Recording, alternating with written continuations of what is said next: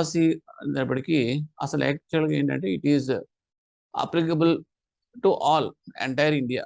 అంటే ఇప్పుడు 370 ఉంది, ఆర్టికల్ 370 అనేది తీసి పడేసాం కాబట్టి ఇంక అన్ని ఒకటే కాబట్టి it is common, it is enforceable in entire India.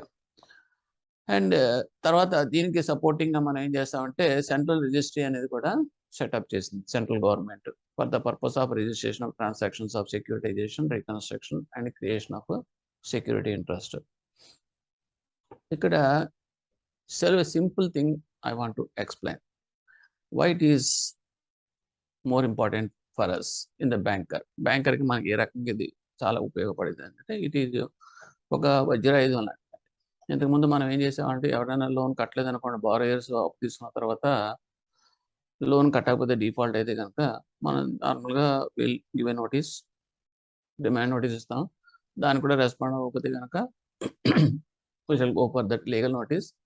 దానికి కూడా రెస్పాండ్ అవ్వకపోతే కనుక then will proceed for that filing a suit in the civil court.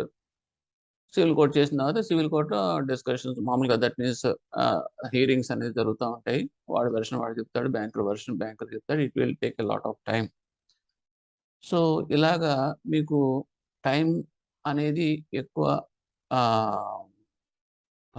దీంట్లో వేస్ట్ అవుతూ ఉండేది సివిల్ కోర్ట్స్లో. దట్టు ఎప్పుడైతే అమౌంట్స్ అనేది చిన్న చిన్న అమౌంట్ కూడా ఈవెన్ 5,000, 4,000, 1,500 అయినా సరే తప్పదు, ఇంకా కోర్టుకి వెళ్ళాల్సిందే. There is no other option. Remedial steps in only through court only. We cannot have any other tools for recovery of dues, default dues. దీనికి ఏం చేశారంటే ఎప్పుడైతే ఈ చిన్న అమౌంట్లన్నీ కూడా అక్యుములేట్ అయిపోతూ ఉంటాయి, నెంబర్ ఆఫ్ కేసెస్ అనేది సివిల్ కోర్ట్స్లో మౌంట్ అయిపోయినప్పుడు పెద్ద పెద్ద అమౌంట్లు ఉంటాయి. అంటే 9 lakhs, 10 lakhs, 15 lakhs అటువంటి అన్ని కూడా వెనకబడిపోతాయి. మనమైనా సరే కౌంటర్స్ ఉన్నాయని కూడా దే ఆర్ ఆల్ బ్యాంకర్స్. మీకు ఏమవుతుంది, సపోజ్ మీకు క్యాష్ రిసీట్స్ దగ్గర మీరు చిన్న చిన్న 500, 100 కట్టేవాడు 10 మంది అనుకోండి, వెనకాల 10 లక్షలు కట్టేవాడు ఉన్నాడు అనుకోండి, ఎలా ఉంటుంది మనకు ఆ సీన్ చూడండి ఒకసారి. వాడేం మనకి we have to give a good service to the person who is coming to our bank for remitting of a big amount. But because of these small receipts we cannot do the such things. అప్పుడు మనం ఏం చేస్తాం, జనరల్గా bypass చేసి manager తీసుకెళ్ళి separate count చేసి, లేదా సాయంత్రం రండి సార్ మీకు చేసి పెడతామని చెప్పేసి సమ్ స్పెషల్ సర్వీస్ మనం చేస్తాం. ఎందుకంటే to safeguard that big depositors. అలాగే ఇక్కడ ఏంటంటే మనకి ఇక్కడ ఉన్న ప్రాబ్లం ఏంటంటే చిన్న చిన్న ఈ లోన్స్ వల్ల, ఓకే, కేసెస్ వల్ల ఏమవుతుంది, మనకి పెద్ద రావాల్సిన పెద్ద హ్యూజ్ అమౌంట్స్ అన్ని కూడా బ్లాక్ అవుతుంటాయి, అంటే డిలే అయిపోతూ ఉంటాయి ప్రయారిటీలో. ఎందుకంటే కేసు 1 నెంబరింగ్ ఇచ్చేస్తారు కాబట్టి సివిల్ కోర్టులో ఆ నెంబరింగ్ ప్రకారం ఏమవుతుందంటే మనకి వెయిటింగ్ టైం ఎక్కువైపోతా ఉంటుంది. సో దానివల్ల ఏమవుతుందంటే ఫండ్స్ బ్లాక్ అవ్వడంతో వేరే ఆప్షన్ లేక then we have introduce this DRT అనేది పెట్టారు. అంటే డెట్ రికవరీ ట్రిబ్యునల్, అంటే స్పెషల్, అంటే fast disposal of the cases. దానికి 180 daysలో డిస్పోజ్ అయిపోవాలి. దానికి ఏంటంటే పెద్ద amount. Now it is 20 lakhs. Okay, 20 lakhs below that only civil courts, above that only that is DRT take up చేస్తుంది. అంటే ఏంటంటే ఫాస్ట్ సెటిల్మెంట్. మనకి టికెట్ నార్మల్గా వచ్చేదానికి తత్కాల్లో వచ్చేదానికి తేడా ఉంటుంది చూడండి, బుకింగ్ ఆ రకంగా. సో అది కూడా పని చేయట్లేదు ఇప్పుడు. ఎందుకంటే పని చేయట్లేదంటే బికాజ్ ఎందుకు, అక్కడ కూడా మీకు కోర్ట్స్లో ఎక్కువ దట్ ఈస్ టైం అనేది, వర్క్ లోడ్ అనేది పెరిగిపోతుంది. అందు గురించి దాన్ని ఏం చేశారంటే డీలింగ్ చేశారు. దాని గురించి ఈ సర్ఫాసీ యాక్ట్ అనేది తీసుకొచ్చారు. దీని అడ్వాంటేజ్ ఏంటంటే suppose the person is having a immovable property. ఇది ఎక్కడొస్తుందంటే మనకి ప్రాపర్టీస్, ఇమ్మూవబుల్ ప్రాపర్టీస్లోనే ప్రాబ్లం వస్తుంది. నేను కోర్టు ద్వారా సెటిల్ చేసుకోవాల్సి వచ్చేటప్పటికి మనకి టైం పడుతుంది. అదే గోల్డ్ లోన్ అనుకోండి, ఒక నోటీస్ ఇస్తాం, ఆర్నమెంట్స్ అన్ని కూడా పబ్లిష్ చేస్తాం, ఆక్షన్ చేసేస్తారు. అలాగే మీ దగ్గర ఉన్నాయి కాబట్టి గూడ్స్, కానీ ఇక్కడ అలా కుదరదు కదా. So that will be possible only in the case of hypothecation, pledge. ఆ ఛార్జెస్కి అయితే ఈజీగా మీరు రియలైజేషన్ అయిపోతుంది. మన లోన్ సెక్యూరిటీస్ రియలైజ్ చేసి మన లోన్కి అడ్జస్ట్ చేయగలుగుతాం. బట్ ఇక్కడ ఇమ్మూవబుల్ ప్రాపర్టీకి వచ్చేటప్పటికి కంపల్సరీగా he has to go to that through court only. దాని నుంచి డీలింగ్ చేసి వీళ్ళు ఏం చేశారంటే అదే బ్యాంక్స్కే ఇచ్చేస్తే పవర్స్ బెటర్ కదా అని ఉద్దేశంతో they have introduce the system that is called SARFAESI. అంటే any commercial property, then I will tell what are the eligible norms of coming under the SARFAESI, that means procedure అనేది enforcement అనేది we shall think of later, the importance of that. ఓకేనండి. Now before that what is what అనేది crystal క్లియర్గా మనం తెలుసుకోవాలి. Exam point of వ్యూలో concept అనేది చాలా చాలా ఇంపార్టెంట్. ఇది మీరు క్లియర్గా కనుక అనలైజ్ చేసి చదువుకోగలిగితే మీకు 100 క్వశ్చన్లు 200 క్వశ్చన్లు మీరు ప్రాక్టీస్ చేయక్కర్లేదు. Any question from any side you can give correct answer. అలా కాకుండా మీరు చాలామంది ఏం చేస్తారంటే దీని మీద మనకి ఎక్కువ ఫోకస్ చేయకుండా ఎన్ని క్వశ్చన్స్ మోడల్ క్వశ్చన్స్ ప్రిపేర్ అవుదామని చేస్తున్నాడు. 100 క్వశ్చన్లు లేదా 200 క్వశ్చన్లు ప్రిపేర్ అయ్యారనుకోండి సర్ఫేసీ మీద, what is use of it? 2,201 question ఇచ్చాడు అనుకోండి, he may not give the correct answer for that unless he should have a good command on that SARFAESI act. Borrower అంటే ఏంటి? బారోయర్ అంటే మీకు తెలియదు ఏముంది? Financial any person granted financial assistance by any bank. Okay, అది మామూలుగా మనం తెలుస్తున్నారు. కానీ ఇక్కడ సబ్జెక్ట్ పాయింట్ ఆఫ్ వ్యూలో ఏంటంటే లయబుల్ పర్సన్ అయి ఉండాలి. ఫైనాన్షియల్ లయబిలిటీ అనేది ఉండాలి. ఫైనాన్షియల్ లయబిలిటీ ఎవరికి ఉంటుందండి? అప్పు తీసుకున్నవాడికే కదండి. అప్పు తీసుకున్నవాడికి గ్యారంటీ ఇచ్చినవాడు కూడా లయబులే. ఎందుకంటే వాడు కట్టకపోతే నేను కడతాను అంటున్నాడు కదా. So guarantor is also called as a borrower. And అప్పు డైరెక్ట్గా ఎవరైతే తీసుకున్నారో ఫైనాన్షియల్ అసిస్టెన్స్ అతను కూడా బారోయరే. అలాగే ఎవరైతే క్రియేట్ చేశారో మార్టిగేజ్ కానీ ప్లిడ్జ్ కానీ ఎవరైనా క్రియేట్ చేశాడు అనుకోండి సెక్యూరిటీ కింద for any transaction, financial transaction, so he will be called as a borrower. చూడండి ఇక్కడ ఎన్ని వస్తున్నాయో. సో ఆప్షన్స్లో మీకు ఏంటి పెట్టినప్పుడు మీకు దాని మీద వాట్ ఈస్ బారోయర్ అనేది unless you know the correct definition you cannot give the correct answer. ఓకేనండి. And the person who becomes the borrower of a security company, reconstruction company అంటే ఏంటి ఏమవుతుందంటే సెక్యూరిటీ తర్వాత చెప్తాను. Securitization company and reconstruction companies ఏంటంటే బ్యాంకుల నుంచి ఈ డెట్స్ అన్నీ తీసుకుంటాయి. లోన్ అకౌంట్స్ అన్నీ కూడా దట్ మీన్స్ లోన్ అకౌంట్స్ అన్నీ కూడా వాళ్ళు తీసుకుంటారు. తీసుకున్నప్పుడు ఏమవుతుంది, బ్యాంక్స్ ఏదైతే రైట్ ఉంటుందో అవే సెక్యూరిటైజేషన్ కంపెనీస్కి రీకన్స్ట్రక్షన్ కంపెనీకి వచ్చేస్తాయి. కాబట్టి బ్యాంక్ పాయింట్ ఆఫ్ వ్యూలో ఈ will be called as a borrower. At the same time even after the transfer of that accounts to that securitisation company also in the point of the purview of this company and reconstruction company, that person will be called as a borrower.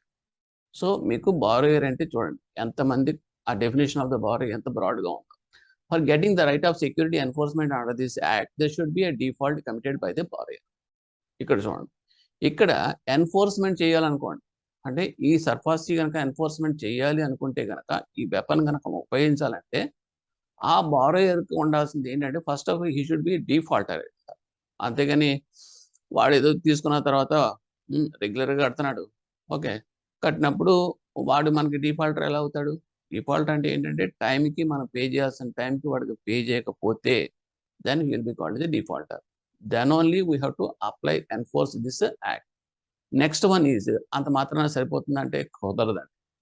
ఎందుకంటే ఒక instalment కట్టలేదు అనుకోండి, ఒక నెల delay అయింది అనుకోండి, so you should not do that one. ఆ default అయ్యాడు కదా అని చెప్పి you should not apply this SARFAESI. చాలా చాలా ఇంపార్టెంట్. ఎందుకంటే మీకు అడుగుతూ ఉంటాడు, ఒక హోమ్ లోన్ అకౌంట్ SMA 2లో ఉంది, okay, whether you can impose that SARFAESI act అంటే whether you can take the position of his immovable property, house కానీ కమర్షియల్ సైట్ కానీ తీసుకోవచ్చా అంటే తీసుకోకూడదు. ఎందుకు అంటే it should be classified NPA కింద క్లాసిఫై చేసిన తర్వాతే ఈ ఎన్ఫోర్స్మెంట్కి వాడికి పవర్ వస్తుంది. Okay, also the creditor must be a secured creditor. ఈ third point is also very secured creditor. What is men by secured creditor అంటే సెక్యూర్డ్ క్రెడిటర్ అంటే ఏంటంటే ఆ ప్రాపర్టీ ఏదైతే ఇతను పెట్టాడో, ఓకే, ఈ purpose of this loan, suppose నేనే ఉన్నానండి, ఒక 10 lakhs నేను బ్యాంక్లో అప్పు తీసుకున్నాను, ఓకే, ఒక బిజినెస్ లోన్కి, ఓకే, లిమిటో లేదా ఇది అనుకోండి. దానికి నా హౌస్ నేను ఒక 50 lakhs ఉండే హౌస్ని నేను మార్టిగేజ్ చేశాను, okay. At the same time I have taken an education loan to my son. నా ఎడ్యుకేషన్ లోన్ కూడా నేను తీసుకున్నాను మా అబ్బాయికి, అదొక 5 lakhs. సో ఇప్పుడు నాది 2 లోన్స్ ఉన్నాయి.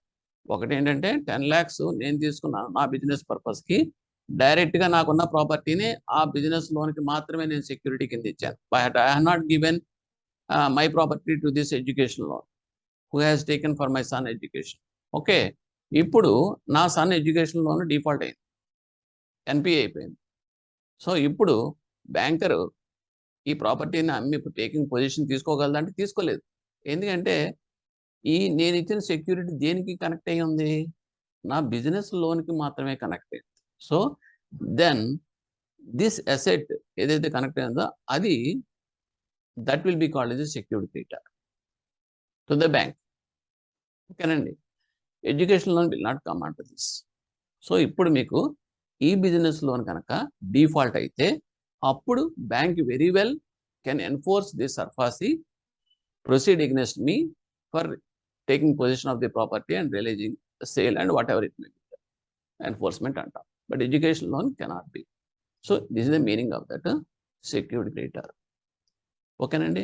ఇంకా జనరల్గా మనం సెక్యూర్డ్ క్రెడిటర్ అంటే ఏంటి? ఏదైతే సెక్యూరిటీ ఉందో అదే కదండి సెక్యూర్డ్ క్రెడిటర్. అది మామూలుగా మనం చదువుకునేది. ఇప్పుడు ఎస్ఐజీస్ ఉన్నాయనుకోండి, ఎస్ఐజీస్ అనేవి unsecured creditors sir.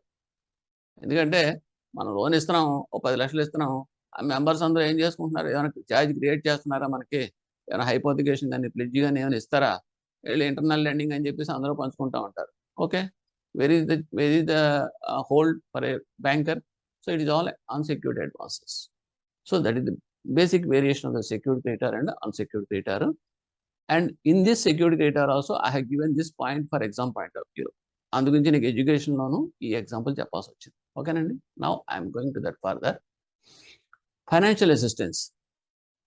Financial assistance అనేటప్పటికి ఏముంది? మామూలుగా డెట్ కానీ రిసీవబుల్స్ కానీ part of the secured, unsecured. Okay, and debt or receivable secured by mortgage or charge in immovable property, hypothecation or pledge of movable property, and a loan, and simply nothing but a financial assistance is nothing but a loan against the security. That's all, simple. Against that security, or otherwise unsecured kuda avutundi.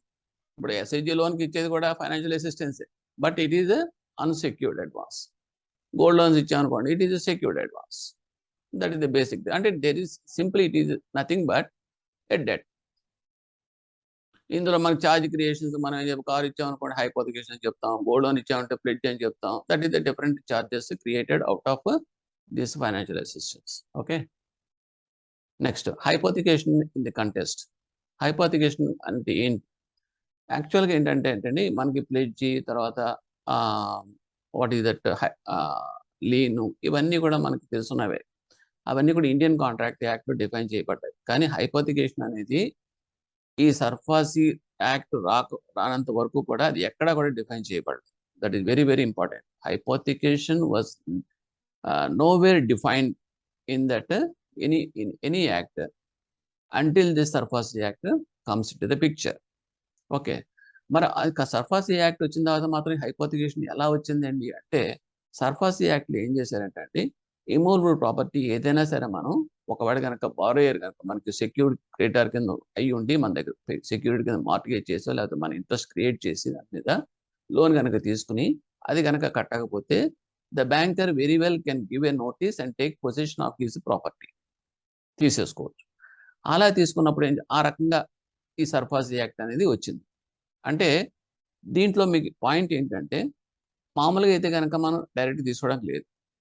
కట్టకపోతే మనం కోర్టుకి వెళ్ళాలి. Sir ఇది sir document ఇచ్చాడు sir, document ప్రకారం మాకు consideration ఉంది sir, కట్టలేదు సార్, దాన్ని చూడండి సార్ అంటే కోర్టు హీరింగ్ అన్ని చేసిన తర్వాత వస్తుంది. అది నార్మల్ కోర్స్, ఓల్డెన్ డేస్లో ఉండేది, ఇప్పటి నుంచి ట్రెడిషనల్గా ఉండేది. ఇప్పుడు ఈ SARFAESI యాక్ట్లో ఏమవుతుందంటే, he can directly take position without intervention of the court. That is the only, that's why it is called as a వజ్రాయుధం అని అంటాం. ఎందుకంటే best source for recovery of this default amounts. ఇప్పుడు ఏమవుతుంది మీకు, ఎప్పుడైనా టేక్ పొజిషన్ తీసేసుకుంటాం, మనం అమ్మేస్తాం. Okay, sale notice ఇచ్చి. ఇక్కడ ఏమవుతుందంటే ఈ SARFAESI యాక్ట్ వచ్చినప్పుడు ఏం చేశారంటే, వాళ్ళు ఇమ్మూవబుల్ ప్రాపర్టీ అనేది మాత్రం హైలైట్ చేశారు యాక్ట్లో. చేసేటప్పటికి అంత మన బారోయర్స్ కొంచెం మేధావులు కూడా ఉంటారు కదండి ఇందులో. వాళ్ళు ఏం చేశారంటే, ఇదేదో బాగుంది, సపోజ్ ఇక్కడ ఏదో యూనిట్ ఉందండి కంపెనీ. ఓకే, ఏదో సమ్ గ్లాస్ వేర్ సంబంధించిందో లేకపోతే పేపర్ కప్పులు ఏదో పెద్ద యూనిట్ ఏదో ఒకటి ఉంది. ఓకే, అది మనం కట్టలేదు, కట్టబోయి డిఫాల్ట్ అయ్యేటప్పటికి మా SARFAESI ఉంది కదా అని చెప్పేసి immovable property commercial company property కాబట్టి we have taken position after giving the notice. తీసుకున్న తర్వాత ఈ తీసుకునే లోపల ఏం చేసేవారంటే వాళ్ళు తెలివిగా ఆ మిషనరీ, లోపల ఉండే స్టాకు, రా మెటీరియల్ అంతా కూడా షిఫ్ట్ చేసేసేవారు. షిఫ్ట్ చేసేటప్పటికి మనకి ఏం చేయాలంటే గోడలోనూ పైన రేకు షెడ్లు ఉండేవి. అంటే ఏంటంటే దానికి మనకి కోర్టుకెళ్ళిందనుకోండి, కోర్ట్ ఏం చేస్తుంది? ఈ యాక్ట్‌లో ఏముందో అదే ఫాలో అవుతానంట. జడ్జిమెంట్ ఏముందంటే జడ్జిమెంట్ అందులో ఉన్న పేపర్ల ప్రకారం నీకు పాలిసీ లేకపోతే నీ యొక్క యాక్ట్‌లో డిఫైన్ చేసిన దాన్ని బట్టి నేను జడ్జిమెంట్ ఇస్తా తప్పితే కొత్తగా ఇవ్వలేరు కదండీ వాళ్ళు. సో, ఇప్పుడు ఏం చేశారంటే మనకి కొన్ని కేసెస్ అన్నీ కూడా ఫెయిల్ అయ్యాయి. ఎందుకంటే మేము గుండెకాయ లాంటి మిషనరీ అని ఇప్పేసి పట్టుకుపోయి, స్టాక్ అంతా కూడా లిఫ్ట్ చేసి పట్టుకుపోయి, మనకు ఓన్లీ గోడలోను, రేకు షెడ్‌లోను 5 మాత్రం అప్పచెప్పి వీడు వేరే చోట అమ్మేసుకునేవాడు. సో, ఇలా కాదు. హైపోథికేషన్ అనే క్లాజ్ కూడా ఇంక్లూడ్ చేయాలి. దీన్ని కూడా డిఫైన్ చేయాలి అని అప్పుడు వాళ్ళు తీసుకొచ్చారు. సో, ఆ రకంగా ఏంటంటే హైపోథికేషన్ వాస్ డిఫైన్డ్. ఇది అడుగుతాడు point. Where this hypothecation charge was defined. అంటే ఇక్కడ మీరు అడుగుతారు Indian contract act something acts అని ఇచ్చినప్పుడు ఇక్కడ సర్ఫాసీలో it was defined. That is the point here. ఓకేనండి. నెక్స్ట్ ఆరిజినేటర్ అంటే ఎవరు?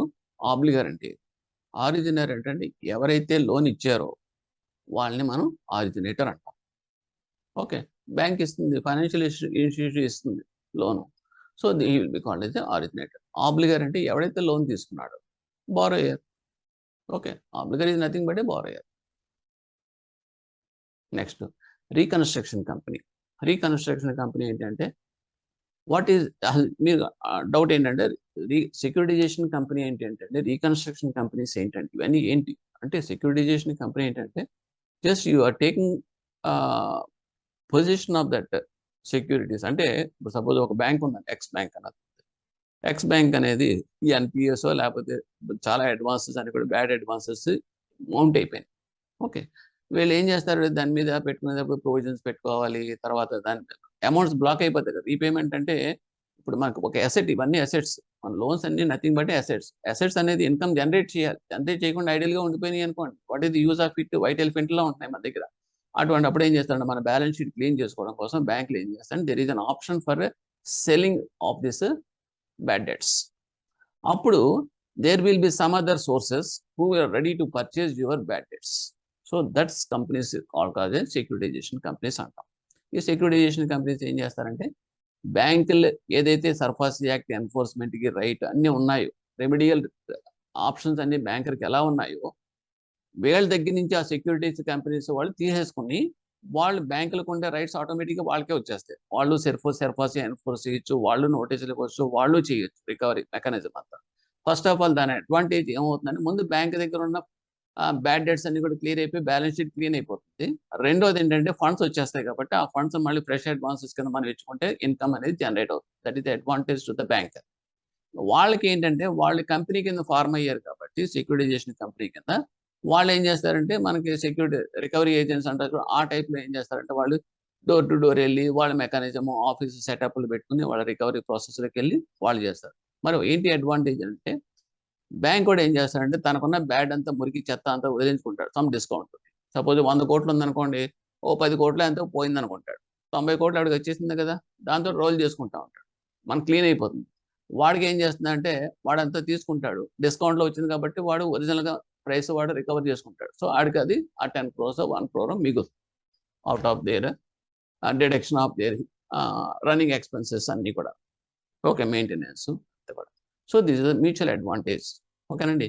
మరి రీకన్‌స్ట్రక్షన్ కంపెనీ అంటే ఏంటండి అంటే, రీకన్‌స్ట్రక్షన్ కంపెనీ అంటే నథింగ్ బట్ కంపెనీస్ ఉంటాయండి. కంపెనీస్ కూడా మీకు డిఫాల్ట్ అవుతా ఉంటాయి.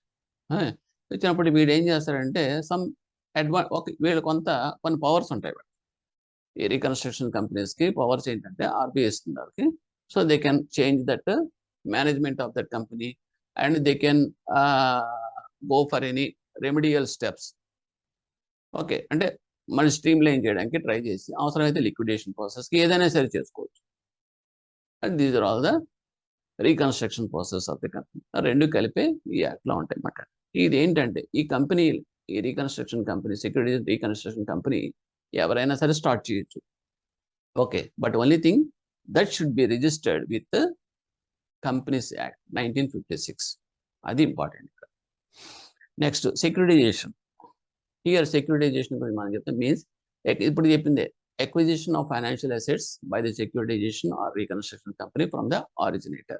బ్యాంకులు. On acquisition of the financial asset, company becomes the owner of the financial asset. Naturally owner of the assets ఎవరు? బ్యాంక్. ఆ బ్యాంక్ దగ్గర నుంచి ఎప్పుడైతే వీళ్ళు తీసుకున్నారో, so the company will be the owner of that assets. అలా at the same time steps into the shoes of the lenders bank or financial institute. అంటే బ్యాంకర్కి ఏదైతే ఉన్నాయో పవర్స్, అవన్నీ కూడా వీళ్ళకే వస్తాయి. అంటే వాళ్ళ చెప్పుల్లో వీళ్ళు అడిగెట్టినట్టే లెక్క. That is the stepping into the shoes అంటాం. This acquisition can also be said to be as a sale of asset without recourse to the point. ఈ point important. This acquisition process అనేది ఎలా జరుగుతుంది అంటే, okay, బ్యాంకులకి ఏం సంబంధం? Without recourse to the bank. తీసుకున్నారు, అది కుళ్ళిపోయిందా మంచిదా అనేది అవన్నీ నువ్వు తీసుకున్నవాడు భరించాలి, నాకేం సంబంధం లేదు. అంటే బ్యాంకులను అమ్మేసింది, సేల్ చేసేసింది. సేల్ చేసేసిన తర్వాత ఆడ కట్టలేదండి, మరి ఏం చేయాలి, మీకు తీసేసుకోండి, వెనక్కి తీసుకోవడానికి లేదు. It is his botheration, it is his headache. So ఆ రకంగా ఎక్విజిషన్లో జరిగేది ఏంటంటే without recourse to the bank. ఈ point also important to you. Next we are coming to that security agreement. What is meant by security agreement? Security agreement అంటే ఏంటంటే documents under which security interest is created in favor of the security creator. Simple document. It is nothing but agreement, is nothing but a document. ఏ రకంగా తీసుకుంటామంటే మన originator దగ్గర నుంచి అంటే బ్యాంకుల దగ్గర నుంచి ఆ కంపెనీ సెక్యూరిటైజేషన్ కంపెనీ బట్టి తీసుకుంటాడు కదండి. అసెట్స్ అంటే this means loans, bad debts, whatever it మీరు తీసుకుంటారు కదా. తీసుకున్నప్పుడు they will undergo some agreement.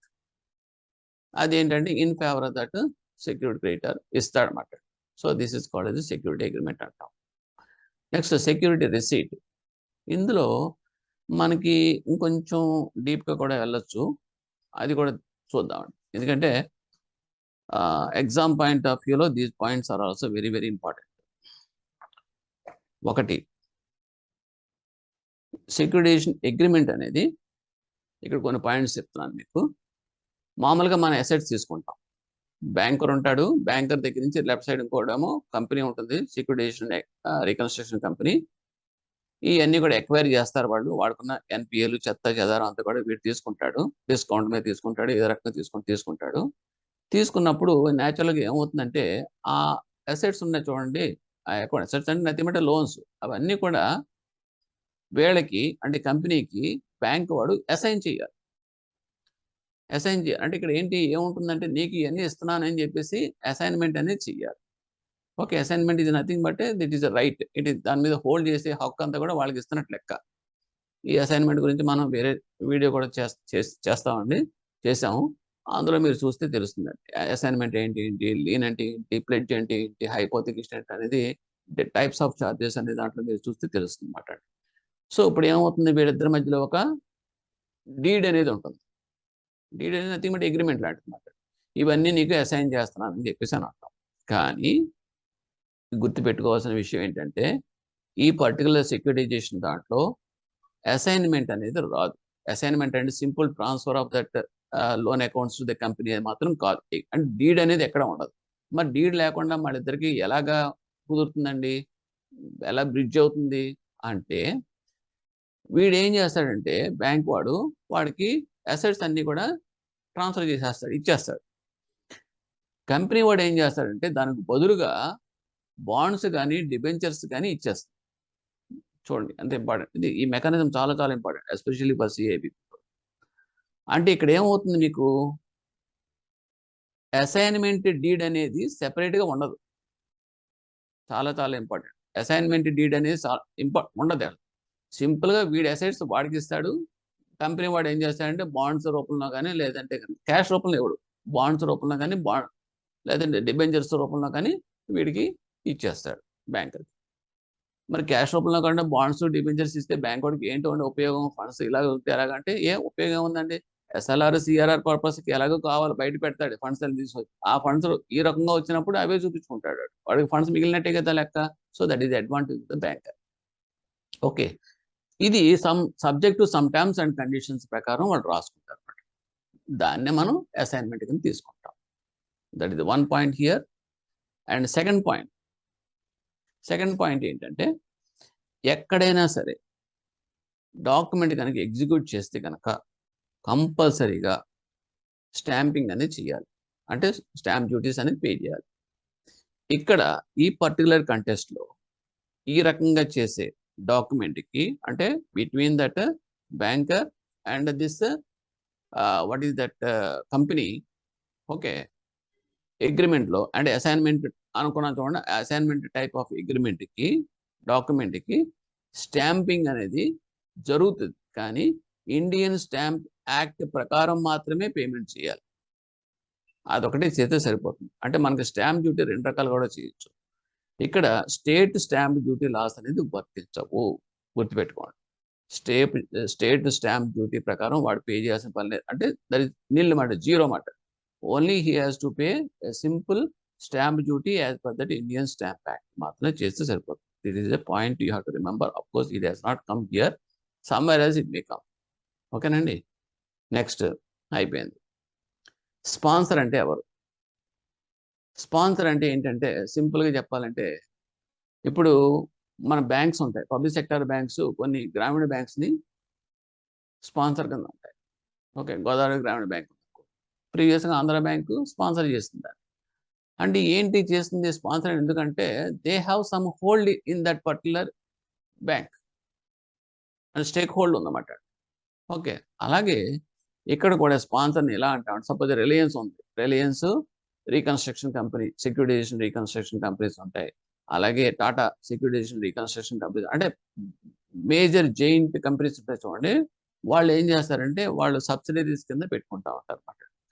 ఆ పెట్టుకున్నప్పుడు అందులో ఏంటంటే not less than 10% of the paid up equity capital of the securitisation. Suppose company ఉందనుకోండి, సెక్యూరిటైజేషన్ రీకన్స్ట్రక్షన్ కంపెనీ అనేది ఎస్టాబ్లిష్ చేశారనుకోండి టాటా వాడు, వచ్చిన కంపెనీ చేసినప్పుడు 100 కోట్లు కనుక సపోజ్ లెటర్స్ 10 crores తోటి వాడు క్యాపిటల్ పెట్టాడు అనుకోండి. అంటే ఏంటంటే ఆ కంపెనీ యొక్క క్యాపిటల్ 10 crores అనుకోండి.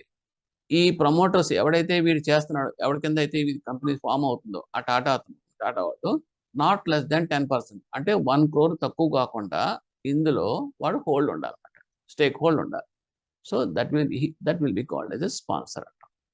నాట్ లెస్ దెన్, ఈ పాయింట్ ఏంటి, not less than 10% of the paid up capital equity of that securitisation and reconstruction company.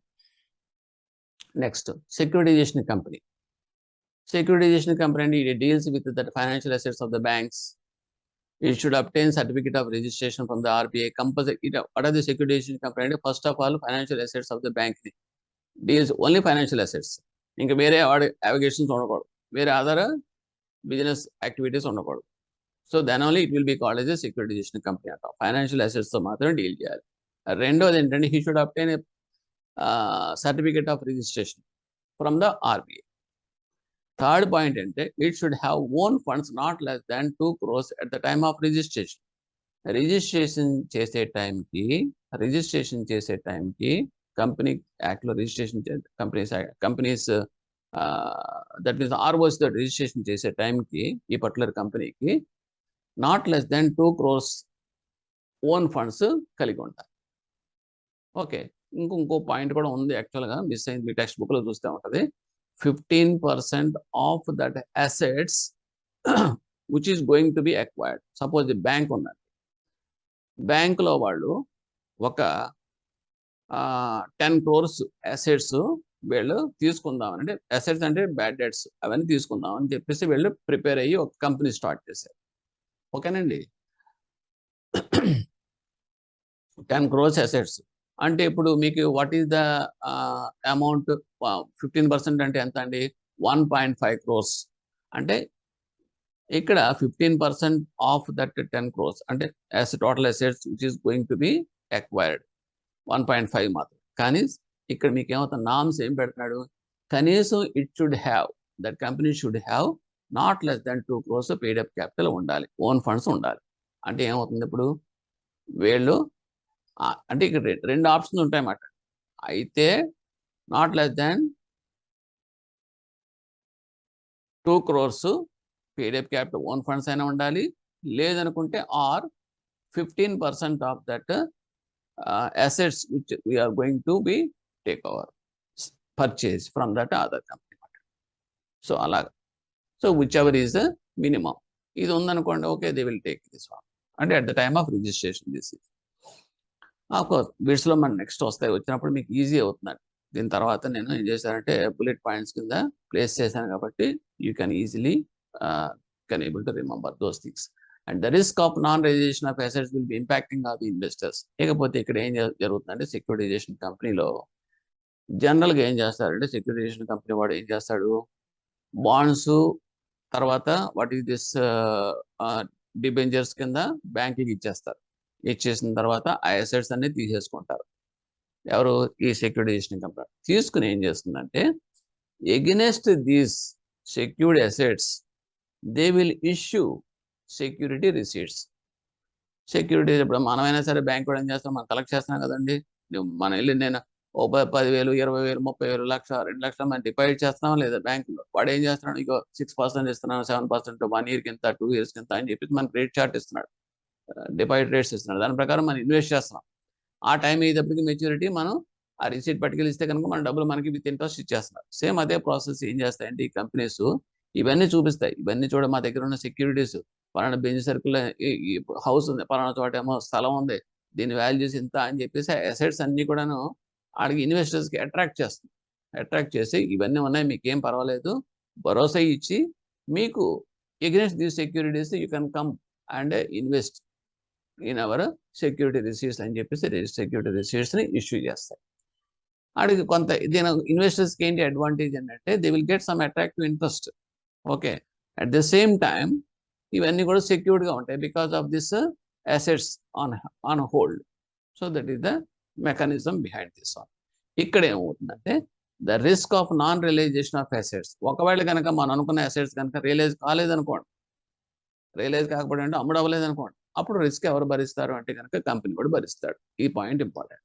ఇన్వెస్టర్స్కి ఏమీ సంబంధం లేదు, ఈ ఇన్వెస్టర్ నాకేం సంబంధం లేదు, ఆ రిస్క్ అంతా కూడా వీడే భరించాలి. నాకు టైం కల్లా ఇంట్రెస్ట్ ఎష్యూర్డ్గా నువ్వు చెప్పిన ఇంట్రెస్ట్ నాకు ఇవ్వాలి అని కూర్చుంటారు. మరి ఇన్వెస్టర్స్ అవతల వైపు ఎవరండి అంటే మీరు నేను కాదు, QIBs అంటాం, qualified institutional buyers. That is also important. Qualified institutional buyers అంటే ఎవరంటే మన public sector banks and insurance companies, mutual funds. Okay, and ఇవన్నీ కూడా qualified institution because there is some norms are there. What is the minimum paid up capital and what is that stipulations they should follow as per the guidelines of the Reserve Bank of India. ఇవన్నీ follow అయ్యేవాళ్ళందరూ కూడా they will be called as a defined qualified institutional buyers అంటారు, QIBs అంటాం. So వీళ్ళే ఇక్కడ మీకు వీళ్ళకి investors కింద ఉంటారు. Okay, as such there will not be any loss to the company but this should be disclosed to the investor. లేకపోతే ఇక్కడ ఏమవుతుంది, by the trustees and manage the assets held. The risk of non-realization of the assets will be impacting the investors who are the beneficiaries under the trust. Risk of non-realization of assets.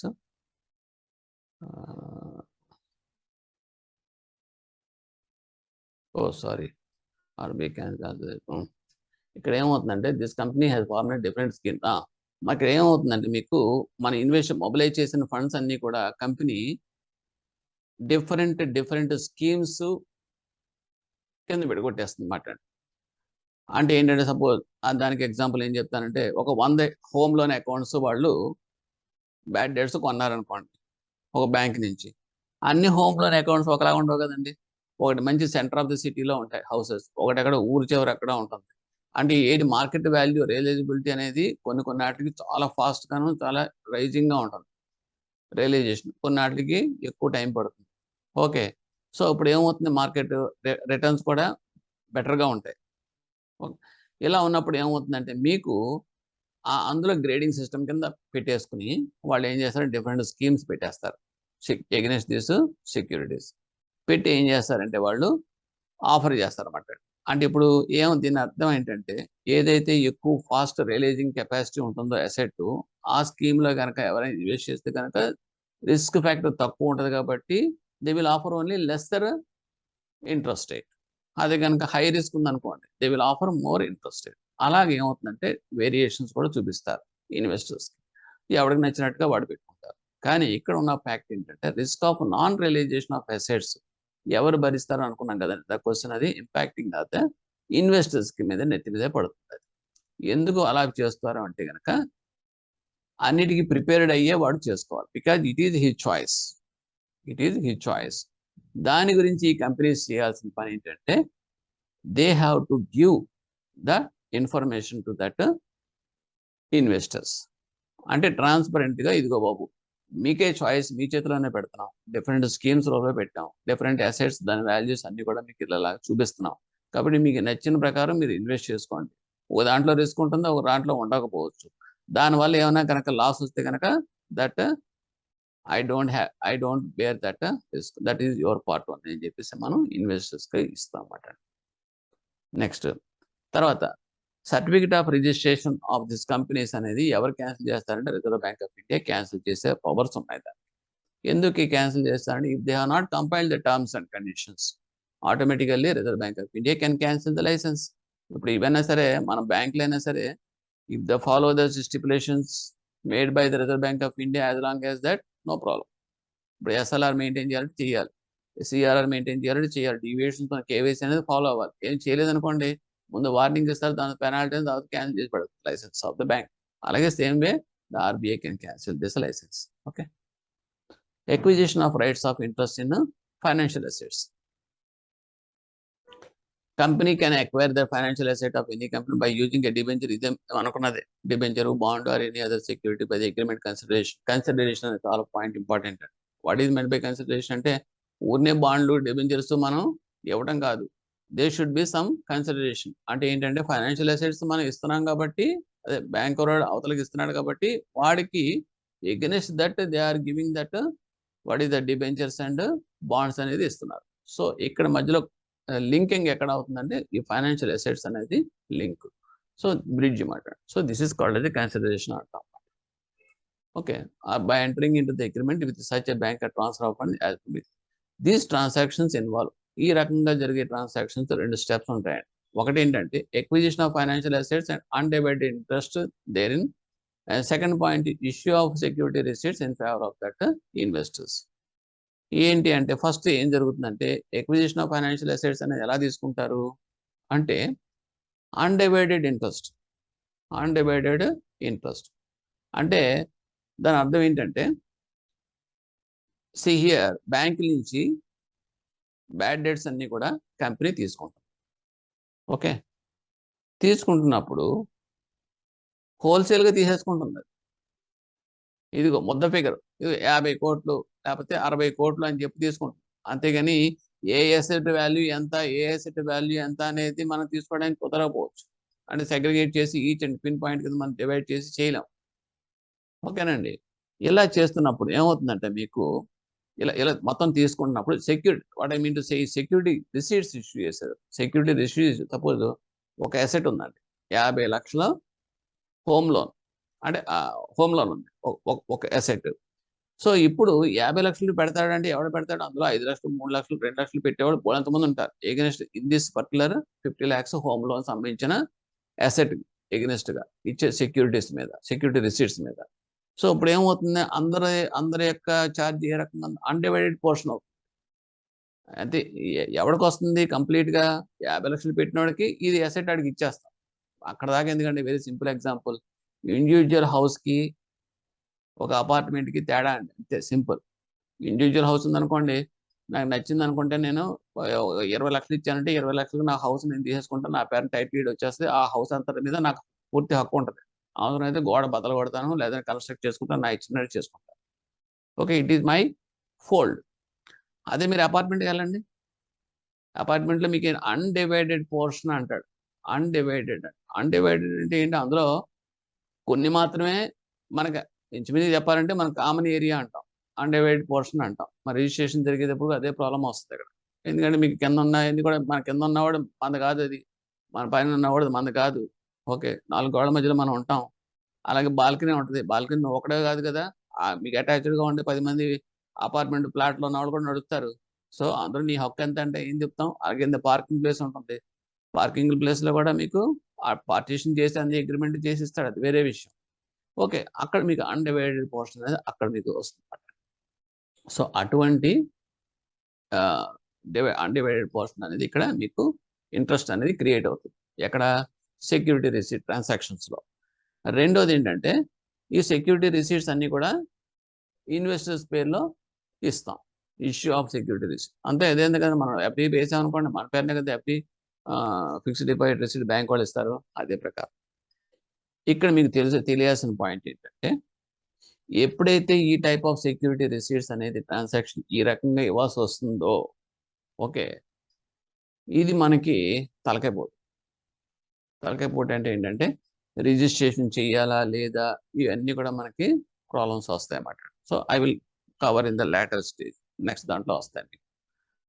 Next, issue of the security receipts in favour of the investor. At the time of acquisition of any suit, at the time of acquisition if any suit appeal, అంటే ఏంటంటే మనం asset enquiry చేసే time కనుక ఇక్కడ కొన్ని points చూసుకోవాలండి. ఆ points ఏంటంటే, బ్యాంక్ దగ్గర నుంచి కంపెనీ వాడు సెక్యూరిటైజేషన్ రీకన్స్ట్రక్షన్ కంపెనీ వాడు తీసేసుకుంటున్నాడు, ఓకేనండి. బ్యాడ్ డెట్స్ అన్ని కూడా తీసుకునేటప్పుడు కొన్ని జరుగుతాయి.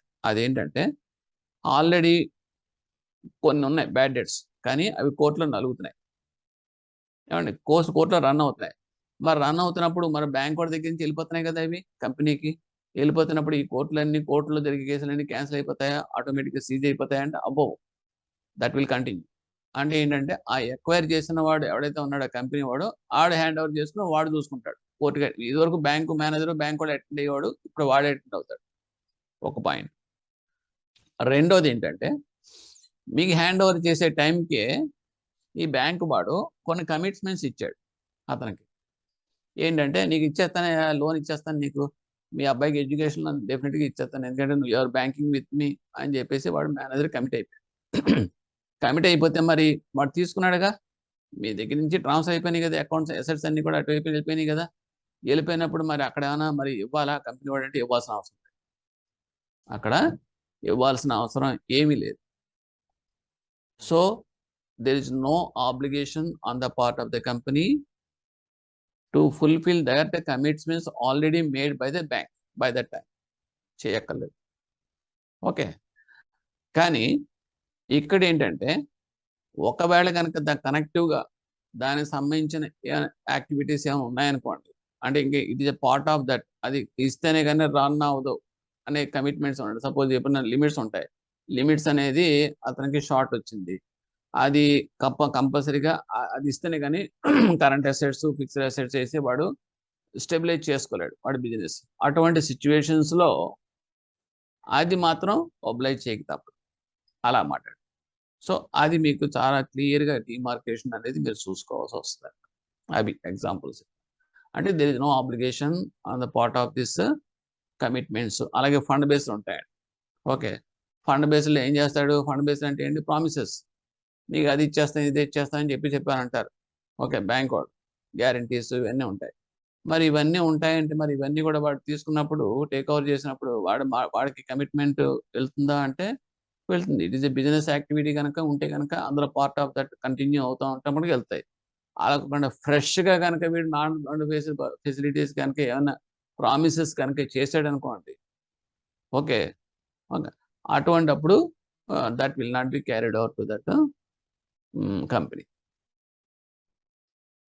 Next, documents involve. ఇందులో డాక్యుమెంట్స్ ఏమి ఇన్వాల్వ్ అవుతాయి సెక్యూరిటైజేషన్ ట్రాన్సాక్షన్ అయితే? Offer document, debenture, agreement, security receipt.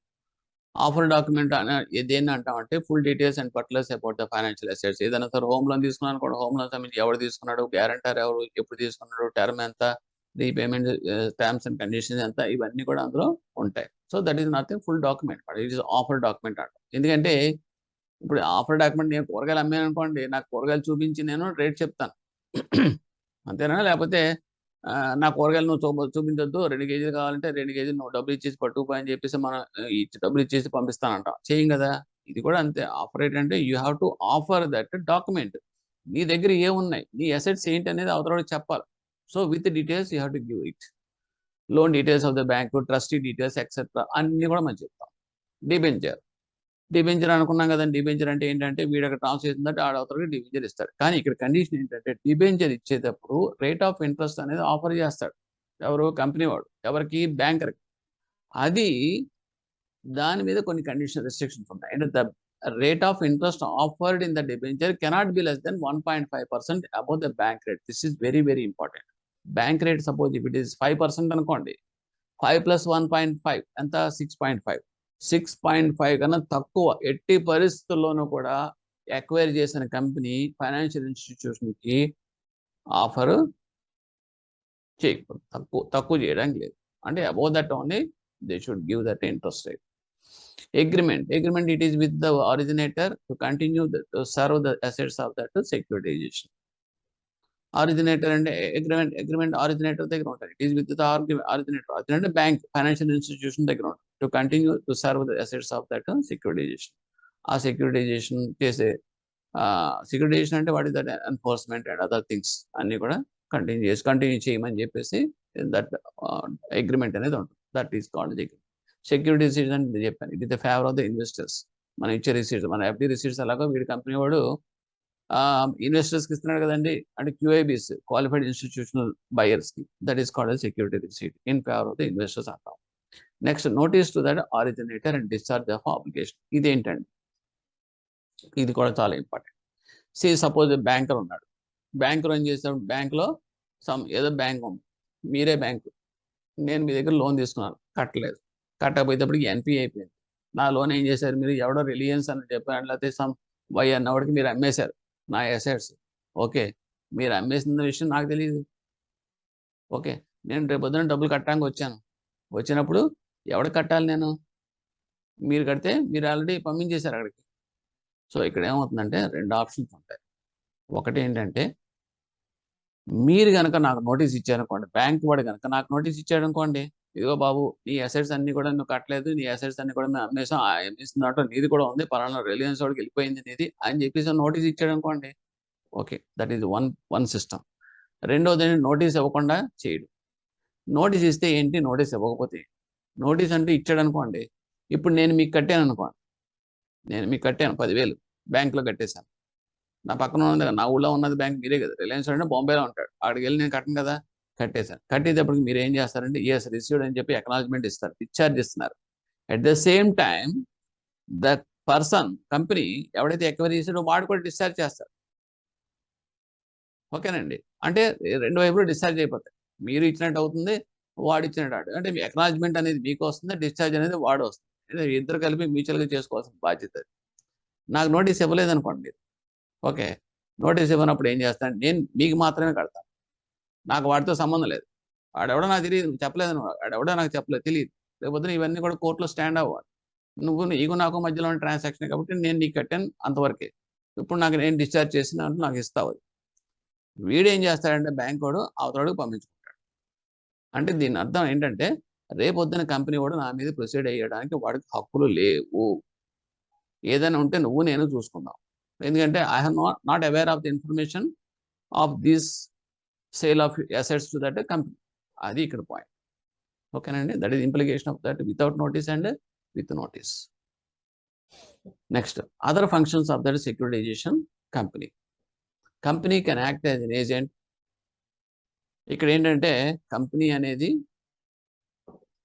Company ఉండొచ్చు, బ్యాంక్, ఫైనాన్షియల్ ఇన్స్టిట్యూషన్ బ్యాంక్ ఉండొచ్చు, లేదంటే కోర్ట్. అంటే 3 కేటగిరీస్ ఉంటాయి other functions of securitisation company. Company అయితే కనుక బ్యాంక్ కనుక ఏజెంట్ కింద పనిచేయచ్చు. ఏజెంట్ కింద అంటే దాని బ్యాంక్ తరఫున కనుక చేస్తే కనుక ట్రాన్సాక్షన్ అంటే రికవరీ అప్పుడు సపోజ్ ఏం చేస్తారంటే, ఆ సెక్యూరిటైజేషన్ రీకన్స్ట్రక్షన్ కంపెనీ వాడు అసెట్స్ అన్ని తీసేసుకుని, ఓకే, వాడు రికవరీ ప్రాసెస్ అంతా చేసి వీడికి ఇచ్చి వాడి దగ్గర కొద్ది కమిషన్ మిగుల్చుకుంటూ ఉంటాడు.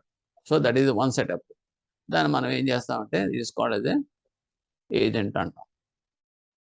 వేరేస్ మేనేజర్ అనే పోర్ట్ఫోలియో కూడా ఉంది.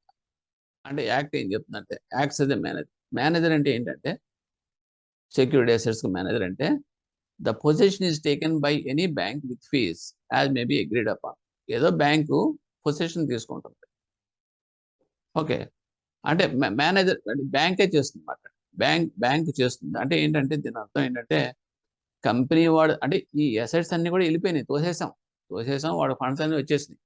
ఇక్కడ ఇద్దరు చేస్తారండి. నీ ఫండ్స్ నేను తీసేసుకున్నాను, కంపెనీ వాడు చెప్తారన్నమాట, నీ ఫండ్స్ అన్ని నేను తీసేసుకున్నాను. అంటే ఫండ్స్ అంటే ఏం లేదు, నీ అసెట్స్ అన్ని నేను తీసేసుకున్నాను, నీ చెత్త చెదారం అంతాను ఫుల్గా నా దగ్గరికి వచ్చేసినాయి, ఓకే, హ్యాండ్ ఓవర్ చేసేసుకున్నాను అని చెప్పేసి వాడికి రికవరీ అయిన దాంట్లో వీడికి ఇచ్చేస్తూ ఉంటాడు కొంత అమౌంట్ కొద్దిగా చెప్పి. ఓకేనండి. That is one setup. అంటే వాడి హ్యాండ్ ఓవర్లో ఉంచుకుంటాడు. అంటే వీడి బ్యాలెన్స్ షీట్ క్లీన్ అవుతుంది. వాడు చూసుకుంటా ఉంటాడు. ఇక్కడ ఏం చేస్తాడంటే ట్రాన్స్ఫర్ చేస్తాడు. మేనేజింగ్ ద థింగ్స్ అన్నీ కూడా బ్యాంక్ వాడు చూసుకుంటా ఉంటాడు. అంటే ఏంటంటే ఫండ్స్ వాడికి డబ్బులు వచ్చేసినాయి, ఈ అసెట్స్ కూడా వాడికి ట్రాన్స్ఫర్ చేసినట్టు చూపిస్తాడు. కానీ ఈ ప్రాసెస్ అంతా కూడాను రికవరీ అంటే ఇక్కడ ఏం జరుగుతుందంటే ఆ రికవరీ ప్రాసెస్ అనేది కంపెనీ కనుక చూస్తే కనుక టోటల్గా దట్ మెకానిజం లో పార్ట్లో the company will be called S an agent. అదే కాకుండా ఈ ప్రాసెస్ అంతా రికవరీ ప్రాసెస్ అంతా కూడా బ్యాంకే స్టిల్ నెత్తి మీద వేసుకుని చేసుకుంటా ఉంటే కనుక that will be called as a manager అంతే. బట్ అల్టిమేట్లీ బ్యాక్ ఎండ్లో ఏం జరుగుతుందంటే ఎలాగో బ్యాలెన్స్ షీట్ అనేది క్లీన్ అయిపోతుంది, ఎలాగో రావాల్సిన డిబెంచర్స్ అవన్నీ కూడా అవన్నీ మామూలే. But functioning of that only నేను ఐఎమ్ సేయింగ్ దట్. ఏజెంట్ ఎవరిని అంటాం? మేనేజర్ని ఎవరిని అంటాం? అది.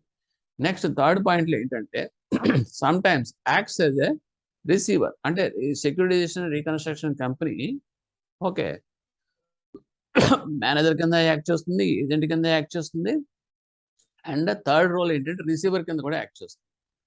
అంటే కనుక ఈ బ్యాంక్ కోర్టు కానీ ఏదైనా కనుక ట్రిబ్యునల్ కానీ అపాయింట్ చేసింది అనుకోండి, అంటే ఈ దగ్గర రికవరీ ప్రాసెస్ అంతా నువ్వు టేకప్ చేయి, నువ్వు చేస్తావు అని చెప్పేసి అసైన్మెంట్ ఇచ్చింది అనుకోండి ఆ కంపెనీకి, అంటే company will act as a receiver appointed by that court.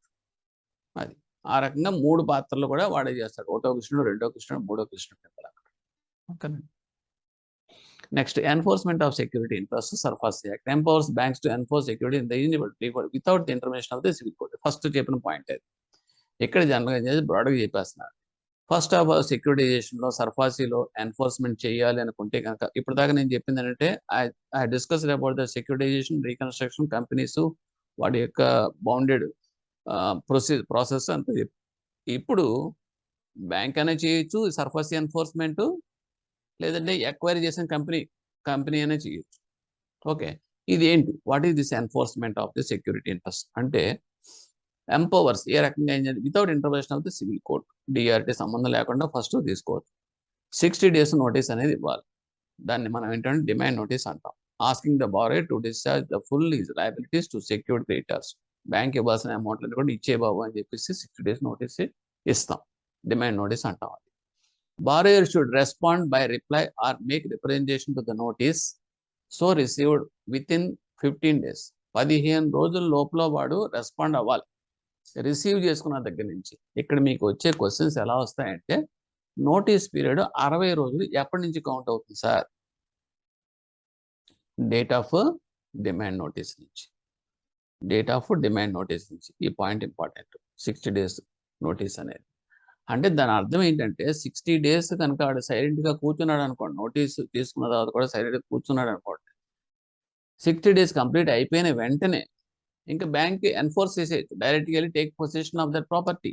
ఆ ప్రాపర్టీని తీసేసుకున్న రైట్ బ్యాంక్ వచ్చింది. ఈ లోపల పరిగెట్టి కోర్టుకి వెళ్ళినా ఎక్కడికి వెళ్ళినా ఎవ్వడం దిక్కులేదాడు. అది దాని అర్థం.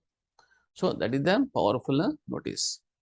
నెక్స్ట్ ఏంటంటే ఇలా నోటీస్ ఇచ్చిన తర్వాత వాడికి ఆప్షన్ ఏంటంటే 15 రోజుల లోపల కనుక వాడికి ఏమైనా బాధలు ఏమైనా ఉంటే కనుక డిస్కస్ చేయొచ్చు. అంటే he can grievance reply to that banker. నాకు ఇలాగండి అలా అని చెప్పి రిప్రజెంట్ చేసుకోవచ్చు. చేసుకుని ఆపడానికి లేదు. ఆ 15 రోజుల్లో వాడు ఇచ్చిన రిప్లై ఓకే బ్యాంక్ కూడా ఎన్నాళ్ళు పెట్టుకుంటాడు? ఆ ట్రయల్ వేసి పెట్టుకోవడానికి లేదు. అది సాటిస్ఫై అయితే కనుక ఓకే డిఫర్ చేసేస్తాడు. డిఫర్ చేసి సరేలే కొంత టోకెన్ అమౌంట్ ఏదో కడతానన్నావు కదా, సరేలే డిఫర్ చేస్తానని చెప్పేసి బ్యాంక్ కూడా డిఫర్ చేసేయచ్చు. ఆ ప్రాసెస్ని ఎన్ఫోర్స్మెంట్ ఆఫ్ SARFAESIని డిఫర్ చేసేయచ్చు. లేదు నచ్చలేదు అనుకోండి, వాడు ఏమి కట్టను నాకు ఎక్స్టెన్షన్ కావాలని చెప్పాడు అనుకోండి, అది ఎలా కుదురుతుంది? So he can continue. కానీ ఏ సంగతి వాడికి చెప్పాలి, అది 1 week. The bankers reply period is 1 week and the borrowers respond period is 15 days. ఇది వరకు 1 week ఉండేది బారోయర్కి. వాడు ఏం చేస్తారు, నాకు నోటీస్ రాలేదు సార్, ఆ టైంకి నేను లేను సార్, అందు గురించి అక్కడ ఊరు లేను సార్, చాలా షార్ట్ టైం సార్, ఇవన్నీ జరుగుతూ ఉంటాయి. కొరియర్లో కూడా ఒక్కోసారి 3 రోజులు 4 రోజులు పడతా ఉంటుంది. ఏంటి సర్వ్ చేయడానికి నోటీసు. సో ఆ రకంగా డిఫికల్టీస్ తోటి అది పెంచారు, 15 రోజులకి పెంచారు అన్నమాట. So 15 days here, there the bankers reply is 1 week. ఆ రెండు కూడా పాయింట్ గుర్తుపెట్టుకోండి. నెక్స్ట్ సెక్యూర్డ్ క్రెడిటర్, అదే మీకు ఇచ్చాను. Should respond with in 1 week if any representation received from the borrower in response to the notice even it is not acceptable to him. Next అయిపోయింది. Borrower has always have a right to appeal to the DRT even before that bank's reply, as it is not compulsory after reply from the bank. ఈ point చాలా చాలా important. మీకు ట్విస్టింగ్సే ఉంటాయి అన్నీ కూడా. ఐఏబిఎఫ్ direct questions ఏమీ ఉండవు, స్టేట్మెంట్స్ కూడా డైరెక్ట్గా ఉండవు. ఇక్కడ బారోయర్ అనేది డిఆర్టీకి వెళ్ళొచ్చు. డిఆర్టీకి అనేటప్పటికి ఏమవుతుంది, కోర్టు. ఇది జ్యుడిషియల్, డిఆర్టీ సిస్టమ్ అనేది జ్యుడిషియల్. అంటే మీకు ఇక్కడ మీకు సివిల్ కోర్టుకి వెళ్ళొచ్చా, లోకల్ డిస్ట్రిక్ట్ కోర్టుకి, అబ్బాయి కుదరదు. సర్ఫాసీ ఎన్ఫోర్స్మెంట్ ఇనిషియేట్ చేసిన వెంటనే బారోయర్కి ఇది అన్యాయం అండి, ఇది నేను చక్కగా మంచి కస్టమర్ని, చక్కగా అన్నీ కూడా ఇప్పుడు దాకా ఒక్క బ్యాడ్ రిమార్క్ కూడా లేకుండా మేనేజ్ చేస్తున్నాను, నన్ను కొంచెం హెరాస్మెంట్ చేద్దామని ఉద్దేశంతో నా మీద పడకేలా చేస్తున్నాడని చెప్పేసి అనుకున్నాను అనుకోండి, ఎవడో కూడా ఉండాలి కదా ఇది చెప్పింది వినటానికి. అందుగురించి they have given option of this judicial system link చేశారు. అదేంటంటే నార్మల్ కోర్ట్స్ కాదు, డైరెక్ట్గా డిఆర్టీకే రిప్రజెంట్ చేయాలి, అపీల్ చేసుకోవచ్చు. ఓకే, అది అతను ఉన్న హక్కు. ఇకపోతే ఇది ఎప్పుడు లోపల చేసుకోవాలనేది ఏం లేదు. ఓకే, అదేంటంటే వాడు నోటీస్ ఇచ్చాడు కాబట్టి ఇన్ని రోజుల్లో చేయాలా లేకపోతే 60 డేస్లో చేయాలా అనేది ఏం లేదు. వాడు ఎప్పుడైనా చేయొచ్చు. నోటీసు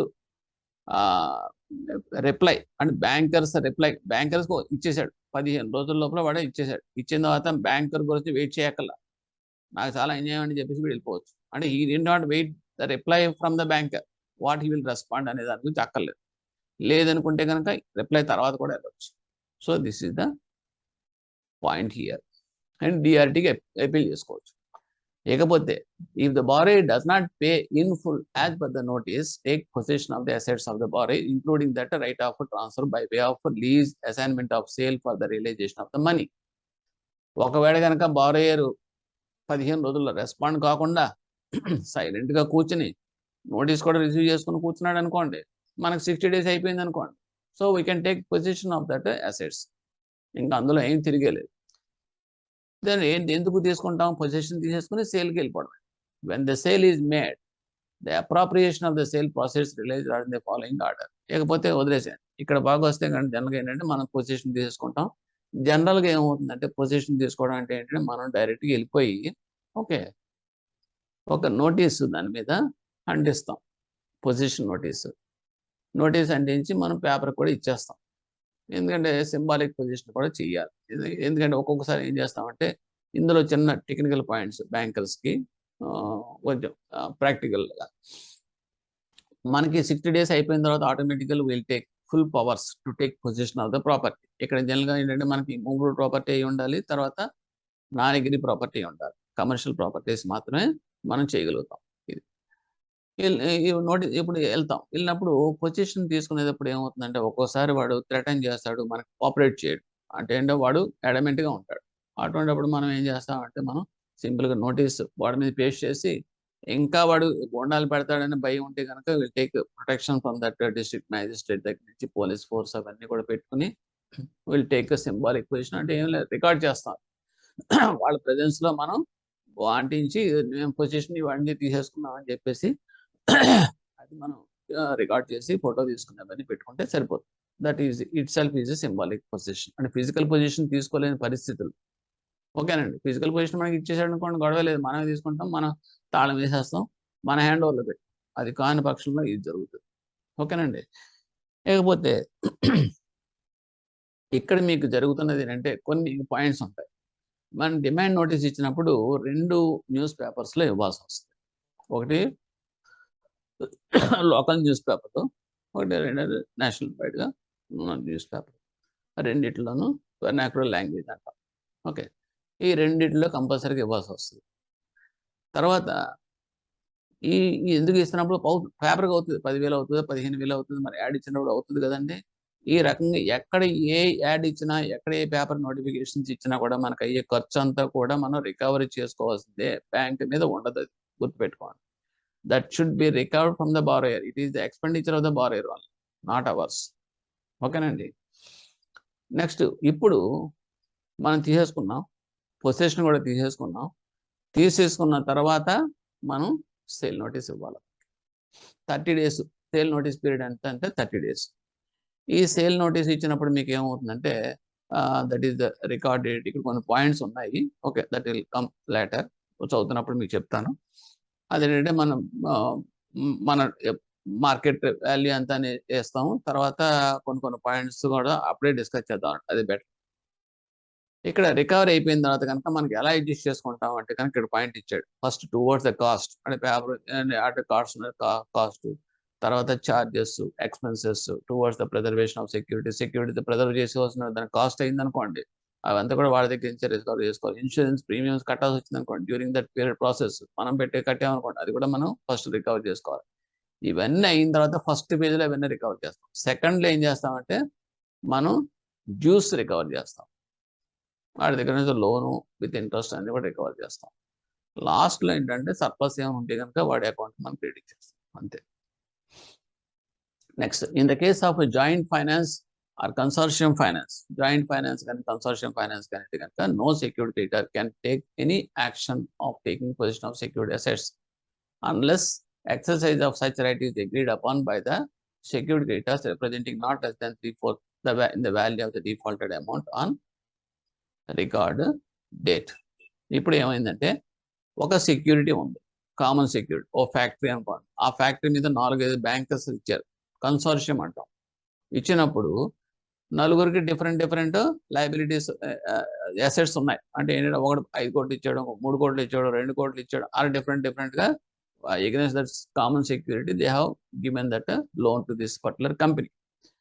దీన్ని joint finance or consortium finance అంటాం. ఇప్పుడు వాళ్ళందరికీ కూడా ఎన్పిఎల్ అయినాయి అనుకోండి. కొంతమందికి అవుతాయి, కొంతమందికి ఒకటి కడతాడు, ఇంకోటి కట్టడు. ఇప్పుడు కట్టేవాడు ఆడెందుకు మేల్కొంటాడు, ఆడ బాగానే ఉంది కాబట్టి స్తబ్దుగా ఉంటాడు. కట్టబడినవాడికే ప్రొసీడ్ ఏం చేయాలి, వీడి దగ్గర రికవరీ అని ప్రొసీడ్ అవుతాం. ఇలా ఉన్నప్పుడు ఇప్పుడు మనం ఏం చేస్తామంటే లీగల్గా మనకి అదే ఎన్ఫోర్స్మెంట్కి వెళ్ళాలి అనుకుంటే కనుక ఇక్కడ మనకు కావాల్సిందంటే 3/4 the value of the default amount. ఎవరైతే కనుక పుల్అప్ చేసుకుని కన్సర్న్స్కి వస్తారో అప్పుడు వాళ్ళు మాత్రమే they can go for that enforcement of the SARFAESI. అంటే ఇప్పుడు నా బాధ ఏముందంటే ఒక 20 కోట్లు ఉంది, నాకు 3 కోట్లే ఉంది నేను ఇచ్చిన అడ్వాన్స్. మిగతా వాడు అందరికీ చక్కగా కడుతున్నాడు, నాకు మాత్రం వాడు కట్టట్లేదు, నాది ఎన్పిఏ అయిపోయింది. కానీ I cannot proceed for the enforcement of this SARFAESI against this company assets. ఎందువల్ల నాకున్న పోర్షన్ ఏం లేదు అందులో. టోటల్గా ఎంత 20 లక్షలు ఇచ్చాం, 20 కోట్లు ఇచ్చాం. 20 కోట్లు నాకు కావాల్సింది ఎంత, నాకు రావాల్సింది, నా దగ్గర డిఫాల్ట్ అయింది వాడంతా 3 కోట్లే. అంటే ఇక్కడ నేను పని చేయను, ఇంకొకటి ఎవడో 4-5 కలిసి వాళ్ళకు కూడా అమౌంట్లు అన్నీ కూడా ఎన్పిఎల్ అయిపోతే వాళ్ళ అమౌంట్లు కూడా అంత అంటే 15 కోట్ల వరకు, 20 కోట్లు అంటే 15 కోట్ల వరకు ఎంతమంది అయితే పూల్ అయిపోయి ఎన్పిఎల్ అయిపోయి వాళ్ళు they are waiting for that enforcement, అప్పుడు కానీ they cannot proceed against this company for enforcement of this SARFAESI. అది పాయింట్ 3/4 వాల్యూ అంటే. Record date means agreed upon the secured creditors representing not less than. అంటే ఈ particular దాంట్లో ఎవడైతే initiate చేద్దాం అనుకోండి, ఈ రోజు చేద్దాము అని చెప్పేసి రెజల్యూషన్ పాస్ చేసుకుంటారు కదండి, మనం వెళ్ళాలి అని చెప్పేసి కన్సెస్కి వస్తారు కదా, ఆ డేట్ని మనం రికార్డ్ డేట్ అని అంటాం.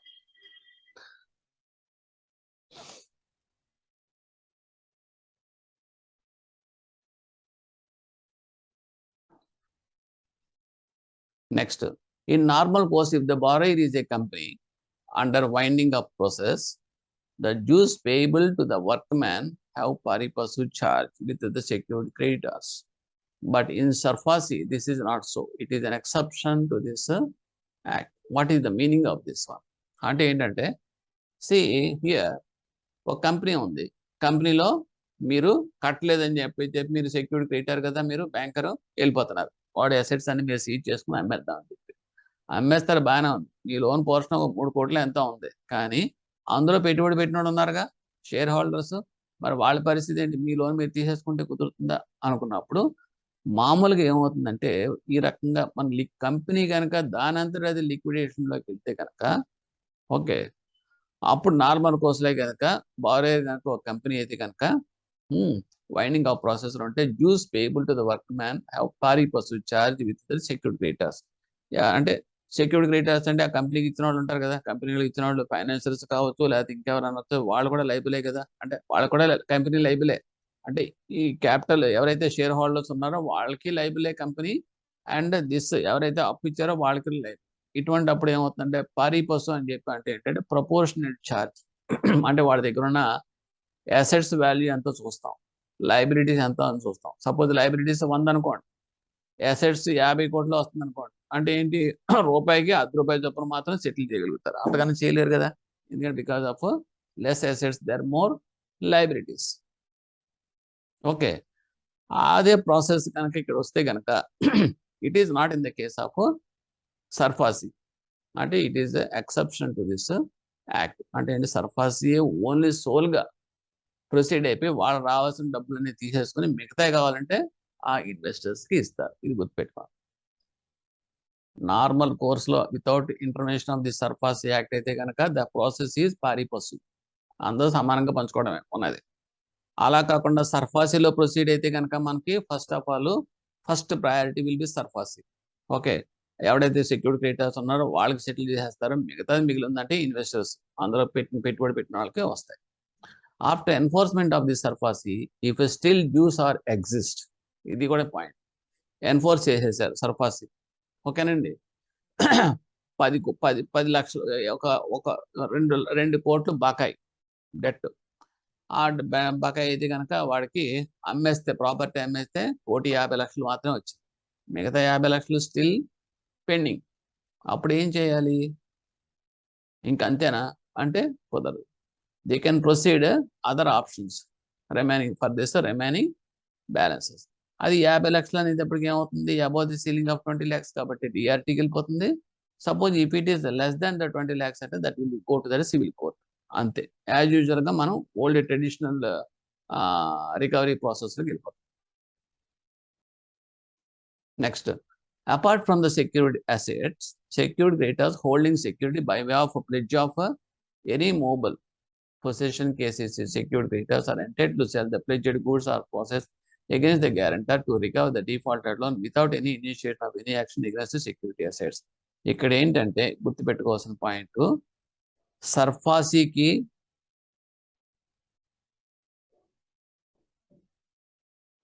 ఆధార్ ఛార్జెస్కి కనెక్షన్ లేదండి. ఇప్పుడు సర్ఫాసీ ఉంది, ఇప్పుడు అక్కడ అందులో మీకు ప్లెడ్జ్ ఏముంది అనుకోండి, గూడ్స్ కనుక ప్లెడ్జ్ చేసి ఉన్నాయనుకోండి, ఓకే, ప్లెడ్జ్ చేసినప్పుడు as per this Indian contract act pledge అనేటప్పటికి మీ పొజిషన్లో ఉండే గూడ్స్ మీరు అమ్మేసుకోవచ్చు. ఓకే, అలాగే హైపోథికేషన్, మీకు you can take possession of that any movable assets and you can sell that after giving the notice.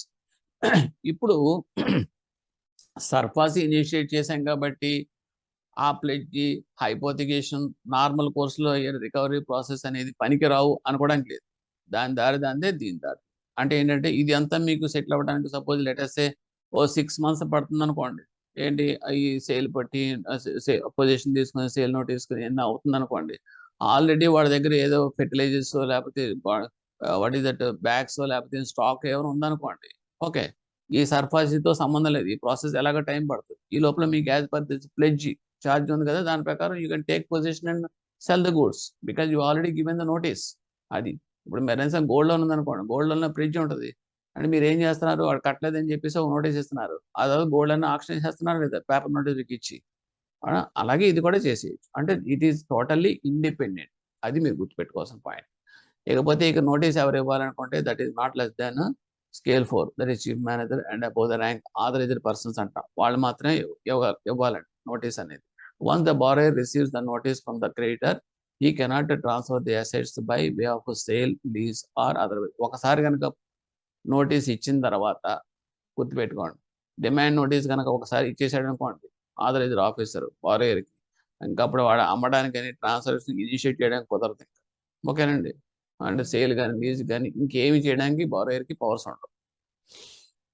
Next, if the property is subject to speedy decay, ఒకవేళ కనుక తొందరగా పాడైపోయేదైతే ప్రాపర్టీ ఏదైనా సరే, keeping such property in custody likely to fall in value, then అంటే ఒకవేళ పడిపోతుంది ఆ రేటు పడిపోయేలా ఉంది, లేకపోతే ఏదో వార్ వస్తుందనేటప్పటికి సెల్లర్స్ బిడ్డర్స్ ఎవరు ఉండరు, అలా అటువంటి సిచ్యువేషన్స్ ఏమైనా వస్తాయి అనుకున్నప్పుడు okay, authorised officer can take a decision. Okay, and he can sell that property. AO is required to obtain a valuation before. జనరల్గా ఒక ప్రాపర్టీ అమ్మేటప్పుడు దాని వాల్యుయేషన్ ఎంత, అన్నీ కూడా పక్కాగా ఉన్నాయి అంటే డాక్యుమెంట్ అంత ఫోర్స్లో ఉందా లేదా, ఎందుకంటే ఈ మధ్యలో డిఆర్టీ కూడా వెళ్ళే ఛాన్సెస్ ఏమైనా జరగవచ్చు. ఓకే, సో అవన్నీ కూడా ఫోర్స్లో ఉన్నాయా లేదు ఇవన్నీ చూసుకోవాలి కంపల్సరీగా. Consult the security. అలాగే అట్ ద సేమ్ టైం బ్యాంకర్తో కూడా మనం సెక్యూరిటీ క్రెడిటర్తో కూడా ఎప్పటికప్పుడు టచ్లో ఉండాలి authorised officer before while selling of this. Leading newspapers 30 days notice మీరు ఆల్రెడీ చెప్పేసాను. Next, if the price for the secured assets comes below the reserve price. ఈ సెక్యూర్డ్ అసెట్స్ మనం అమ్మడానికి పెట్టాం, బిడ్స్కి ఆఫర్ చేసాం. ఇదిగో బాబు 10 కోట్ల ప్రాపర్టీ సేల్కి పెట్టాం. ఓకే, ఆ బిడ్స్ కనుక మనం ఏం చేస్తామంటే మనకు దట్ రిజర్వ్ వాల్యూస్ అని పెడతాం. అంటే మనం మార్కెట్ వాల్యూ ఎంత తీసుకుని ఓకే, ఇంకా ఎంత లేదు ఎంత నీచంగా అయినా సరే ఇది 16 కోట్లకు తగ్గకుండా వస్తుంది ఈ ప్రాపర్టీ. 16 లక్షలు అనుకోండి, లేకపోతే ఒక 40 లక్షలు అనుకోండి, కోట్లలోకి ఎందుకు, ఒక 40 లక్షలు మార్కెట్ వాల్యూ తగ్గకుండా ఎవడైనా సరే తీసుకుంటాడు అనుకున్నప్పుడు అది ఎవరు చెప్తారంటే వాల్యూయర్స్ వేసిన వాళ్ళు చెప్తారు అన్నమాట, మార్కెట్ స్టడీ చేసి. సో ఇప్పుడు ఏం చేయాలి, రిజర్వ్ ప్రైస్ కింద పెట్టుకుంటాం. అంతకన్నా తక్కువ ఉంటే కనుక మనం బిడ్స్ అనేది దాని అబోవ్ దట్ మనం బిడ్ కాల్ఫర్ చేస్తాం. అప్పుడు ఏం చేస్తారంటే ఎవడైతే సెల్లర్స్ ఉన్నారో పర్చేజెస్ ఉన్నారో బయ్యర్స్ వాళ్ళు ఏం చేస్తారంటే ఈ రిజర్వ్ ప్రైస్ దాటి వాళ్ళు బిడ్స్ వేస్తారు. ఒకవేళ కనుక వాళ్ళు వేయకుండా బిలో ద రిజర్వ్ ప్రైస్కి వెళ్ళిపోయింది అనుకో, అంటే ఎవడు ముందుకు రాలే, తక్కువ అయితేనే కొంతమంది వేశారు, ఒకళ్ళు ఇద్దరు తక్కువగా వేశారు, అప్పుడు ఏం చేస్తారంటే AO can sell after due consent of the both borrower and that banker. ఎందుకంటే ఇంకా ఆ సిచ్యువేషన్లో ఎవడో కొనకపోతే ఈ బ్యాంకర్కి ప్లస్ అక్కడ వాట్ ఈస్ దట్ బారోయర్కి చెప్పి ఇన్ఫార్మ్ చేసి then the authorised officer he can sell that less price also. If the sale is accepted by the purchaser and secured creditor, the purchaser has to deposit. ఒకవాడు కనుక ఎవడైనా bid fall చేసినప్పుడు కొనడానికి ready చేయడం వాడు ఇమీడియట్గా వాడు 25% of that bid amount వాడు deposit చేసి మిగతా రిమైనింగ్ పోర్షన్ 30 daysలో 75% పే చేసేయాలి. Authorised officer is authorised to issue a sale certificate. ఇదంతా ఇది ఏం చేస్తాడు, ఆథరైజ్ సేల్ సర్టిఫికేట్ సేల్ అయ్యిందని చెప్పేసి మనం చెప్తాం. చెప్పిన తర్వాత ఆటోమేటిక్గా ఏమవుతుందంటే వాడు టైటిల్ అనేది మనం మార్చుకోవాలి కదండి. అది వాడి పేరుని ఎవడైతే మీరు బిడ్స్లో విన్ అయ్యి వాడు డిపాజిట్ చేసి వాడి పేరుని మరి మార్చుకోవాలి, ప్రాపర్టీని తెచ్చుకోవాలి కదా. అందుకని ఈ సేల్ సర్టిఫికేట్ అనేది మనం ఆథరైజ్డ్ ఆఫీసర్ ఇష్యూ చేస్తాడు. In the course of position security creditor can take the help of the chief metropolitan magistrate, ఇందాక చెప్పింది district magistrate with the request to do. Next, when the security creditor takes over the management of the business of the borrower, he may publish a notice in the newspaper in Indian language and English. ఇది జనరల్గా రెండు పేపర్లు వేస్తారని చెప్పాను కదండి. అది right to file is provided not only to the borrower but also to the security creditor. వాడు కూడా సైమల్టేనియస్గా ఇన్ఫార్మ్ చేయాలి. Next, any person not satisfied by the order of DRT. ఇప్పుడు మీకు ఉన్నది ఏంటంటే, ఇప్పుడు ఒకటి ఏ స్టేజ్లో అయినా సరే వాడు డిఆర్టీకి వెళ్ళిపోవచ్చు. ఓకే, డిఆర్టీకి వెళ్ళేటప్పుడు డిఆర్టీ వాడు అంత ఈజీగా ఒప్పుకోడంట. నువ్వు you have to pay 75% of that ఎంతైతే డిఫాల్ట్ అమౌంట్ అయ్యావో అది అక్కడ డిపాజిట్ చేస్తేనే కానీ he will not take up the case. అది ఇదివరకు 75% ఉండేది, ఇప్పుడు 50% తగ్గించారు. సపోజ్ వీడు 80 లక్షలు డిఫాల్ట్ అయింది అన్నట్టుగా నిర్ధారించారన్నమాట ఆ ఫిగరు. అంటే వీడు 40 lakhs వాడు డిపాజిట్ చేసి అప్పుడు అపీల్ చేసుకోవాలి డిఆర్టీ. ఓకేనండి. లేకపోతే డిఆర్టీ ఇచ్చింది జడ్జిమెంట్ ఇచ్చిన తర్వాత అది నచ్చలేదు అనుకోండి. So in that case you can appeal to that appellate authority. Appellate అథారిటీకి వీడు చేసుకోవచ్చు, కానీ with prescribed fee within 30 days from the date of receive the order by deposit of 50% of the deduct claim. Next, loans not eligible under SARFAESI act. ఏ loans సర్ఫాసీలోకి రావు, ఇది important. Loans with outstanding up to 1 lakh. Up to 1 lakh అంటే ఏంటంటే సర్ఫాసీలో eligible accounts 1 lakh and above. Below 1 lakh not eligible for enforcement of this SARFAESI even in the case of immovable properties.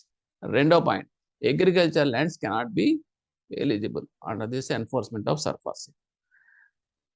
Third one, loan amount మన ceiling ఎలాగ పెట్టాం, above 1 lakh and above. కానీ there is a condition where the amount due is less than 20% of the principal and interest, that also not eligible. అంటే ఏంటంటే మీ total amount ఎప్పుడో తీసుకున్నాడు 10 ఏళ్ల క్రితం, అది ఇంట్రెస్ట్ ప్రిన్సిపల్ కలిపి మీకు ఒక 14 లక్షలు అయింది అనుకోండి. ఓకే, టోటల్గా అందులో ఆల్రెడీ వాడు పే చేసేసాడు, చాలా వరకు పే చేసేసాడు. 14 లక్షల్లో ఇంచుమించుగా పే చేయగా వాడికి 1.5 lakhs మాత్రమే బ్యాలెన్స్ అమౌంట్ ఉంది ఈ రోజున. కానీ as per this first point ఏమంటున్నాను, అబౌవ్ 1 lakh అనేది కూడా కంపల్సరీగా సర్ఫాసీలో ఎన్ఫోర్స్ చేయొచ్చు అని అంటున్నాం. కానీ ఇక్కడ పాయింట్ ఏంటంటే ఆల్రెడీ అతను పే చేసిన అమౌంట్ మోర్ దాన్ 80% పే చేసేసాడు. ఇప్పటిదాకా ఉన్న టోటల్ ఎక్రూడ్ అమౌంట్లో 14 లక్షల్లో వాడు చాలా వరకు పే చేసేసాడు. ఇట్ ఈస్ కమింగ్ యాజ్ 83%, 85% వచ్చేసింది. అప్పుడు లెస్ దాన్ 20% మాత్రమే కాబట్టి even the balance is more than 1 lakh ఉన్నప్పటికీ కూడా that will not be eligible for SARFAESI enforcement. ఆ పాయింట్ గుర్తుపెట్టుకోండి. And next, loans secured by pledge, lien or by security of bank deposits ఏమీ కూడా సర్ఫాసీలోకి రావు. ఎందుకంటే గోల్డ్ లోన్ ఉంది, గోల్డ్ లోన్ సర్ఫాసీ ఎందుకంటే గోల్డ్ మీ దగ్గర ఉంది, మీరు ఆ నోటీస్ తీసుకుని మీరు అమ్ముకుంటారు. ఆ డిపాజిట్ ఉంది, మీరు లిక్విడేట్ చేసి మీరు అడ్జస్ట్ చేసుకుంటారు. సో ఇవన్నీ will not be covered. And limitation has expired. Limitation కనుక ఎక్స్పైర్ అయిపోతే అంటే డాక్యుమెంట్స్ కనుక డిపిఎన్ అవన్నీ కూడా pronote, demand promissory note documents కనుక ఎన్ఫోర్స్మెంట్ కనుక లిమిటేషన్ కనుక ఎక్స్పైర్ అయిపోతే కనుక లేకపోతే ఎందుకో అయితే కనుక క్వాలిఫై అవ్వ అంటే ఎందుకంటే సివిల్ కోర్టుకి వెళ్ళడానికి లిమిటేషన్లో ఉండాలి కదా. సో ఎప్పుడైతే మీకు సివిల్ కోర్టుకి వెళ్ళడానికి పాసిబిలిటీ లేకుండా పోయిందో అటువంటిప్పుడు సర్ఫాసీ ఎన్ఫోర్స్మెంట్కి అది ఎలిజిబులే కాదు. Where security is not charged. ఇది ఫస్ట్ మీకు చెప్పాను, ఎడ్యుకేషన్ లోను, బిజినెస్ లోను. ఆ రకంగా ఏంటంటే ఎడ్యుకేషన్ సెక్యూర్డ్ క్రెడిటర్ అయి ఉండాలి. ఆ ఛార్జ్ ఆ పర్టికులర్ లోన్కి క్రియేట్ అయితేనే then you can proceed for this enforcement of SARFAESI, otherwise you cannot. లేకపోతే సెంట్రల్ రిజిస్ట్రీ అనేది acts which require registry. Okay, ఇది ఇవన్నీ కూడా నెక్స్ట్ అనదర్ వీడియోలో వి షల్ డిస్కస్. పాయింట్ వైజ్గా కూడా మనం చూద్దాం. ఫస్ట్ ఇక్కడికి ఆపేద్దాం టోటల్.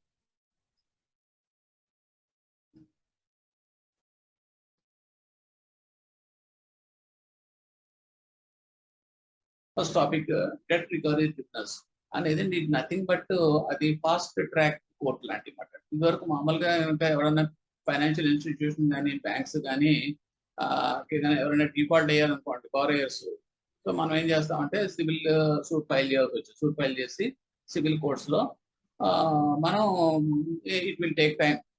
ఎందుకంటే నెంబరింగ్ రిజిస్ట్రేషన్ దగ్గర నుంచి ఫైల్ చేసి తర్వాత హీరింగ్స్ అటెండ్ అయ్యి ఫైనల్గా మనకి జడ్జిమెంట్ దట్ మీన్స్ డిగ్రీ వచ్చేటప్పటికి 2-3 years అలా పట్టేది. బట్ అమౌంట్ వైజ్గా చూసుకుంటే కనుక ఈవెన్ 5,000 అయినా సరే we have to go for that filing of the suit against the borrower. So దీనివల్ల ఏమవుతుందంటే మీకు పెద్ద పెద్ద అమౌంట్స్ అన్నీ కూడా మీకు డిలే అయిపోతూ ఉంటాయి, బ్లాక్ అయిపోతూ ఉంటాయి. సో ఫండ్స్ అనేది బ్లాక్ అవడం తోటి బ్యాంక్స్కి it is threat for that business and profits of the banks. అందు గురించి ఏం చేస్తారంటే fast disposal of the cases and that too for high volume default amounts కి ఫోకస్గా పెట్టుకుని this system of debt recovery tribunals అనేది ఎస్టాబ్లిష్ అయింది.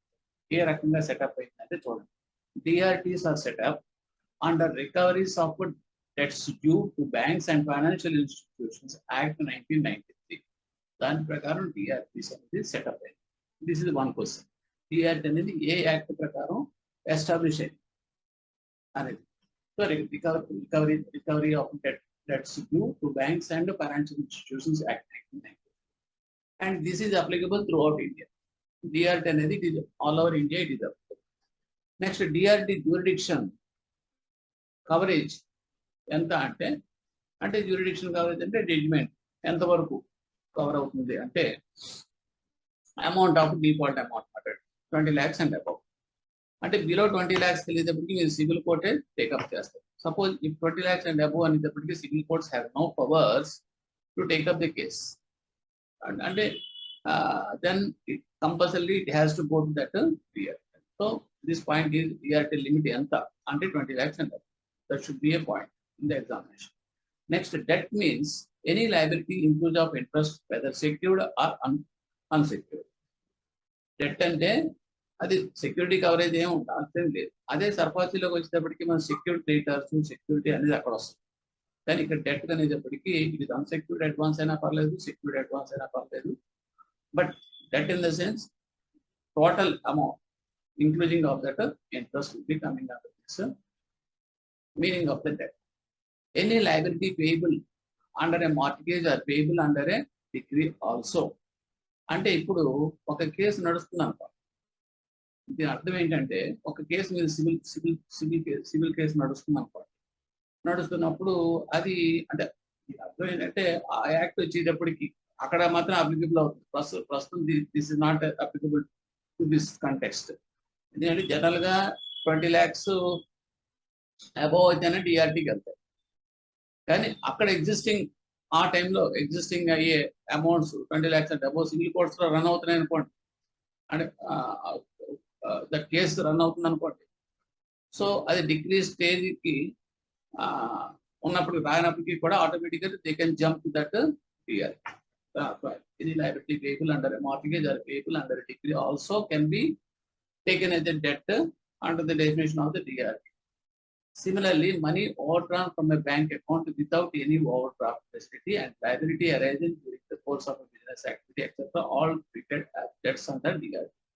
DRT కొద్దిగా లోన్ తీసుకున్నదే అక్కర్లేదు, బై మిస్టేక్ యాక్సిడెంటల్ గా ఓవర్డ్రాన్ అయిందనుకో, ఓవర్డ్రాఫ్ట్ మారిపోయింది అనుకో, ఓకే, ఒక సమ్ టైమ్స్ అకౌంట్ లో మనం బై మిస్టేక్ మనం ఓవర్డ్రాఫ్ట్ అవుతూ ఉంటాయి. అటువంటి కూడా automatically it will be coming as the definition of the debt and we can go for this DRT file చేయొచ్చు. లయబిలిటీ కింద అరైజ్ అయినట్టుగా చూపిస్తాం, బిజినెస్ యాక్టివిటీలో వచ్చేది. నెక్స్ట్ డిఆర్టీ ఇది హెడెడ్ బై, ఎవరు డిఆర్టీని హెడెడ్ ఎవరంటే ప్రిసైడింగ్ ఆఫీసర్. ఇది చాలా చాలా important. Appointed by the central government for 5 years with maximum age of 62 years. అంటే డిఆర్టీలు ఇద్దరు ఉంటారు, రిజిస్ట్రారు అండ్ ప్రిసైడింగ్ ఆఫీసర్. మన బ్యాంక్ లో చూడండి, ఎనీ బ్రాంచ్ లో ఇద్దరు ఉంటారు important key persons, branch manager and ABM. అదే రోల్ ఇక్కడ కూడా ఉంటుంది. బ్రాంచ్ మేనేజర్ ఓవరాల్ సూపర్వైజర్ చూసుకుంటాడు, బ్రాంచ్ ఏదో హోదా చూసుకుంటాడు. బ్రాంచ్ ఏబిఎం ఏం చేస్తాడు, ఇన్ హౌస్ అంటే ఇంటర్నల్ కంట్రోల్ అంతా కూడా తను చూసుకుంటూ ఉంటాడు. ఓకే, అలాగే ఇక్కడ ఏంటంటే డిఆర్టీ అనేది headed by the presiding officer. Okay, ఇది appointed by the central government for 5 years period with maximum age of 62 years. And there is one registrar to take care of administrative matters. ఇప్పుడు నేను చెప్పాను చూడండి, ABA function చేసేది. So below 20 lakhs can be considered by civil court. Below 20 lakhs amount, default amounts అన్ని కూడా that will be taken care by the civil court. A bank can file in DRT against a person becomes default only the cause of action arises. Cause of action arises. Cause of action అంటే default అయ్యాడు, notice ఇచ్చినా సరే వాడు కట్టలేదు అనేది మనం concluding వచ్చిన తర్వాతే మనం చేయాలి. అంటే రెగ్యులర్ అకౌంట్స్, ఇటువంటి accounts we cannot touch under this period. అంటే it is pure bad debts కింద ట్రీట్ చేసిన తర్వాత మనకు రికవర్ రాకపోతే కనుక దాన్ని that DR.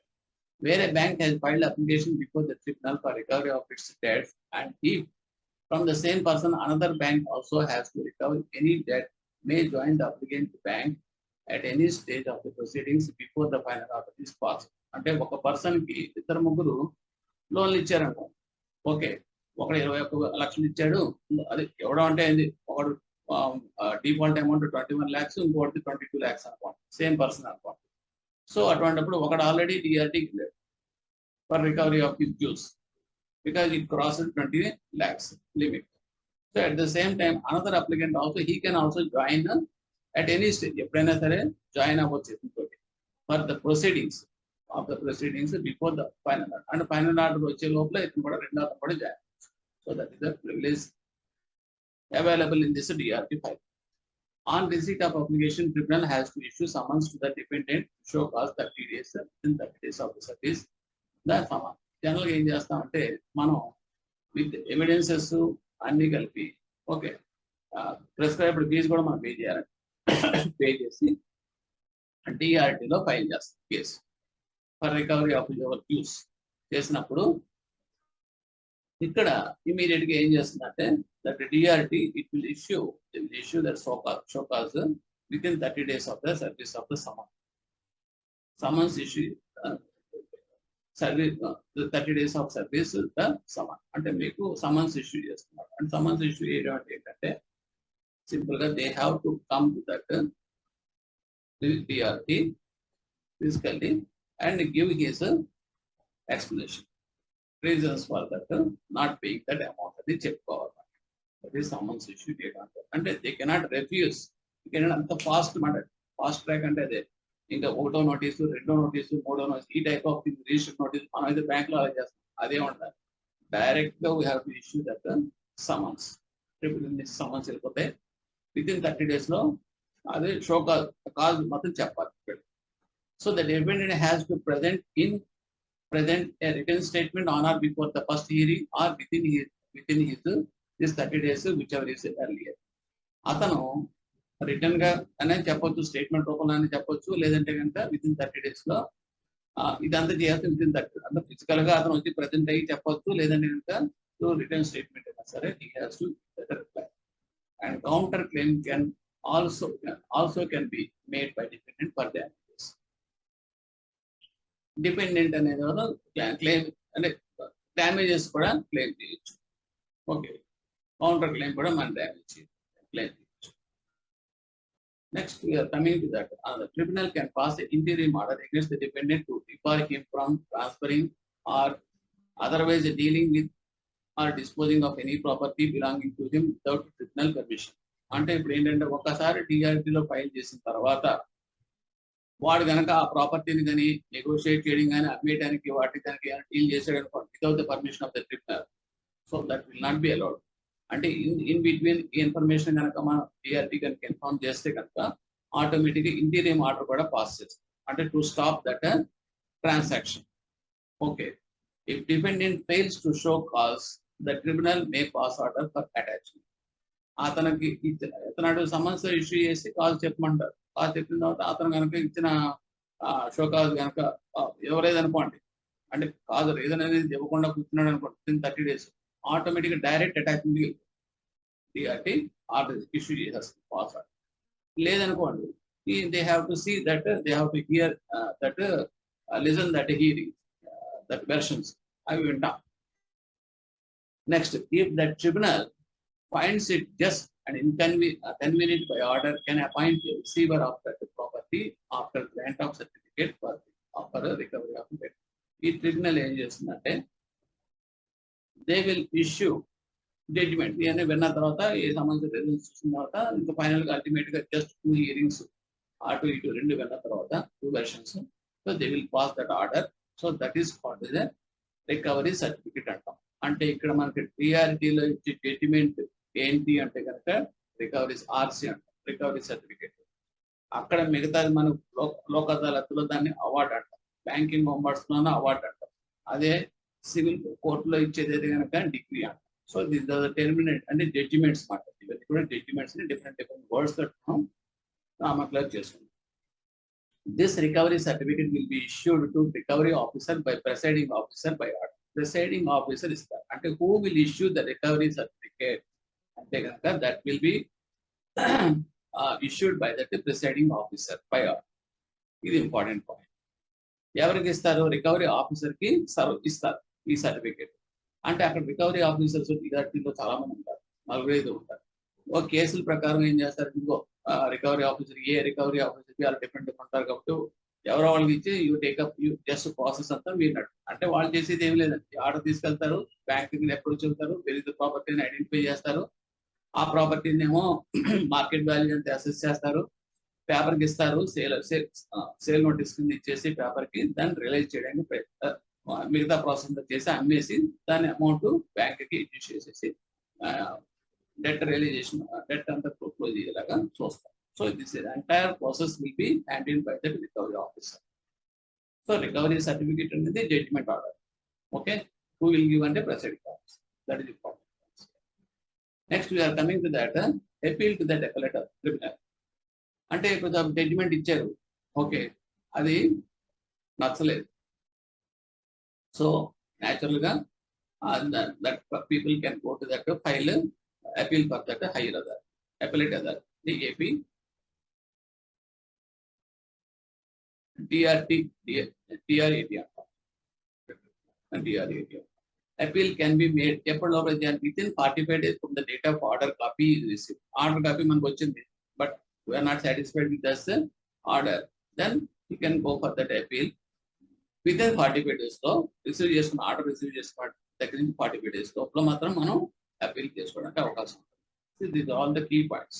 45 days and this, and but a deposit of 75% of the amount determined by the tribunal is must.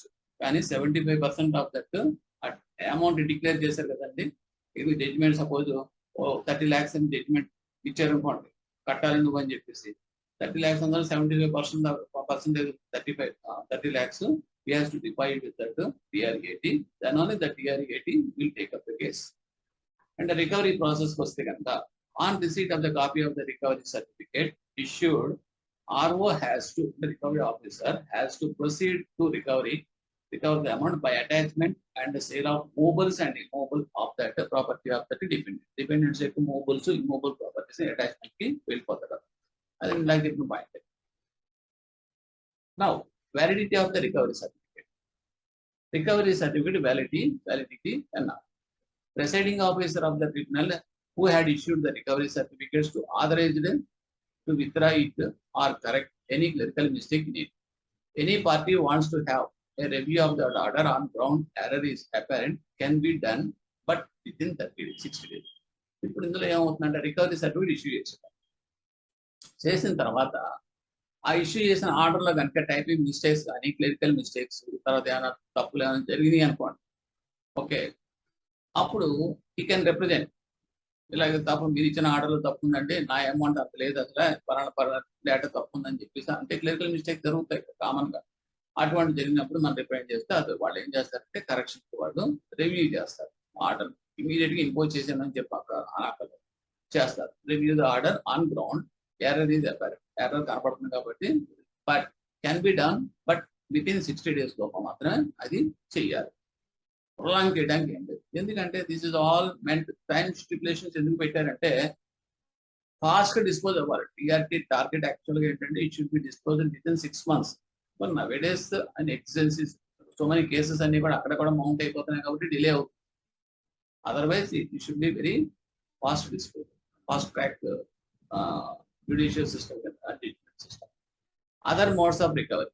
If any amount is due from any person to the defendant, the recovery officer may ask such person by giving a notice in writing to pay that amount to the recovery officer and not to the defendant.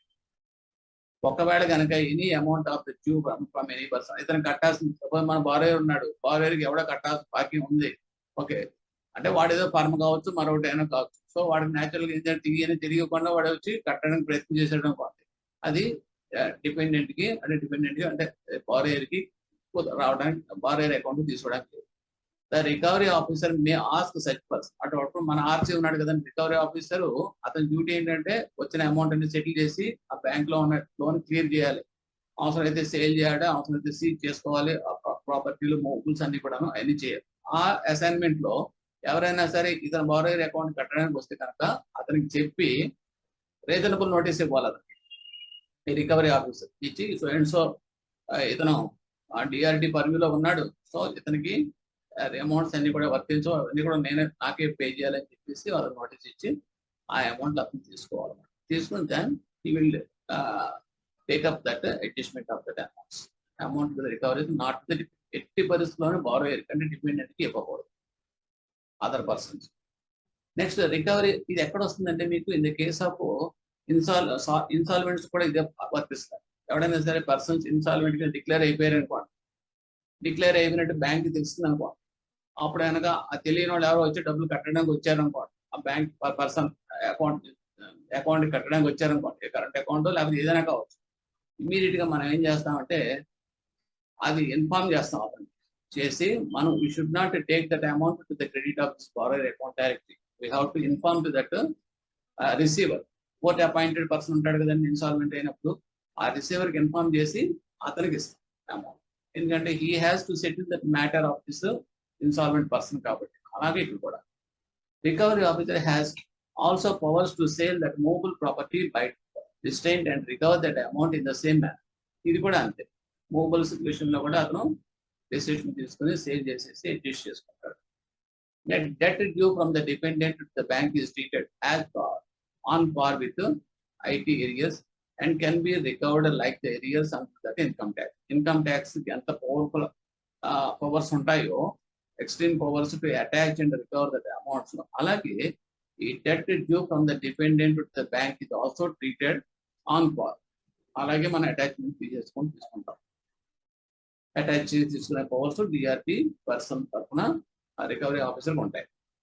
Any person aggrieved by the order of the recovery officer, ఒకవేళ recovery officer కనుక attempt చేసి recover చేసే process లో కనుక okay తనకి ఏమన్నా నచ్చకపోతే కనుక ఈ may appeal within 30 days to the tribunal. ఆ పర్సన్ అంటే అన్యాయం జరిగిపోతుంది, నాకు ఇలాగ చేస్తున్నారు అలా చేస్తున్నారు అని చెప్పేసి రికవరీ ఆఫీసర్ చేసే ప్రాసెస్ కనుక అతను అదంటే ఒకవేళ ఎందుకంటే సమ్ టైమ్స్ ఏదో అమ్మేయాలన్న ఉద్దేశంతో రికవరీ ఆఫీసర్ తక్కువగా అమ్మేసాడు అనుకోండి, that may not be acceptable to that bar. ఎందుకంటే మార్కెట్ లో దాని వాల్యూ ఉంది, ఉన్నప్పుడు 50 లక్షలది నీకు 30 లక్షలకి అమ్మేద్దామని చెప్పి ట్రై చేస్తే అతను ఎదుగుకుంటాడు. సో అటువంటి గ్రీవెన్సెస్ ఏమైనా ఉంటే కనుక he can appeal within 30 days to the tribunal కి చేసుకోవచ్చు. But only time is 30 days. Hence, the order of the recovery officer may be either confirmed or modified or set aside. ఆ రకంగా ఏంటంటే recovery officer అనే order అనేది confirm అనేది చేయొచ్చు, అంటే ఎవరికైతే అపీల్ చేసుకునే ట్రిబ్యునల్ అతను కన్ఫర్మ్ చేయొచ్చు, లేదంటే మాడిఫై అనేది చేయొచ్చు, లేదంటే సెట్ aside. అది పక్కన కూడా పెట్టచ్చు, depending upon that situation and version of that dependent borrower. Next, power of the tribunal to issue RC. If decree or order is not yet executed, the decree holder may apply to the tribunal for issue of recovery certificate. Suppose ఇప్పుడు డిగ్రీలో ఉందనుకోండి, degree అయిపోయింది, degree ఇచ్చేసారు, executive petition EP file చేయలేదు, ఇంకా process లోనే ఉంది. Okay, అటువంటిప్పుడు the degree holder May apply to the tribunal.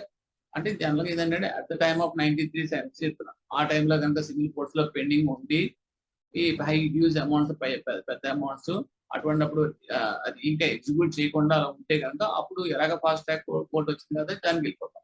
అంటే ఏంటి డిఆర్టీకి మనం ఫైల్ చేస్తాం రికవరీ సర్టిఫికేట్ కోసం, ఇంకా లేట్ అవుతుంది కాబట్టి అందులో.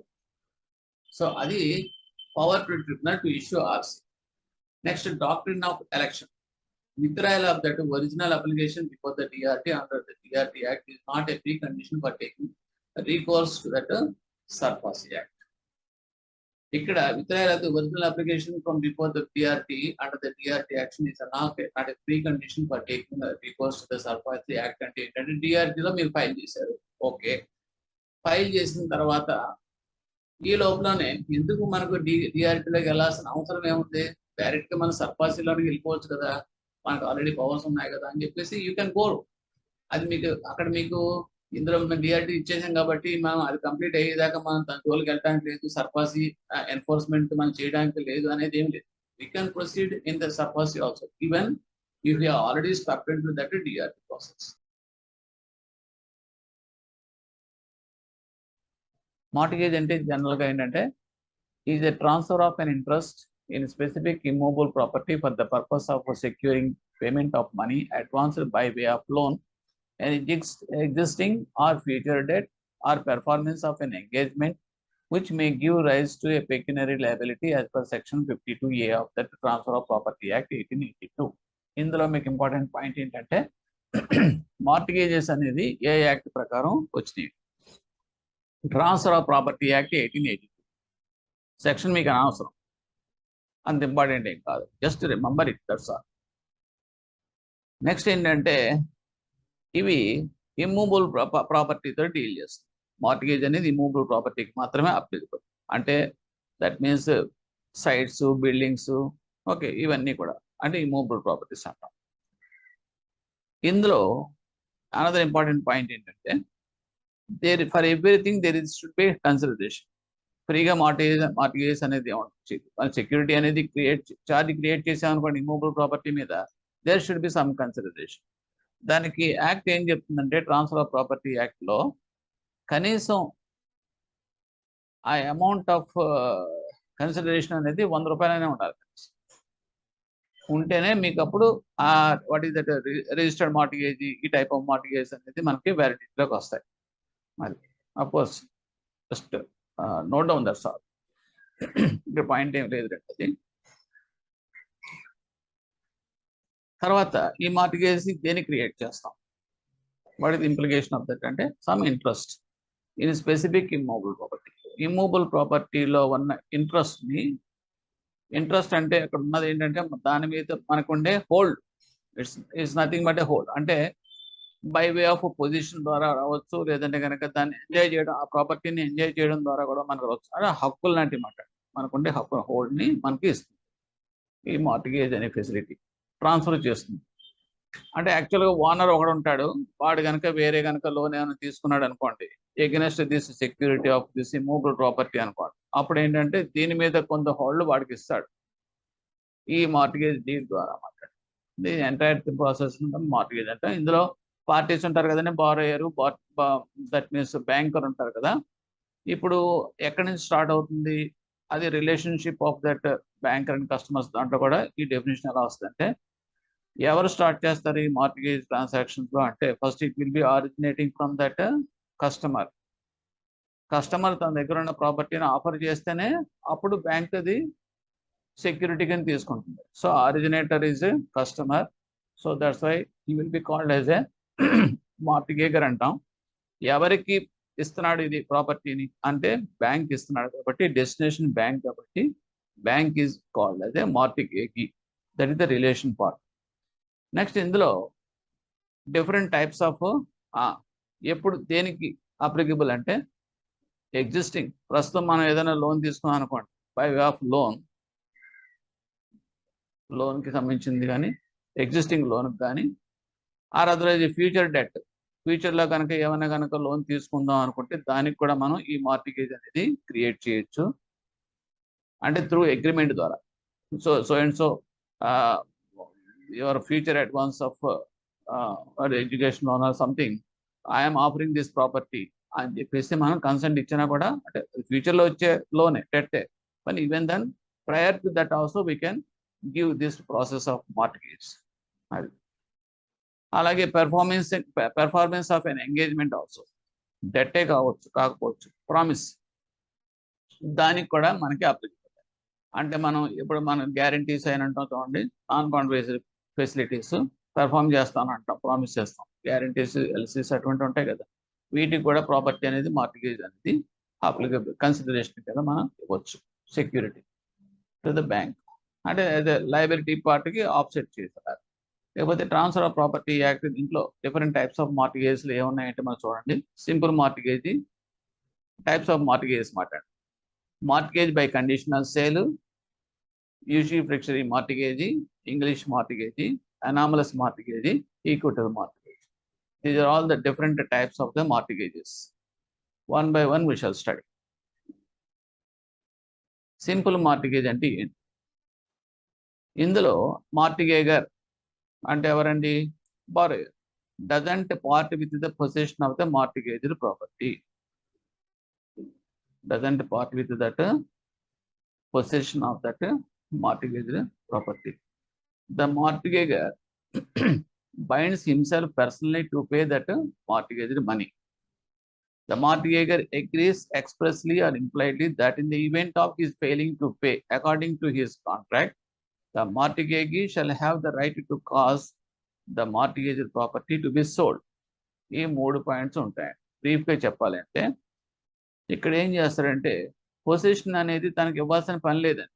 బ్యాంక్కి పొజిషన్ ఇవ్వాల్సిన, తన హౌస్లో తానే ఉంటాడు, he will enjoy that house or he will enjoy his property.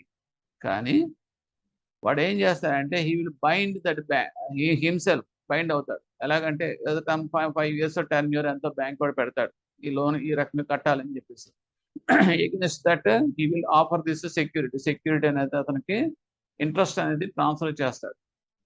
Okay, so he himself bind అవుతాడు personally to pay the mortgage money, pay చేసేలాగా. ఒకవేళ కనుక అతను కనుక ఫెయిల్ అయితే ఆ కాంట్రాక్ట్, అప్పుడు ఎవరికైతే ఈ మార్టిగేజ్ చేశాడంటే banker, he can sell the property for releasing of his borrower's debt. అదే. సో ఇది ఎలా చేయగలడు సింపుల్ మార్టిగేజ్ అంటే ఏదైనా సరే ట్రాన్స్ఫర్ ప్రాపర్టీ యాక్ట్లో ఒక రియలైజింగ్ ఆఫ్ ద ప్రాపర్టీని చేయాలనుకుంటే యూనిలాటరల్గా మనం పొజిషన్ తీసుకోవడం అనేది కుదరదు. Through court only we have to proceed and get that proceedings and go for that sale everything realisation of through court మాత్రం జరుగుతుంది. ఇది సింపుల్ మార్టిగేజ్ అండి. ఇందులో ఏం చేస్తాడు బేసికల్గా అంటే కస్టమరు తనకున్న టైటిల్ డీడ్స్ బ్యాంక్ దగ్గర తీసుకొచ్చి చూపిస్తాడు ఫస్ట్, అంటే ప్రాక్టికల్ సెన్స్లో జరిగేది చూపించి దానికి ఈసీ సంబంధించిన అన్ని కూడా మనం తెప్పించుకుంటాం. తెప్పించుకున్న తర్వాత ఆ ప్రాపర్టీ ఇతని పేరునే ఉందా, ఇది ట్రూ ఓనర్ ఆర్ నాట్ అనేది మనం జస్టిఫై చేసుకుంటాం బేసింగ్ ఆన్ దట్ ఈసీ. తర్వాత జెన్యూన్నెస్ ఆఫ్ ద టైటిల్, ఆ తర్వాత ఇది ట్రూ ఓనర్ అని మన లీగల్ కాంప్లికేషన్ ఉన్నాయా లేదా ఏమైనా ఉన్నాయా మనం చూసుకుంటాం. అదే మన లీగల్ ఒపీనియన్ అనేది మన ప్యానల్ అడ్వకేట్ ద్వారా మనం అబ్టైన్ దట్ ఇన్ఫర్మేషన్. సో ఫైనల్గా ఏం చేస్తాడంటే ఇఫ్ ఎవ్రీథింగ్ ఈజ్ కరెక్ట్ అన్న తర్వాత ఇతను ఏం చేస్తాడంటే మనకి సింపుల్ మార్టిగేజ్ అన్న రిజిస్టర్డ్ మార్టిగేజ్ అన్న ఒకటేనండి. ఓకే, మనకి that means sub register office, that is register of అష్యూరెన్సెస్లో అది మనకి సెపరేట్గా మనకి మార్టిగేజ్ అనేది క్రియేట్ చేస్తాం. రిజిస్టర్డ్ మార్టిగేజ్ సింపుల్ మార్టిగేజ్ అని క్రియేట్ చేస్తాం. As per that legal terminology మనకి అసైన్ చేస్తాడు ఇంట్రెస్ట్. అల్టిమేట్గా టైటిల్ డీడ్ అనేది మనకేం ఇవ్వడం, టైటిల్ డీడ్ అనేది తన దగ్గరే ఉంటుంది. ఓకే, బేసింగ్ ఆన్ దాని టైటిల్ డే ఓన్లీ మన అగ్రిమెంట్ డ్రాఫ్టింగ్ చేసి అది అతను ద్వారా సంతకం తీసుకుని ఆ డీడ్ మీద రిజిస్టర్డ్ మార్టిగేజ్ డీడ్ మీద అది మనం రిజిస్టర్ చేస్తాం. Okay, this is the process coming under this simple mortgage. Next type ఏంటంటే మార్టిగేజ్ బై కండిషనల్ సేల్. ఇది another second type of mortgage. ఇందులో ఏముంటుందో చూద్దాం. It is a transaction in which the mortgagor ostensibly sells the mortgage property on condition that on default of payment of mortgage money on a certain date, the sale shall become absolute. On such payment being made, the sale shall become void. On such payment being made, the buyer shall transfer the property of that property to that seller. అంటే ఇక్కడ మూడు ఏదైనా జరగవచ్చు. ఒకటి absolute sale కింద, లేదనుకుంటే on such payment the sale shall become void అవ్వచ్చు, or on such payment being made the buyer shall transfer the property to their transfer. జనరల్గా కండిషన్ సేల్ ఎలా ఉంటుందంటే సింపుల్ టెర్మినాలజీ, ఇవన్నీ మనకు అక్కర్లేదు. వాడు ఏం చేస్తాడు, ఇంట్రెస్ట్ అనేది క్రియేట్ చేస్తాడు. ట్రాన్సాక్షన్లో మార్టిగేజ్ ప్రాపర్టీ మీద ఇంట్రెస్ట్ అనేది వాడికి ఇచ్చేస్తాడు బ్యాంకర్కి. ఇక్కడ మార్టిగేజర్ అంటే దట్ ఈజ్ మార్టిగేజర్ అంటే బారోయర్. లెటెస్ట్ సే 5 years టైం ఇచ్చాడు అనుకోండి బ్యాంక్ వాడు, 5 years లోపల కట్టాలి, నీకు 10 లక్షలు ఇస్తున్నాను ఎగెన్స్ట్ దిస్ సెక్యూరిటీ ఇంట్రెస్ట్, అది మార్టిగేజ్ చేసావు కదా కండిషనల్ సేల్ ప్రకారం అని చెప్పేసి ఇచ్చేస్తాడు. ఇందులో వీడు అమ్మేసినట్టే ఇచ్చేస్తాడు, అంటే just he giving that sale కింద చూపించేస్తాడు. చేసి కండిషన్ ఎలా పెడతాడంటే if after completion of this tenure 5 years, by the completion of this tenure 5 years, if he could not able to pay that debt, చేయకపోతే కనుక that can be treated as absolute sale. అంటే ఏంటంటే temporary sale కింద ఇచ్చేసినట్టే లెక్క, ఇనీషియల్గా sale చేసేసినట్టే లెక్క, but with a condition he will sell that one. But అల్టిమేట్గా default అయితే మాత్రం that will B automatically converted as the absolute sale. కానీ ఇది కన్వర్షన్, ఇది మెటీరియలైజ్ అవ్వాలంటే మాత్రం ఆటోమేటిక్గా అవ్వదండి. ఇది బేస్ చేసుకుని ఈ conditional sale base clause base చేసుకుని will get a degree in that court. మనం కోర్టులో ప్రజెంట్ చేసి ఇలా కండిషన్ సేల్ ప్రకారం మార్టిగేజ్ క్రియేట్ చేశాడంటే you just give an order అంటే ఆ కోర్టు ఆర్డర్స్ దాని ప్రకారం it will be turned as a absolute sale అంతే. So this is second type of mortgage. ఇక్కడ కూడా మనకి ఏంటంటే బయ్యర్ ఎక్కడ కూడా ప్రాపర్టీని ట్రాన్స్ఫర్ చేయాల్సిన అవసరం లేదండి. ప్రాపర్ నాట్ పొజిషన్ అనేది ట్రాన్స్ఫర్ చేయడు. సింపుల్ మార్టిగేజ్లోనూ చేయడు, ఇంతకుముందు దాంట్లోనూ ఇక్కడ కూడా చేయడు. కండిషన్ మాత్రమే ఉంటుంది ఇందులో. Okay, next you are coming to that usufructuary mortgage. ఇందులో ఏంటంటే in this kind of mortgage the mortgagor delivers or binds himself expressly or implication to deliver position of the property to the mortgagee. అంటే position ఇచ్చేస్తాడు. ఇందులో ఈ type of మార్టిగేజ్లు అంటే usufructuary mortgage position ఇస్తారు. House ఉంది లేదా షాపింగ్ కాంప్లెక్స్ ఉంది, అది యూ ఎంజాయ్ దిస్ ప్రాపర్టీ అని చెప్పేసి ఇచ్చేస్తారు. Further he authorizes the mortgagee to retain the position of the property till repayment of the mortgage. ఎన్నాళ్ళు ఇస్తాడు ఇది అంటే till repayment of his mortgage money. ఏదైతే అప్పు తెచ్చుకున్నాడో ఓకే, ఆ అప్పు తీరేంత వరకు కూడా he will be retained with him. అంటే banker can retain this property with him.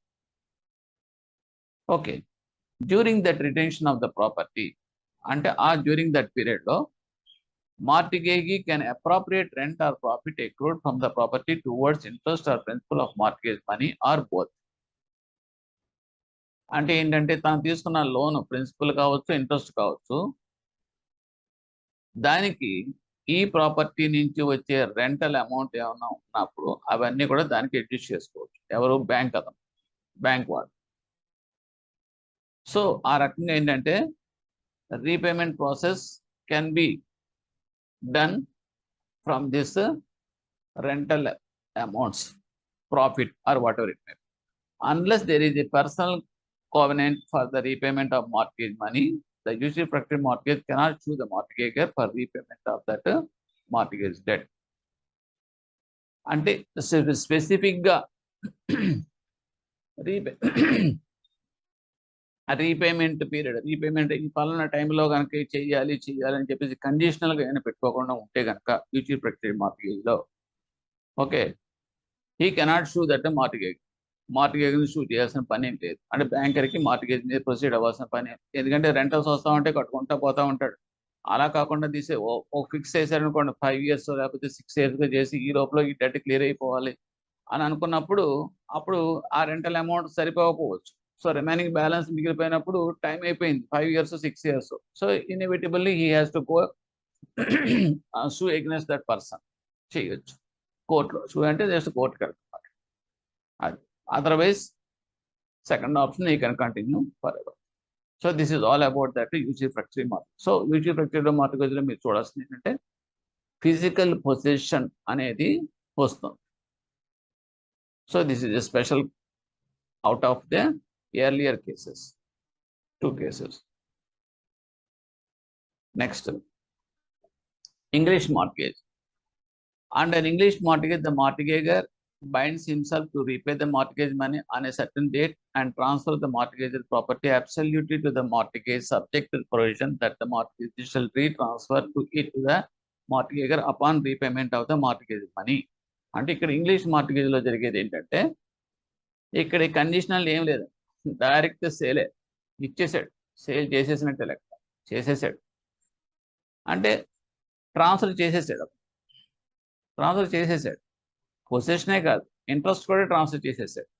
కానీ ఇందులో బ్యూటీ ఏంటంటే 5 years 6 years 10 years ఉంటుంది.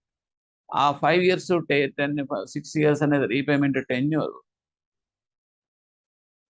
అయ్యే లోపల అది పేమెంట్ అయిపోయింది అనుకోండి, రికవర్ అయిపోయిందంటే అమౌంట్ నో ప్రాబ్లం, ఇమీడియట్గా ఎవరైతే మార్టిగేజ్ ఉన్నాడో అంటే బ్యాంకరు తిరిగి రీట్రాన్స్ఫర్ చేసేయాలి ప్రాపర్టీ ఎవరికి?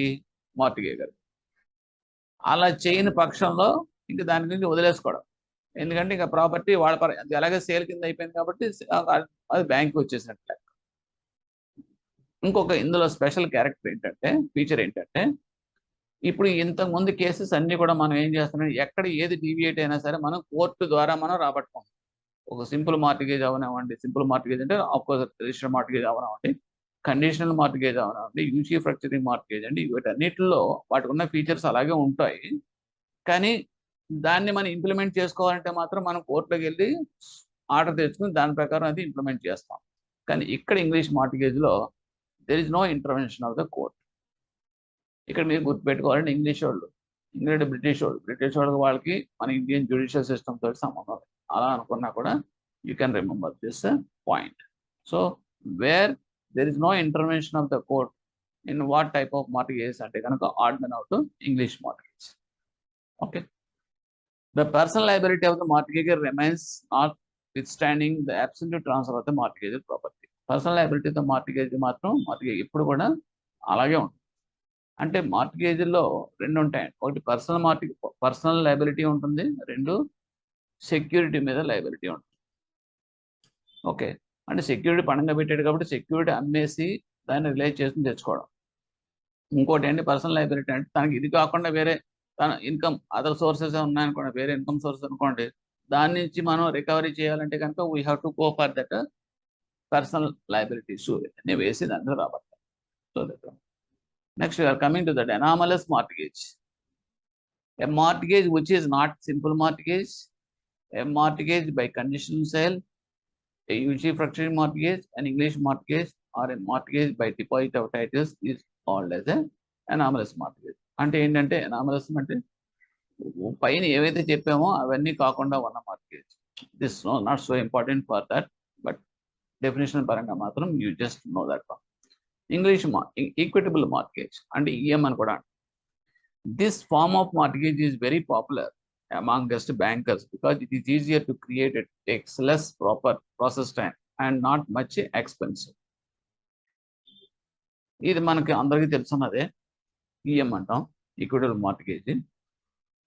అంటే సింపుల్ మార్టిగేజ్కి ఈక్వల్ మార్టిగేజ్కి తేడా ఏంటి అంటే ఇదివరకు తేడా ఉండేది కాబట్టి ఇది మనం ప్రిఫర్ చేసేవాళ్ళం, ఎందుకంటే చీప్ అని చెప్పి. ఇప్పుడు nowadays both duties of stamp duties and charges అన్ని కూడా సమానం చేసేసారు కాబట్టి we are preferring only simple mortgage.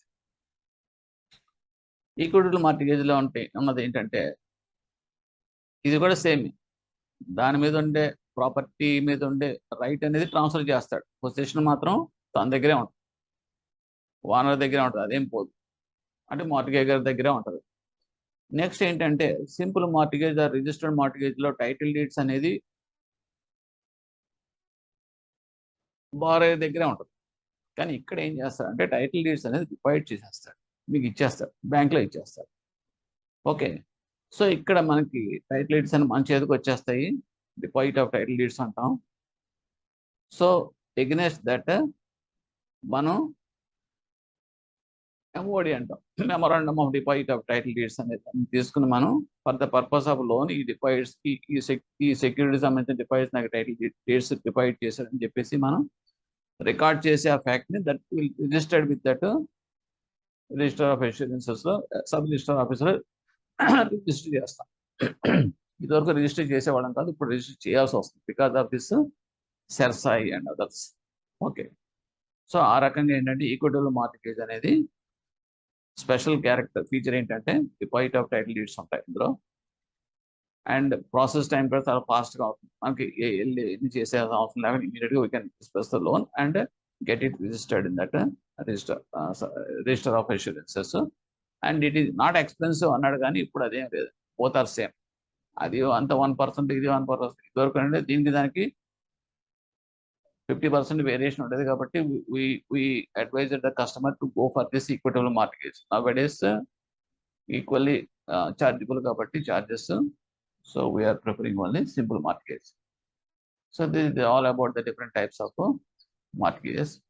Essential requisites of mortgage, English mortgage వస్తే, equitable mortgage వస్తే, there must be an existing or future debt.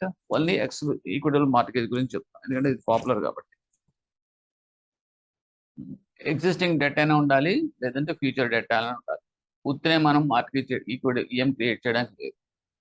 ఒకటి, delivery of documents of titles must be by a debtor or his authorised agent or by guarantor or third party in case of advance against third party immovable property is sanction.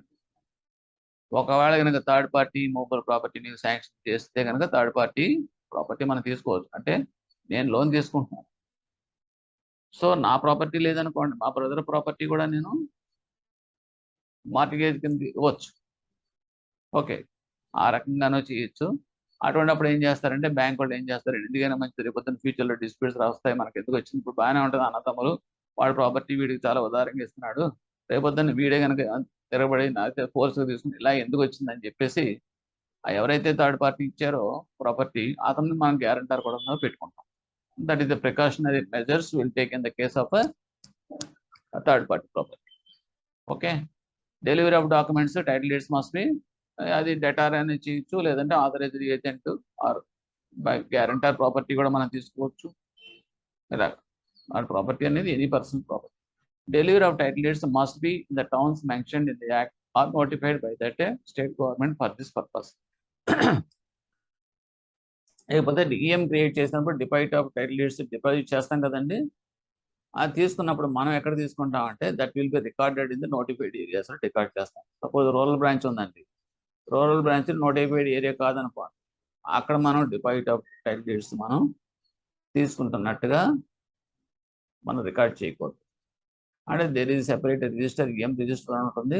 ఆ EM రిజిస్టర్లో అనేది branch record for evidence books evidence act ప్రకారం we have to it will be stand as one of the document for evidence in the court of law.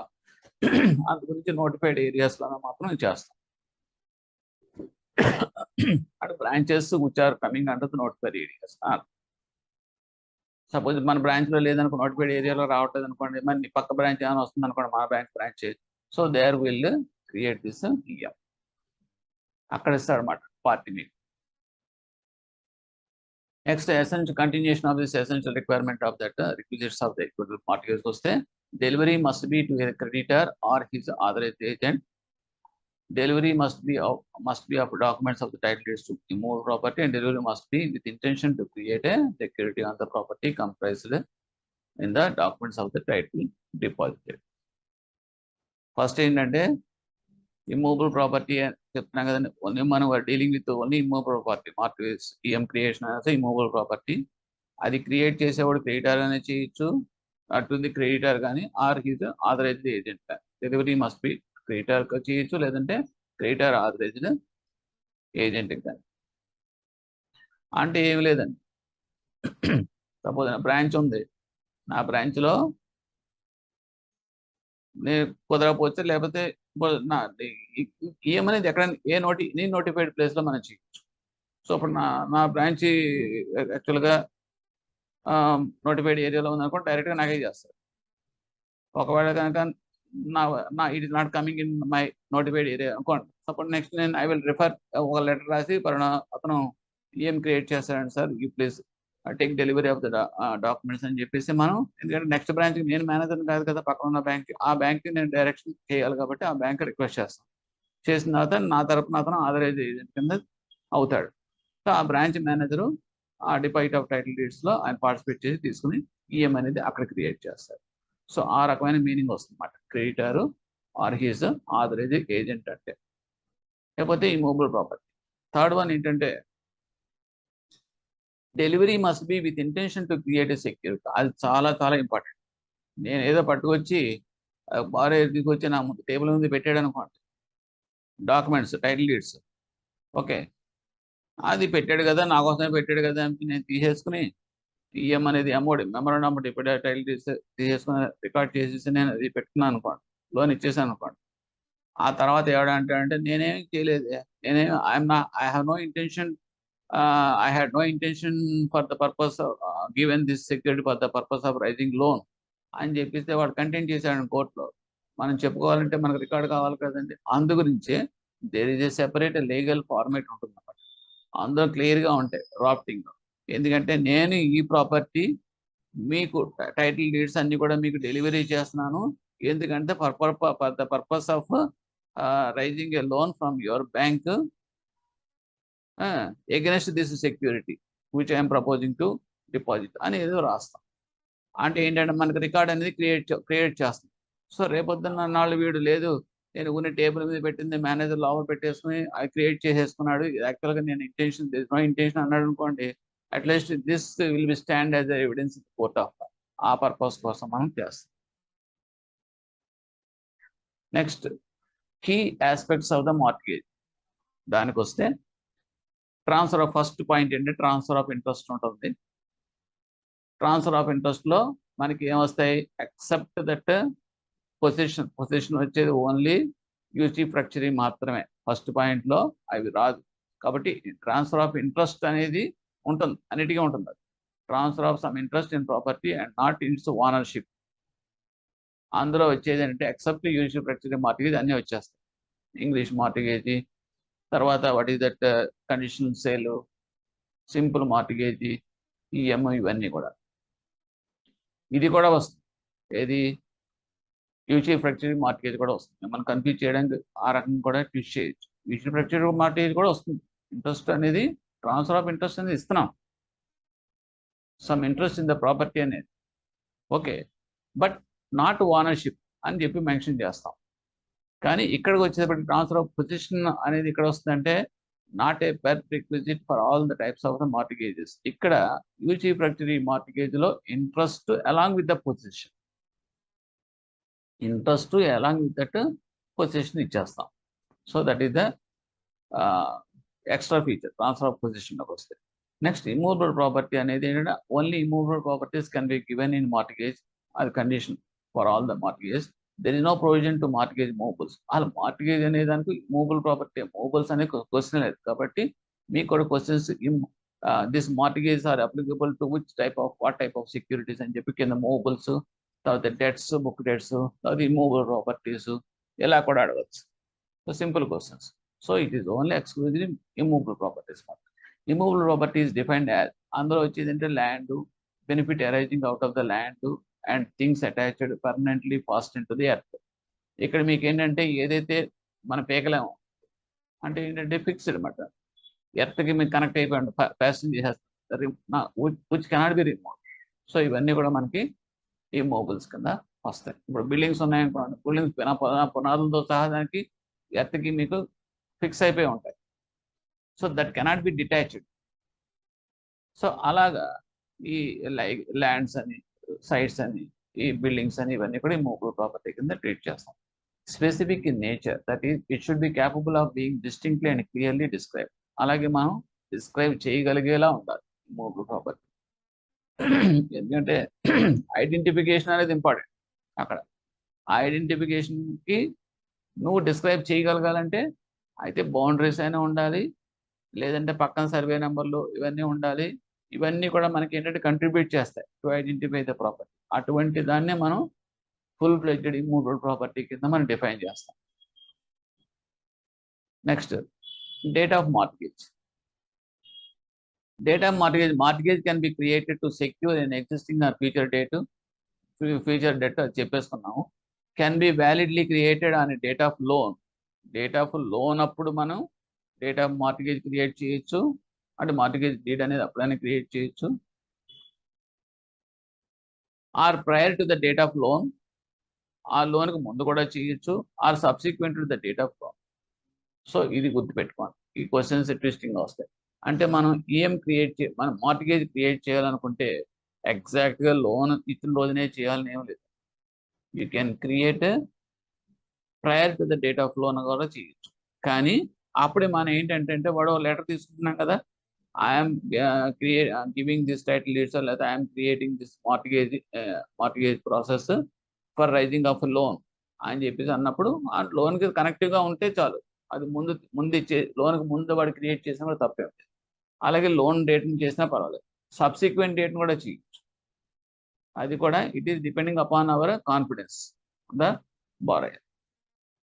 For a valid mortgage there must be an existing debt. ఒక mortgage validity ఉండాలని, consideration ఉండాలి అంటే మాత్రం కంపల్సరీగా దానికి కాంపెన్సేటెడ్‌గా debt అనేది ఫ్రీగా మనం మార్ట్‌గేజ్ చేయకూడదని అర్థం. అంటే ఎగ్జిస్టింగ్ డెట్ అయినా ఉండాలి or anticipated or any arrangement from that future debt when the title deeds are handed over to that bank. ఆ ఇంటెన్షన్ అనేది ఉండాలి. అంటే to establish the consideration. Otherwise ఏమవుతుందంటే రేపొద్దున మన లోన్ రానప్పుడు డిఫీట్ అయిపోతుంది కోర్ట్‌లో. And mere handing over the title deeds will not constitute a mortgage.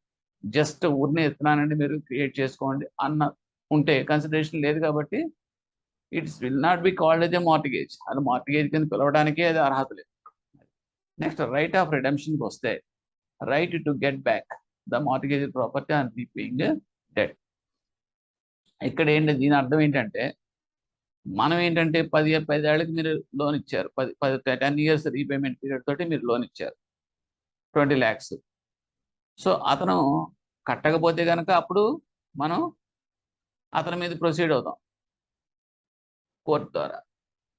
అంటే realising of this sale process అంటే ఇవన్నీ కూడా చేసి ఆర్డర్ పాస్ చేయించుకుని ఈపీ ఫైల్ చేసుకుని ఎగ్జిక్యూటివ్ పిటిషన్ దాన్ని సేల్ ప్రాసెస్లోకి వెళ్ళి అవన్నీ కూడా మనం కోర్టు ద్వారా మనకు అమ్మేసి మన లోన్ మనం క్లియర్ చేసుకుంటాం. అది మామూలు జరిగేది. అలా కాకుండా ఒక్కొక్కసారి ఏం చేస్తారంటే వాడు కట్టేస్తాడు ప్రాంప్ట్గా. కట్టేసినప్పుడు ఇప్పుడు ఏమైంది, ఇది ట్రాన్స్ఫర్ చేసేసాడు కదా మనకి. వాడి యొక్క ఇంట్రెస్ట్ ప్రాపర్టీ మీద వాడున్న ఇంట్రెస్ట్ మనకి ఇచ్చేసాడు. ఎందుకంటే మన ఈసీ తీసిన వెంటనే మన పేరు వస్తుందంటే ఏంటి అర్థం, బ్యాంక్ పేరు వస్తుందంటే ఆ ప్రాపర్టీ అనే దాని మీద హక్కును మనకి ఇచ్చినట్లు లెక్క. ట్రాన్స్ఫర్ చేసాడు. సో ఇప్పుడు లోన్ క్లియర్ చేసేసిన తర్వాత వాడి ప్రాపర్టీ మనం వాడికి మళ్ళీ రీట్రాన్స్ఫర్ చేయాలి కదండి. రీట్రాన్స్ఫర్ చేయాలంటే మనం రిడెంప్షన్ చేయాలి. రిడెంప్షన్ చేయాలంటే గివ్ ఇట్ బ్యాక్, అది మనం చేయాలి. ఓకే, ఆ ప్రాసెస్ని మనం రైట్ టు గెట్ బ్యాక్ అని మనం రిడెంప్షన్ అంటాం, రైట్ ఆఫ్ రిడెంప్షన్ అంటాం. ఇది ఎక్కడ వస్తుందంటే దీని మీద క్వశ్చన్స్, చాలా క్వశ్చన్స్ వస్తాయి. ఒకటి లిమిటేషన్స్కి వచ్చేటప్పటికి మనం చెప్పుకుంటాం. లిమిటేషన్ సెపరేట్ వీడియో చేసినప్పుడు కూడా మనం డిస్కస్.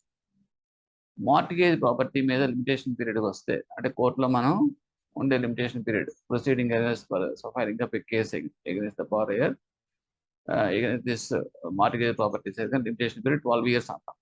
డిగ్రీ అయితే కనుక 3 years ఫ్రమ్ ద డిగ్రీ అంటాం. ఈపీ అయితే కనుక 12 years from that decree EP limitation period. అలాగే రిడెంప్షన్ మార్టిగేజ్ ప్రాపర్టీ మీద కూడా ఈ మనకి లిమిటేషన్ ఎంత ఉంటుందంటే 12 years ఉంటుంది. కానీ రిడెంప్షన్ ఆఫ్ ప్రాపర్టీ వచ్చేటప్పటికి మాట 30 years. రిడెంప్షన్ ప్రాపర్టీ అంటే ఏంటి, బారోయర్కు ఉండే right for get back that property, అది 30 years. బ్యాంక్కి ఉండే right to proceed against the borrower in the court of law, that is 12 years. ఆ రెండు వేరియేషన్స్ చాలా జాగ్రత్త చూసుకోవాలి. Next sub mortgage, second mortgage. ఈ అంటే ఏంటి, when the mortgages the involved property already mortgaged to him, it is called as a sub mortgage. Mortgage అంటే ఎవరండి, ఇక్కడ బ్యాంక్ తనకు అలాగే పెట్టింది, ప్రాపర్టీ పెట్టేశాడు. ఓకే, ఎవరు బారోయర్. అది మళ్ళీ తిరిగి మార్టిగేజ్ ఇంకోటి కానీ చేసుకుంటే కనుక that is called sub mortgage. Where the mortgagor అంటే borrower is need of further loan against the security of immovable property already mortgaged by him creates another mortgage on the same property, it is called second mortgage. ఇప్పుడు company ఉందండి, company property ఒక పెద్ద building ఉంది, అది ఏకంగా 10 కోట్లు. ఆ building office building కావచ్చు, లేదంటే ఫ్యాక్టరీ బిల్డింగ్ ఏదైనా కావచ్చు. మన ఏదో పర్టికులర్ ఎక్స్ బ్యాంక్ వెళ్ళేటప్పటికి 2 crores మాత్రం ఇచ్చారు అగైన్స్ట్ ద సెక్యూరిటీ.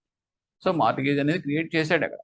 కానీ అక్కడ ఏంటంటే ఇవన్నీ కూడా ఛార్జెస్ ఎక్కడ రిజిస్టర్ చేస్తారంటే ఆర్ఓసీలో రిజిస్టర్ చేస్తారు. Because these are all the properties of that companies కాబట్టి కంపెనీకి సంబంధించింది రిజిస్టర్ ఆఫ్ కంపెనీస్ అని చెప్పేసి ఆర్ఓసీ ఉంటుంది. అక్కడ ఛార్జీ రికార్డ్ చేస్తాం, ఫైల్ చేసి రికార్డ్ చేస్తాం. తర్వాత వాడికి ఇంకోటి ఏదో ఇంకొక 3 కోట్ల అవసరం వచ్చింది. సో ఇప్పుడు మన బ్యాంక్ ఎక్స్ బ్యాంక్ అనేది ఇవ్వలేకపోయింది, వై బ్యాంక్ దగ్గర తెచ్చుకుంటాడు. సో ఇప్పుడు అదే సేమ్ ప్రాపర్టీని మళ్ళీ వాళ్ళకి మార్టిగేజ్ చేస్తాడు. సో అప్పుడు ఏమవుతుంది, మనకి another 3 crores they can obtain from that Y, bank Y. So ఇప్పుడు ఏమవుతుందంటే దీన్ని మనం సెకండ్ మార్టిగేజ్ అంటాం. అలాగే first mortgage, second mortgage, third mortgage, same property మీద ఎన్నిసార్లు అయినా సరే మనకు ఛార్జ్ క్రియేట్ చేస్తాడు, మార్టిగేజ్ క్రియేట్ చేస్తాడు ఆ కంపెనీ వాడు 2 different బ్యాంక్స్. సో ఇవన్నీ కూడా డిఫరెంట్ కింద మీకు పిలుస్తాం. అంటే ప్రయారిటీకి వచ్చేటప్పటికి మళ్ళీ order of first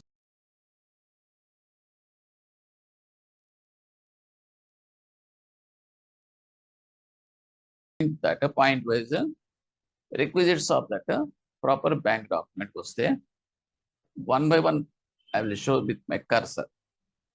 It should, first point, it should contain correct names of the parties. Parties యొక్క నేమ్స్ కరెక్ట్గా ఉండాలి, చాలా చాలా ఇంపార్టెంట్. ఈవెన్ మనం కూడా మనం ఏదైనా సరే పాస్పోర్ట్ గురించి లేదంటే వీసాకి వెళ్ళాలంటే జస్ట్ సింగిల్ లెటర్కి తేడా వచ్చిందంటే రిజెక్ట్ చేసేస్తూ ఉంటారు, రిజెక్ట్ అయిపోతూ ఉంటాయి మనకి వీసాలు ఏంటి పాస్పోర్ట్స్ ఇవన్నీ కూడా. ఎందువల్ల అంటే కోర్స్ అక్కడ అంతే అట్మోస్ట్ ఇంపార్టెన్స్ ఎందుకు ఇస్తున్నారంటే he is going out of our country కాబట్టి అక్కడ ఆ ఉండటంలో తప్పులేదు. కానీ ఇక్కడ మరీ అంత అలా ఉంచమని కాదండి, నేమ్ అనేది కరెక్ట్గా ఉండాలి. రామకృష్ణ శర్మ అన్న దానికి రామకృష్ణ రావు అన్న దానికి తేడా ఉంటుంది. ఓకే, ఆ రామకృష్ణ ఒకడే కదా, శర్మ రావు చిన్నదే చిన్న లాస్ట్లో ఎంట్రీ తప్పడింది అని అనుకున్నారనుకోండి, there may be another person in that name. So ఇక్కడ ఏమవుతుందంటే మన కేసెస్ అన్నీ కూడాను కోర్టులో ఫెయిల్ అయ్యే ఛాన్సెస్ ఎక్కువ ఉంటాయి. ఎందుకంటే మనం we are the trustees of the bank, trustees of the public. మన దగ్గర డిపాజిటర్స్ ఫండ్స్ పెడుతున్నారు అంటే వాళ్ళ ఫండ్స్తో బ్యాంక్ ఏం చేస్తుంది, బిజినెస్ చేస్తుంది. ఏ రకంగా బిజినెస్ చేస్తుంది, మనం లోన్స్ ఇస్తున్నాం. లోన్స్ ఇస్తున్నప్పుడు we are standing as a trustees to the funds of that people who deposited with us. కాబట్టి మనం అన్ని ప్రికాషన్స్ తీసుకోవాలి మనం చేసే లెండింగ్ యాక్టివిటీలోను. తర్వాత ఎనీథింగ్ ఓకే, ఆ పాయింట్ ఆఫ్ వ్యూలో ఏంటంటే names of the parties are కరెక్ట్గా ఉండాలి. It should contain proper racial or narration. అంటే ఏంటంటే సి హియర్ రామకృష్ణరావు ఉందనుకోండి, Ramakrishnarao okay, Y Ramakrishnarao. Y అంటే ఏంటి, ఎలమంచిలో ఉండొచ్చు, ఎర్ర ఉండొచ్చు, లేదంటే రకరకాలుగా ఉండొచ్చు. అంటే ఏంటంటే ఫుల్ నేమ్ అనేది సర్ నేమ్ కావచ్చు, ఏదైనా సరే ఫుల్ నేమ్ అనేది అడుగుతాం. ఎందుకంటే there should not be any ambiguity. ఓకేనా, షార్ట్గా రాయడానికి లేదు. అలాగే తండ్రి పేరు తీసుకుంటాం, ఎందువల్ల సుబ్బారావు అన్నవాడు ఒకే వీధిలో నలుగురు ఎదురు ఉండొచ్చు. So identification of the borrower is very important in the court. ఎందుకంటే ఇవన్నీ బాగానే ఉంటాయి, ప్రస్తుతం లోన్స్ ఇచ్చేస్తాం, ఇచ్చిన తర్వాత రేపొద్దున కనుక ఫ్యూచర్లో కనుక వాడు కట్టకపోతే కనుక అప్పుడు మనం సూట్ ఫైల్ చేయాల్సిన పరిస్థితి వస్తుంది. కాబట్టి so will go to the కోర్టుకి వెళ్ళినప్పుడు there should not be any ambiguity. ఎందుకంటే సుబ్బారావు అంటే ఇంకోటి ఎవడో వచ్చాడు అనుకోండి, లేదంటే నోటీస్ మనం పంపిస్తే వేరేవాడు వచ్చాడు అనుకోండి. So this is all our lapses.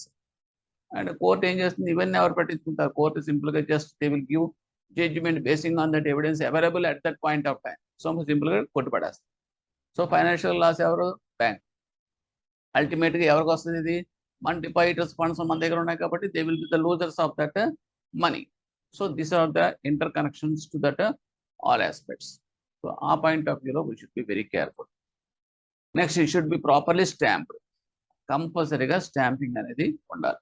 Indian stamp act అనేది సెపరేట్గా నేను వీడియో చేశాను కాబట్టి దాని గురించి అందులో మనకి డీటెయిల్స్ ఉంటాయి. ప్రస్తుతం మాత్రం ఇట్ షుడ్ బి స్టాంప్. ఓకేనండి, డాక్యుమెంటేషన్ అనేది స్టాంప్ అయి ఉండాలి. ఇట్ షుడ్ బి, ఇక్కడ స్టాంపింగ్ అనేది కూడా ఎలా ఉండాలని తర్వాత మనం స్లైడ్స్లో మనం చూస్తాం ఎప్పుడు చేయాలి స్టాంపింగ్ అనేది. It should be current and legally enforceable. అంటే డాక్యుమెంట్ అనేది కరెంట్గా ఉండాలి. అంటే లైవ్ వన్ ఏమంటామంటే లైవ్ డాక్యుమెంట్. లైవ్ డాక్యుమెంట్ ఏంటంటే మనం కూడా చెప్పాం మనకి. అంటే విత్ ఇన్ దట్ లిమిటేషన్లో ఉంటే కనుక దట్ ఈస్ లైవ్. లిమిటేషన్ అయిపోయింది అనుకోండి, ఇంకా అది చిత్తు కాగితంతో సమానం. అది తీసుకెళ్ళి కోర్టులోకి పెట్టినా కూడా అది ఎంటర్టైన్ తీసుకోరు. ఎందుకంటే ఇట్ ఈస్ అ లాప్స్డ్. మనమైనా సరే 3 months వ్యాలిడిటీ ఉన్న చెక్ 3 months అయిపోయిన తర్వాత స్టేల్ చెక్ అంటున్నాం లేదా, అన్లెస్ రీవాలిడేషన్ చేస్తేనే కానీ దానికి లైఫ్ రాదు. అలాగే ఇక్కడ డాక్యుమెంటేషన్ కూడా అంతే, డాక్యుమెంట్ కూడా లైఫ్ అనేది ఉంటుంది. So that should be current and legally enforceable అంటాం. And next it should contain the amount of loan, facility, interest and what interest if any chargeable etcetera etcetera. అంటే ఏంటంటే మనకి కరెక్ట్గా కాంక్రీట్గా ఉండాలి ఇన్ఫర్మేషన్ అనేది. అందు గురించి మనం ఏం చేస్తామంటే ఎప్పుడు కూడా డాక్యుమెంట్స్ అనేది అన్ఫిల్డ్గా ఉంచకూడదు. మన ఇన్స్పెక్టర్స్ పాయింట్అవుట్ చేసినా లేదా బ్రాంచెస్లో కూడా ఇది వెరీ మేజర్ ల్యాబ్స్ ఉంటాం బ్యాంకింగ్లో. ఎందుకంటే ఇప్పుడు ఇవన్నీ ఇప్పుడు మీరు ఇన్ఫర్మేషన్ ఇవ్వలేదనుకోండి, లోన్ వాట్ పర్పస్కి మీరు ఏ పర్పస్కి ఇచ్చారు లోన్ అనేది తెలియదు, అమౌంట్ ఎంతో మీరు సరిగ్గా రాయలేదు, లేదంటే ఫిగర్స్లో వేసేసి వర్డ్స్లో రాయకుండా వదిలేశారు, అక్కడ 0 బదులు 9 ఉందో లేకపోతే 0 లేదో, అసలు ఎక్స్ట్రా 0 పడిందో లేకపోతే 0 తక్కువ పడిందో, ఇవన్నీ మనకి తెలియనప్పుడు ఏమవుతుందంటే ఇవన్నీ కోర్టుకి వెళ్ళినప్పుడు ఆ కోర్టు జడ్జి గారు చూసినప్పుడు కరెక్ట్ ఇన్ఫర్మేషన్ లేదనుకోండి, సో సేమ్ థింగ్, ఏంటయ్యా ఎందుకు ఇచ్చారో మీకు తెలియదు, అమౌంట్ ఎంతో మీరు కరెక్ట్గా చెప్పలేకపోతున్నారు, ఈ ఫిగర్స్, ఒకడు 0 తప్పు పడింది అంటాడు, ఒకడు ఎక్కువ పడింది అంటాడు, వాట్ ఈస్ దిస్ అని చెప్పేసి సింపుల్గా డిస్మిస్ అంతే. అలాగే ఇంట్రెస్ట్ ఉంది. ఇంట్రెస్ట్ అనేది కూడా ఇంపార్టెంట్ అండి. ఎందుకంటే మీరు బ్లాంక్గా పెట్టేసి ఇంట్రెస్ట్ కాలం మీరు ఫిలప్ చేయలేదు అనుకోండి, దేర్ ఈజ్ ఏ క్లాజ్ ఒకటి ఉంది. దట్ మీన్స్ సెక్షన్ 18 ఏం చెప్పుద్దంటే, if interest rate was not mentioned in any promissory note, okay, that will be declared, sorry, interest rate ganaka manaku blank ga unte ganaka that will be declared as 18% అని చెప్పేసి చెప్తుందన్నమాట. అంటే if there is any information blank ఉంటే అంటే ఒక particular section it will give that one. Of course that will come into the NI Act లోకి వస్తుంది అనుకోండి అది.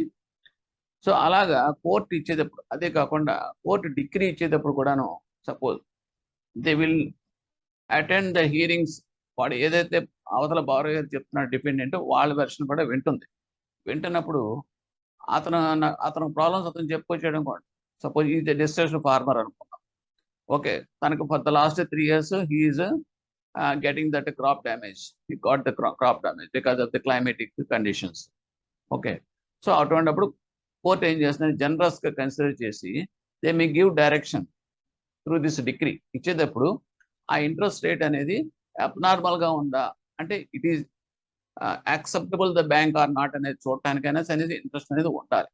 సో ఆ రకంగా ఇంట్రెస్ట్ కాలమ్స్, తర్వాత ఏమైనా ఓవర్ డ్యూస్, ఏమైనా మీరేం కండిషన్స్ ఏమైనా పెట్టారా, ఓవర్ డ్యూస్, తర్వాత అదర్ ఛార్జెస్, ఇవన్నీ కూడా ఏముంటాయి ఇన్ఫర్మేషన్ ఫుల్గా మనం ఇవ్వాల్సి వస్తుంది. It should give the description of the security also. Security కూడా మనకి డాక్యుమెంట్లో సెక్యూరిటీకి కొంత ప్రొవిజన్ ఉంటుంది, ఇన్ఫర్మేషన్ ఇవ్వమని చెప్పి. మన బౌండరీస్ కావచ్చు, ఇఫ్ ఈజ్ ఎ ప్రాపర్టీ అనుకోండి, okay, east west north south boundaries ఇవన్నీ ఉంటాయి. And that means survey numbers ఇవన్నీ, ఎందుకంటే to identify the property.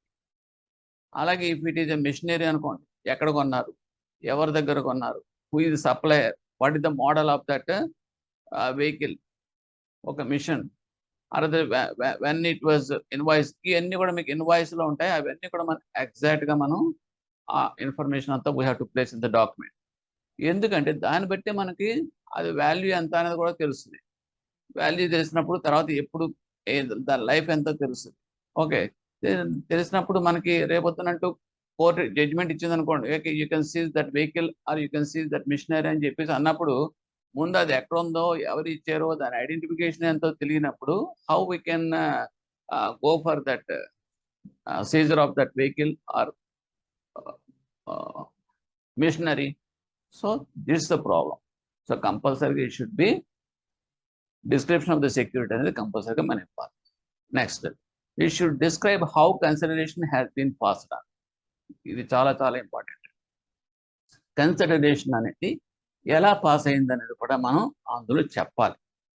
Consideration అంటే ఏంటండి అంటే, 1,00,000 రూపాయలు కనుక ఎవరికైనా మనం అప్పు ఇచ్చామనుకో, అప్పు ఇచ్చినప్పుడు నేను ఏదో చేబదులుగా తీసుకుంటున్నానని చెప్పేసి మీరేం ఇవ్వట్లేదుగా, దేర్ ఈజ్ ఎ పర్పస్. ప్రతి లోన్కి కూడా పర్పస్ అనేది ఉంటుందండి. For what purpose we are giving that 1 lakh to the borrower. It may be a for purchase of his vehicle, car కొనుక్కోవడానికో, బైక్ కొనుక్కోవడానికో, లేకపోతే ఇల్లు కట్టుకోవడానికో, బిజినెస్కో, దాని ప్రాపర్ ఎవిడెన్సెస్ అన్ని కూడా మనం రికార్డ్ చేస్తాం. ఇఫ్ ఇట్ ఈజ్ హౌస్ అనుకోండి, ఎస్టిమేషన్స్, ఇంజనీర్ ఎస్టిమేషన్, దానికి సంబంధించిన డీటెయిల్స్ అన్ని కూడా మన దగ్గర పెట్టుకుంటాం. వెహికల్ అనుకోండి, కొటేషన్ ఉంటుంది. సో కారు ఏదో కొనుక్కుంటున్నాడు, మోడల్ కారు, ఆ కారు మ్యానుఫ్యాక్చరింగ్ కంపెనీ, ఇవన్నీ కూడా మన దగ్గర డీటెయిల్స్ అన్ని కూడా కొటేషన్ రూపంలో ఉంటాయి. అలాగా ప్రతిదీ కూడా ఒక కన్సిడరేషన్తో ఉండాలి తప్పితే, ఏదో మీరు చేయబదులుగా మా పట్టుకెళ్ళిపోయి, okay, and with the terms and conditions we can obtain agreement to pay it back అనేది ఉండకూడదు. కంపల్సరీగా కన్సిడరేషన్ అనేది ఉండాలి. కన్సిడరేషన్ ఉంటేనే that can be entertained in the court, otherwise it is not a valid document. తర్వాత it should give terms of the repayment terms అనేది ఉంటాయి కంపల్సరీగా. అంటే ఏ రకంగా దాన్ని బట్టి మనం అసర్టైన్ చేస్తాం అది డ్యూ అయిందా లేదా అని. మంత్లీ అన్నాడు అనుకోండి, ఆ మంత్కి రాలేదనుకోండి, yes it is due, it is default అని ఐడెంటిఫై చేయగలుగుతాం. సో అది లేనప్పుడు బ్లాంక్ ఉందనుకోండి డీటెయిల్స్, అది డ్యూ అవ్వలేదేమో. How you can say that it is due, how you are going against this borrower అనే క్వశ్చన్స్ వస్తాయండి కోర్టులో. Next, it should give major and important terms and conditions mutually agreed upon. అలాగే manager, banker, borrower ఇద్దరు కలిపి undergo అవుతారు ఈ terms and conditions అన్ని కూడా. ఇద్దరు సంతకాలు పెడతారు కాబట్టి ఆ డాక్యుమెంటేషన్లో ఉన్న టర్మ్స్ అండ్ కండిషన్ ప్రకారం I'm accepting to repay my loan in quarterly instalments or half yearly instalments అని చెప్పేసి వాడు with overdue interest whatever it may be the conditions will sign and give the document. So terms and conditions అనేది స్పెసిఫిక్గా క్లియర్గా ఉండాలి. It should give the place of execution. Place of execution అనేది చాలా చాలా important. అంటే ఏంటంటే ఎక్కడ ఎగ్జిక్యూట్ చేశాడు, అది రాయమండ్రిలోనా, లేకపోతే పిఠాపురంలోనా, కాకినాడలోనా, అంటే ఏ బ్యాంకు ఎక్కడ ఎగ్జిక్యూట్ చేస్తే అక్కడ ఆ ప్లేస్ అనేది ఉండాలి. ఎందుకు ఉండాలండి? అది బ్లాంక్ ఉంటే ఏంటి ప్రాబ్లం ఏంటి అంటే, ఇక్కడ మనకి ఏమవుతుందంటే ప్రతి డాక్యుమెంటేషన్ కూడా లీగల్ బైండ్నెస్ అండ్ బైండింగ్నెస్ ఉంటుంది. ఓకే, అందువల్ల మనం ఏం చేస్తారంటే ఇది వాడు కట్టలేదనుకోండి, కట్టలేకపోతే మనకి ఏం చేయాలి, ఇది కోర్టుకు వెళ్ళాలి. కోర్టుకు వెళ్ళేటప్పుడు మనకి జ్యూరిడిక్షన్ అనేది ఉంటుంది.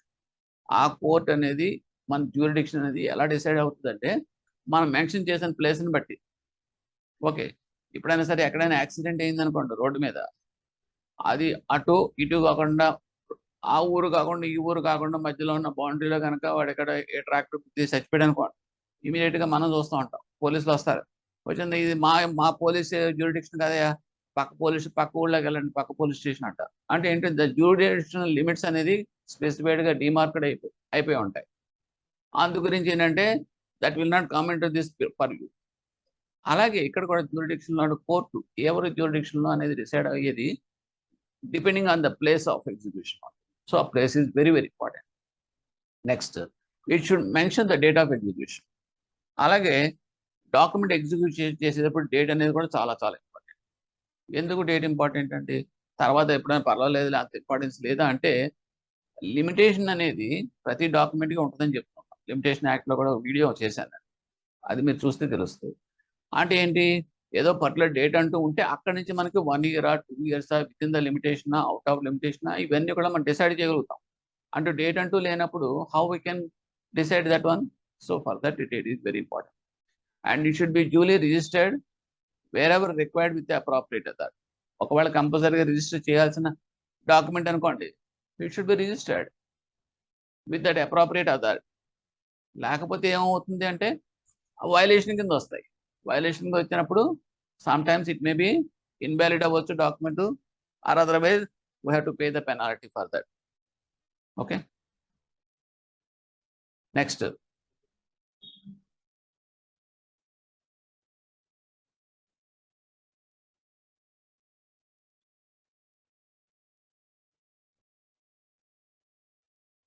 Standard forms and documents drafted by banks legal department. జనరల్గా ఏంటంటే డాక్యుమెంట్స్ అన్నీ కూడా ప్రీ డిజైన్డ్, అంటే లీగల్ డిపార్ట్మెంట్ సెపరేట్గా ఉంటారు కాబట్టి ప్రతి బ్యాంక్కి వాళ్ళు ముందే డ్రాఫ్ట్ చేసేసి, అంటే ఏంటంటే వాళ్ళు కూడా ఎక్స్పర్ట్స్ ఉంటారు, లీగల్ ఎక్స్పర్ట్స్ ఉంటారు. వాళ్ళందరూ కూడా మనకు ఫ్యూచర్లో కోర్టు చేసినప్పుడు మనకి కాంట్రవర్షియల్ రాకుండా, అంబిగ్యూటీ లేకుండా ఉన్నట్టుగా వాళ్ళు డ్రాఫ్ట్ చేసి వాళ్ళు మనకి స్పెసిఫైడ్ ఫార్మ్స్ అన్ని రిలీజ్ చేస్తారు. ఆ ఫార్మ్సే మనం ఉపయోగిస్తాం. అంతే, మనకు నచ్చినట్టుగా మనం పేపర్ మీద టైప్ చేసేసుకుని చేసుకోవడానికి. Next, no deviations from or amendments to such forms should therefore be made without the prior approval. అది మామూలు మనం ఏ డాక్యుమెంట్స్ మార్చామండి, డీవియేషన్స్ ఏమైనా ఉన్నా కూడా అవన్నీ కూడా పైకి ఇన్ఫార్మ్ చేసి దాని ప్రకారం చేస్తాం తప్పితే abruptly we cannot modify or amend that forms. Sanctioning authorities should specify the documents to be obtained in the sanction ticket communicated to the branches. జనరల్గా ఏంటంటే బ్రాంచెస్కి అంటే ఇదంతా దేనికంటే నేను క్రెడిట్ మేనేజ్మెంట్ CAIBలో అడిషనల్ పాయింట్స్ కింద వస్తాయి. CAIB వాళ్ళకి అంత ఉపయోగపడవచ్చు, but anyhow for a banker it is essential to know all these things. Okay, sanctioning అథారిటీకి ఏం చేస్తారంటే కమ్యూనికేట్ చేస్తారు, ఇదిగో హోమ్ లోన్ అయితే సెట్ ఆఫ్ డాక్యుమెంట్స్ ఇవి మీరు తీసుకోవాలి అంటే చెక్ లిస్ట్ రూపంలో ఇచ్చేస్తారు. అది వెహికల్లోనే these are the specified documents, set of documents to be obtain from that borrower. అలాగా ప్రతి దానికి కూడా ఏది రెలవెంట్ దానికి వాళ్ళు కమ్యూనికేట్ చేసేస్తారు. So accordingly sanction tickets will be issued. And no advance should be disbursed before all the necessary documents duly completed, stamped and executed by the borrowers and guarantors concerned are obtained. Advance అనేది ఎప్పుడు కూడా documents అన్ని ఫుల్గా complete చేసి stamping అంతా కంప్లీట్గా అయ్యి తర్వాత ఫిల్లింగ్ అయిపోయి స్టాంపింగ్ అయిపోయి ఎగ్జిక్యూషన్ అంటే ఏంటి, సంతకం పెట్టడాలి. ఎగ్జిక్యూషన్ నథింగ్ బట్ సంతకం పెట్టడం. అంటే ఎన్ని చదివి సంతకాలు పెడతారు చూడండి బారోయర్స్, అవి ఆ ఎగ్జిక్యూషన్ అంతా అయిన తర్వాత ఇంక్లూడింగ్ ద గ్యారెంటర్స్. మళ్ళీ గ్యారెంటర్స్ తర్వాత వస్తారండి, రేపో మాపో వస్తారని కుదరతారు. అన్నీ అయిపోయిన తర్వాత then only we have to discuss that advance. లేదనుకోండి ఏమవుతుందంటే, see just like it is post mortem. ఎవడైనా మనిషి చనిపోయాడు అనుకోండి, చనిపోయినప్పుడు అప్పుడు మనకి పోస్ట్ మార్టం చేస్తే రిపోర్ట్ ఇస్తారు, సర్టిఫికేట్ ఇస్తారు. సో చనిపోయింది 5వ తారీఖున అనుకోండి, జనరల్గా పోస్ట్ మార్టం రిపోర్ట్ ఎప్పుడు వస్తుంది, 5వ తారీఖు కానీ 6వ తారీఖు కానీ వస్తుంది. అంతేగాని 4వ తారీఖు రాదు కదండి. అంటే ఏంటంటే దీని అర్థం, ఇటువంటి జరిగినాయి అనుకోండి, అసలు వాడు మనిషే చావలేదు, నువ్వు ఇచ్చిన రిపోర్టే తప్పు అనేది కోర్టు బయట వాడికి తెలిసిపోతుంది. It is a false information, fabricated అని చెప్పేస్తారు. అంటే ఈయన డిఫీట్ అయిపోతాయి మన కేసెస్ అని. అందు గురించి ఏంటంటే మనం ఏం చేస్తామంటే ఎప్పుడు కూడా, అంటే లేటర్ డేస్లో ఏం చేస్తారంటే వాడు కంటెంట్ చేస్తాడు, వాడు లేదండి అసలు నేను ఆ రోజున అసలు ఊళ్ళోనే లేనండి, నేను అసలు సంతకమే పెట్టలేదండి, ఆ తర్వాత ఫాల్స్గా క్రియేట్ చేసి నేను ఉన్నట్టుగా చూపించారండి ఆ డేట్లో, ఇలా చెప్పే అవకాశాలు ఉంటాయి. కాబట్టి ఎందుకంటే కోర్ట్ అనేది స్ట్రాంగ్గా నమ్మేది విట్నెస్ని, దట్ మీన్స్ ప్రూఫే కదా. So if it is the person is capable of giving that, prove చేయగలిగాడు అనుకోండి, సో మనం ఎంత సిన్సియర్ అయినా సరే will be defeated in that court. So that is the risk involved in this. So now execution of documents of banks వస్తే one by one చూద్దాం. all the blanks and schedules in the documents should be filled in before their execution. Before their execution అంటే మనం borrower సంతకం పెట్టే ముందే అన్ని కూడా fill up అయిపోయి ఉంటాయి. మన డేట్ దగ్గర నుంచి, ప్లేస్ దగ్గర నుంచి, అమౌంట్, ఫెసిలిటీస్, కాలమ్స్ అన్ని కూడా ఫిలప్ చేయించిన తర్వాత, అన్ని పూర్తి అయిపోయిన తర్వాత అప్పుడు కింద సంతకం తీసుకోవాలి. అంతేగాని మనం బ్లాంక్ డాక్యుమెంట్ మీద సంతకాలు తీసేసుకుని తర్వాత ఫిలప్ చేసుకుందాంలే అనుకుంటే వచ్చే ప్రాబ్లం ఏంటంటే, తర్వాత ఏమైనా కరెక్షన్స్ వచ్చినాయి అనుకోండి, వాడు సంతకం పెట్టినా అన్నాడు అనుకోండి, మీ లోన్ పోయినట్టే లెక్క. అది అంటే దీస్ ఆర్ ద ప్రికాషన్స్ అన్నమాట. Instruments executed in India are required to be stamped either before or at the time of execution. Instrument executed in India are required to be stamped either before or at the time of execution. This point is very, very clear. You please take note of this one. In India అన్నారు అంటే ఏంటంటే, మన కంట్రీలో ఒకవేళ document కానీ instrument కానీ execute చేయాలంటే కనుక, ఓకే, కంపల్సరీగా ఎగ్జిక్యూట్ చేసే టైంకి అయినా చేయాలి స్టాంపింగ్, లేదంటే బిఫోర్ డేట్లో అయినా కనుక స్టాంపింగ్ అయిపోయి ఉంటారు. అంతేగాని ఎగ్జిక్యూట్ చేసిన తర్వాత స్టాంపింగ్ అనేది ఇట్ ఈస్ ఇన్వాలిడ్ ప్రాసెస్. అది మనకి ఎందుకు ఇండియా అనంటే, ఒక్కొక్కసారి మనకి అబ్రాడ్లో ఉంటారు కొంతమంది, అప్పుడు దానికి మళ్ళీ సెపరేట్ సబ్జెక్ట్. అంటే బయట ఎక్కడో ఉంటాడు, యూకేలోనో, వాడు ఇక్కడ ఏం చేస్తాడంటే వాడు అక్కడ ఎగ్జిక్యూట్ చేస్తాడు. ఓకే, లేదా ఇంకొకరు 2-3 ఉంటారు, ఒకడు ఇక్కడ ఉంటాడు, ఒకడు అక్కడ ఉంటాడు. సో ఈ కేసెస్ అన్ని కూడా డిఫరెంట్ అనాలిసిస్లోకి వచ్చేవి. కాబట్టి ఇక్కడ మనకి ఈ పర్టికులర్ పాయింట్ మాత్రం ఎందుకు చెయ్యాలి, ఇండియాలో అంటే ఇండియాలో ఎక్కడ ఉంటాడంటే మహా అంటే వాడికి బయటికి వెళ్ళిపోయి ప్రాసెస్ ఏమన్నది. ఒకడు కాశ్మీర్లో ఉన్నాడు అనుకోండి, నెక్స్ట్ డేకి రావచ్చు, లేదంటే 2 డేస్లో రావచ్చు. వాడికి ఏం ప్రాసెస్, వీసాలు, తర్వాత పాస్పోర్ట్స్, ఆ జంజాటి ఏమి ఉండదు కదా. So easily available within our country. So that's why this is must. Next, the borrower guarantor should be asked to read the contents of the documents in full and understand the same. ఇంకా one important point నేను కొంచెం ఎలాబరేట్గా చెప్పాల్సి వస్తుంది. ఎందుకంటే ఇది ఇది మీకు అక్కడ వచ్చే క్వశ్చన్స్ అన్నీ కూడాను ఎలా వస్తాయనేది అన్నీ కూడా మీకు this is the legal aspects కింద వస్తాయి కాబట్టి జడ్జిమెంట్ ఓరియంటెడ్గానే ఉంటాయి క్వశ్చన్స్. కాబట్టి మీకు జడ్జిమెంట్ చేయాలి అనుకున్నప్పుడు you should know the correct information and analysis of that subject. Otherwise you cannot give the answers clearly. అది ఎందుకంటే కన్ఫ్యూజింగ్ చేసేలా ఉంటాయి కాబట్టి చెప్తాం. The borrower guarantor should be asked to read the contents of the documents in full and understand the same. ఎందుకంటే చదివిన తర్వాత పెట్టాలి. ఒకవేళ కానీ ఇల్లిటరేట్ పీపుల్ ఉందనుకోండి, మనం కనుక ఎవడని తెలుసున్నవాడు వాడు తెలిసినవాడు చదివించి ఇదిగో మేము చదివి వినిపించాం వాడికి అని చెప్పేసి వాడి దగ్గర నుంచి మనం విట్నెస్ కూడా తీసుకుంటాం. అదే the document should be signed, executed by the executant in the presence of an officer of the bank to avoid difficulty in identification and to prevent fraud, forgery, misrepresentation, coercion. అంటే ఇవేంటంటే documents మనం sign చేసేటప్పుడు execute చేసేటప్పుడు ఎవరో third పార్టీకి ఎవరో temporary షాప్కి ఇచ్చేసారో సంతకాలు అప్లై చేశామని ఆయనకు ఆడి మీద పెట్టడానికి లేదు. రెస్పాన్సిబుల్ పర్సన్ ఇక్కడ ఆఫీసర్ అని ఎందుకనంటే he is a responsible person. Okay, and he should take some responsibility in identifying that borrower. ఏంటి ఇదంతా రెస్పాన్సిబిలిటీ ఏదో పెట్టేసాడని చెప్పేసి రేపొద్దున ఆఫీసర్ కూడా అనుకోవచ్చు, కానీ రేపొద్దున కోర్టు అవసరమైతే పిలుస్తుంది వేడు. ఆ టైంకి అది చాలా major and very important case అనుకోండి రిగార్డింగ్ దట్ లోన్. ఓకే, ఆ ఢిల్లీలో ఉన్నా కూడా మరి ముంబైలో ఉన్నా కూడా the court may call the officer to stand as a giving for witness. So ఆ రకంగా ఏంటంటే మనం అయిపోయిందని చెప్పి చేతులు కడిగేసుకోవడానికి ఏం లేదండి.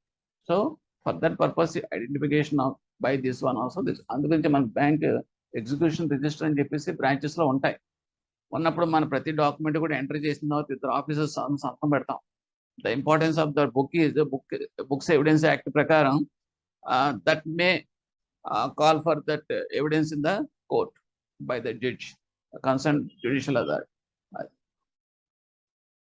Next, all the pages and schedules of the document should be signed in full in the same style. అన్ని పేజెస్ కూడా అంటే డాక్యుమెంట్ ఉందనుకోండి, సెటప్ ఒక డాక్యుమెంట్ ఉందంటే ఒక 10 పేజీలు ఉంటుంది. 10 పేజీలు మనం ఫిలప్ చేసిన తర్వాత ఇంక్లూడింగ్ ద షెడ్యూల్స్ అన్నీ కూడా చేసిన తర్వాత ప్రతి పేజీ మీద మనం పెట్టిస్తాం. అంతేగాని 10 పేజీలు అన్నీ కూడా చదివేసి ఉంటాడులే అని లాస్ట్ పేజీలో చదివిస్తాం పెట్టడం మాత్రం కుదరదు. ఎందుకంటే ఇది కూడా ఇంపార్టెన్సే.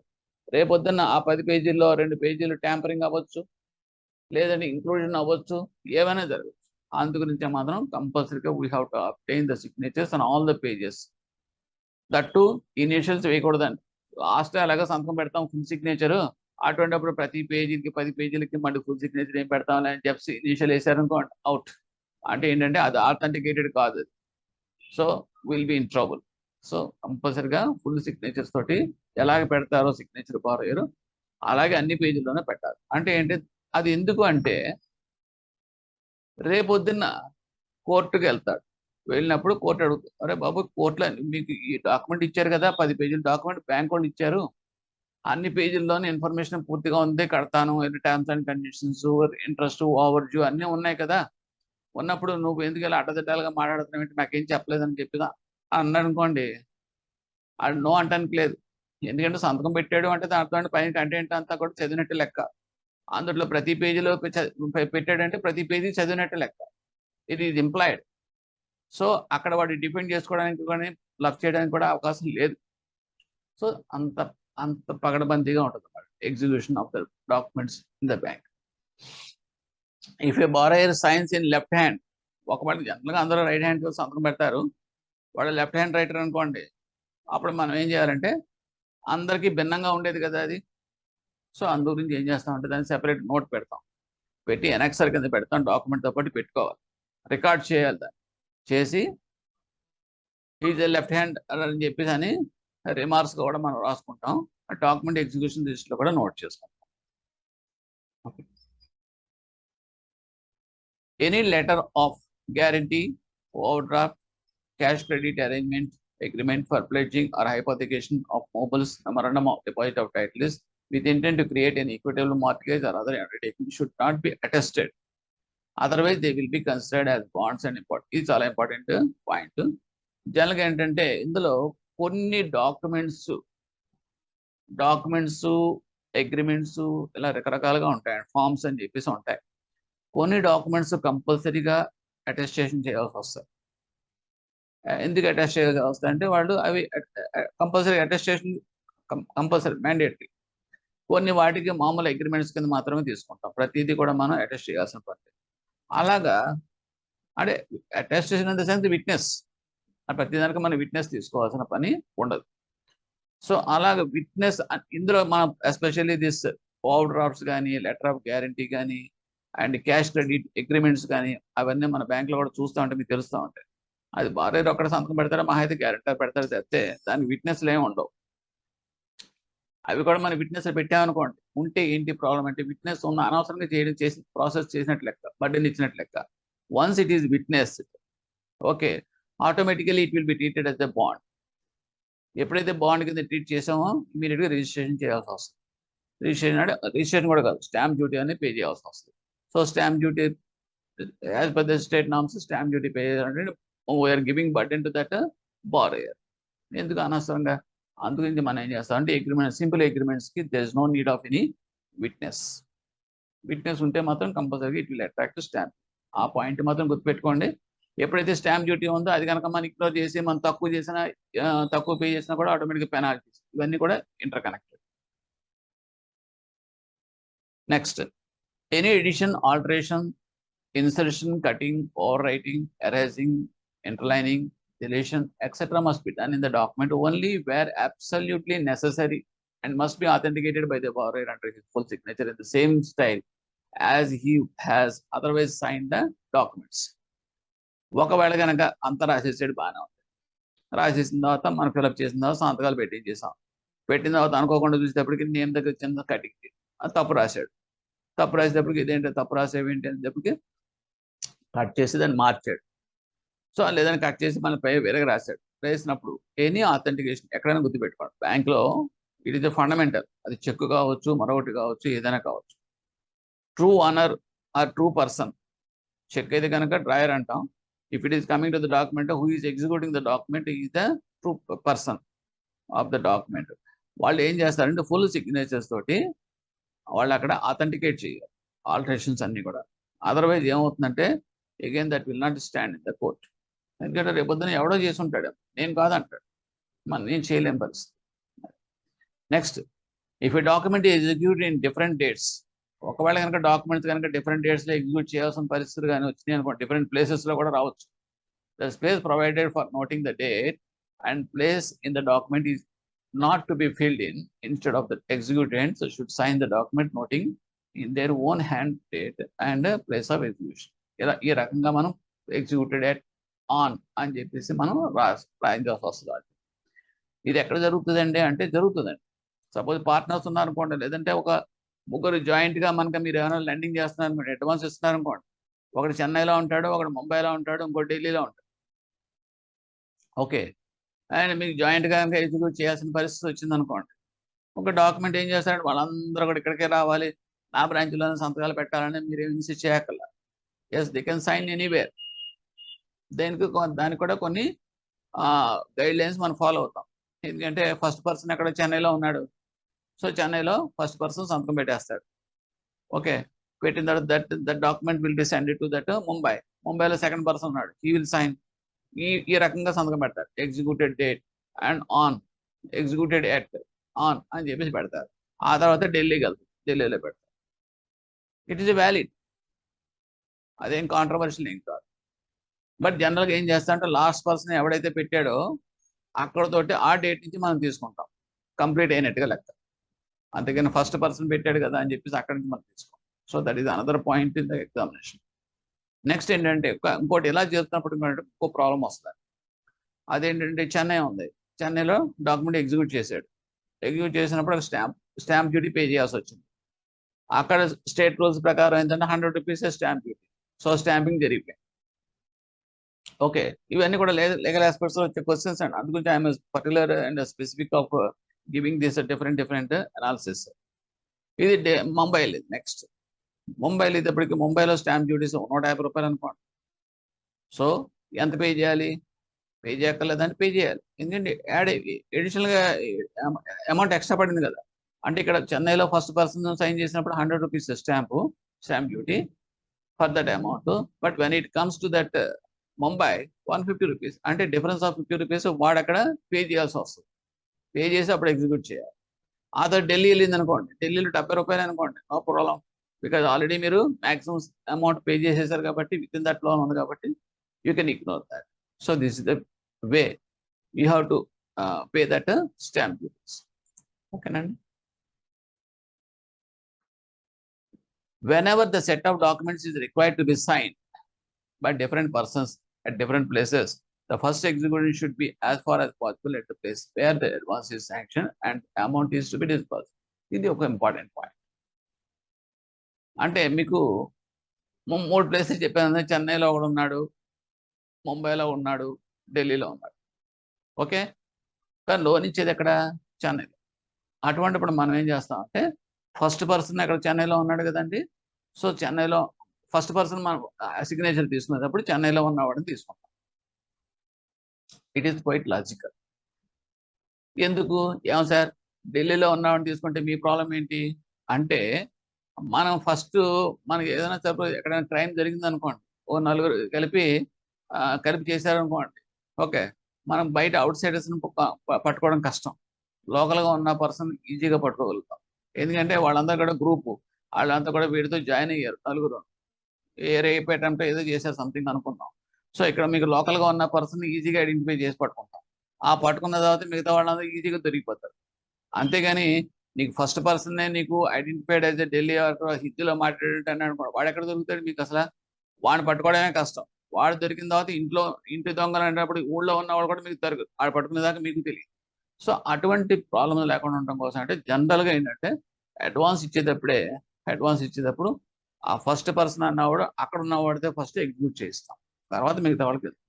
So this is general common sense అంతే.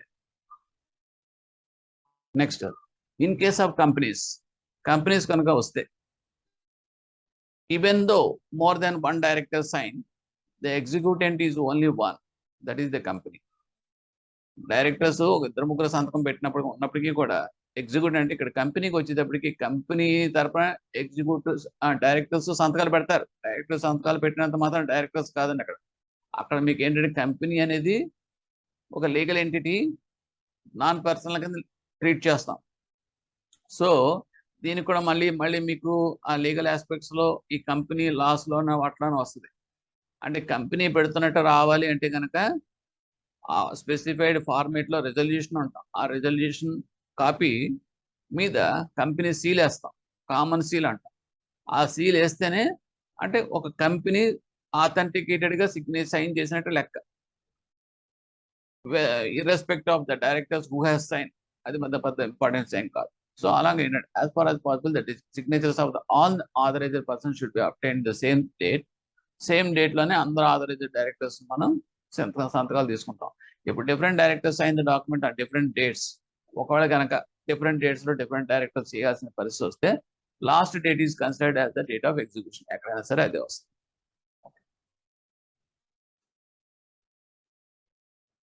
In case the signature is in a vernacular language or the document has been affixed with thumb impression of the borrower guarantor, it is necessary to obtain a separate letter of declaration in the vernacular language confirming that the contents of the document have been properly read over and explained to the executed vernacular language. ఇదంతా ఏంటంటే vernacular language in the sense, suppose ఇక్కడ మనకి AP ఉందనుకోండి, ఏపీలో ఏంటంటే ఎవడో హిందీ ఎవడో ఉన్నాడు, వాడికి ఏమంటే తెలుగు రాదు, వాడు హిందీలోనే చెప్పవచ్చు, మాట్లాడవచ్చు, లేదంటే కర్ణాటక వాడు వచ్చు.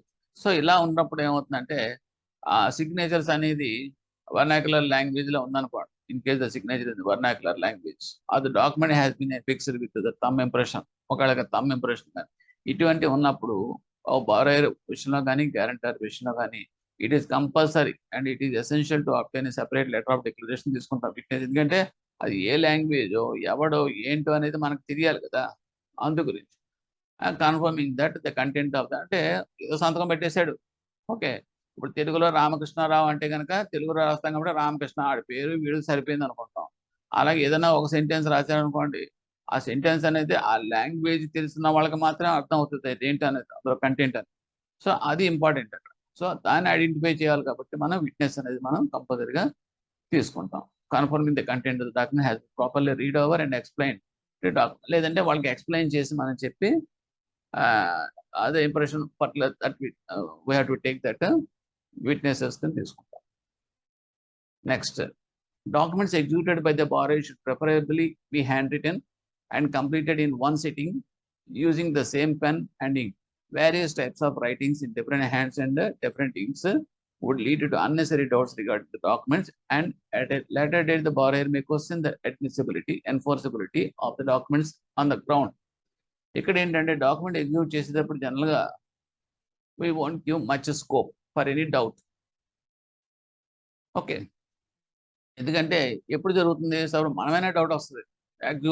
సపోజ్ నల్లింగ్తో కొంత రాశాడు, తర్వాత మళ్ళీ ఇంకేదో మార్చాడు, ఒక రకంగా రైటింగ్ ఏమో ఒక రకంగా ఉంది, ఇంకో రైటింగ్ మిగతాదేమో పేరా అంతా వేరే రకంగా రాశాడు.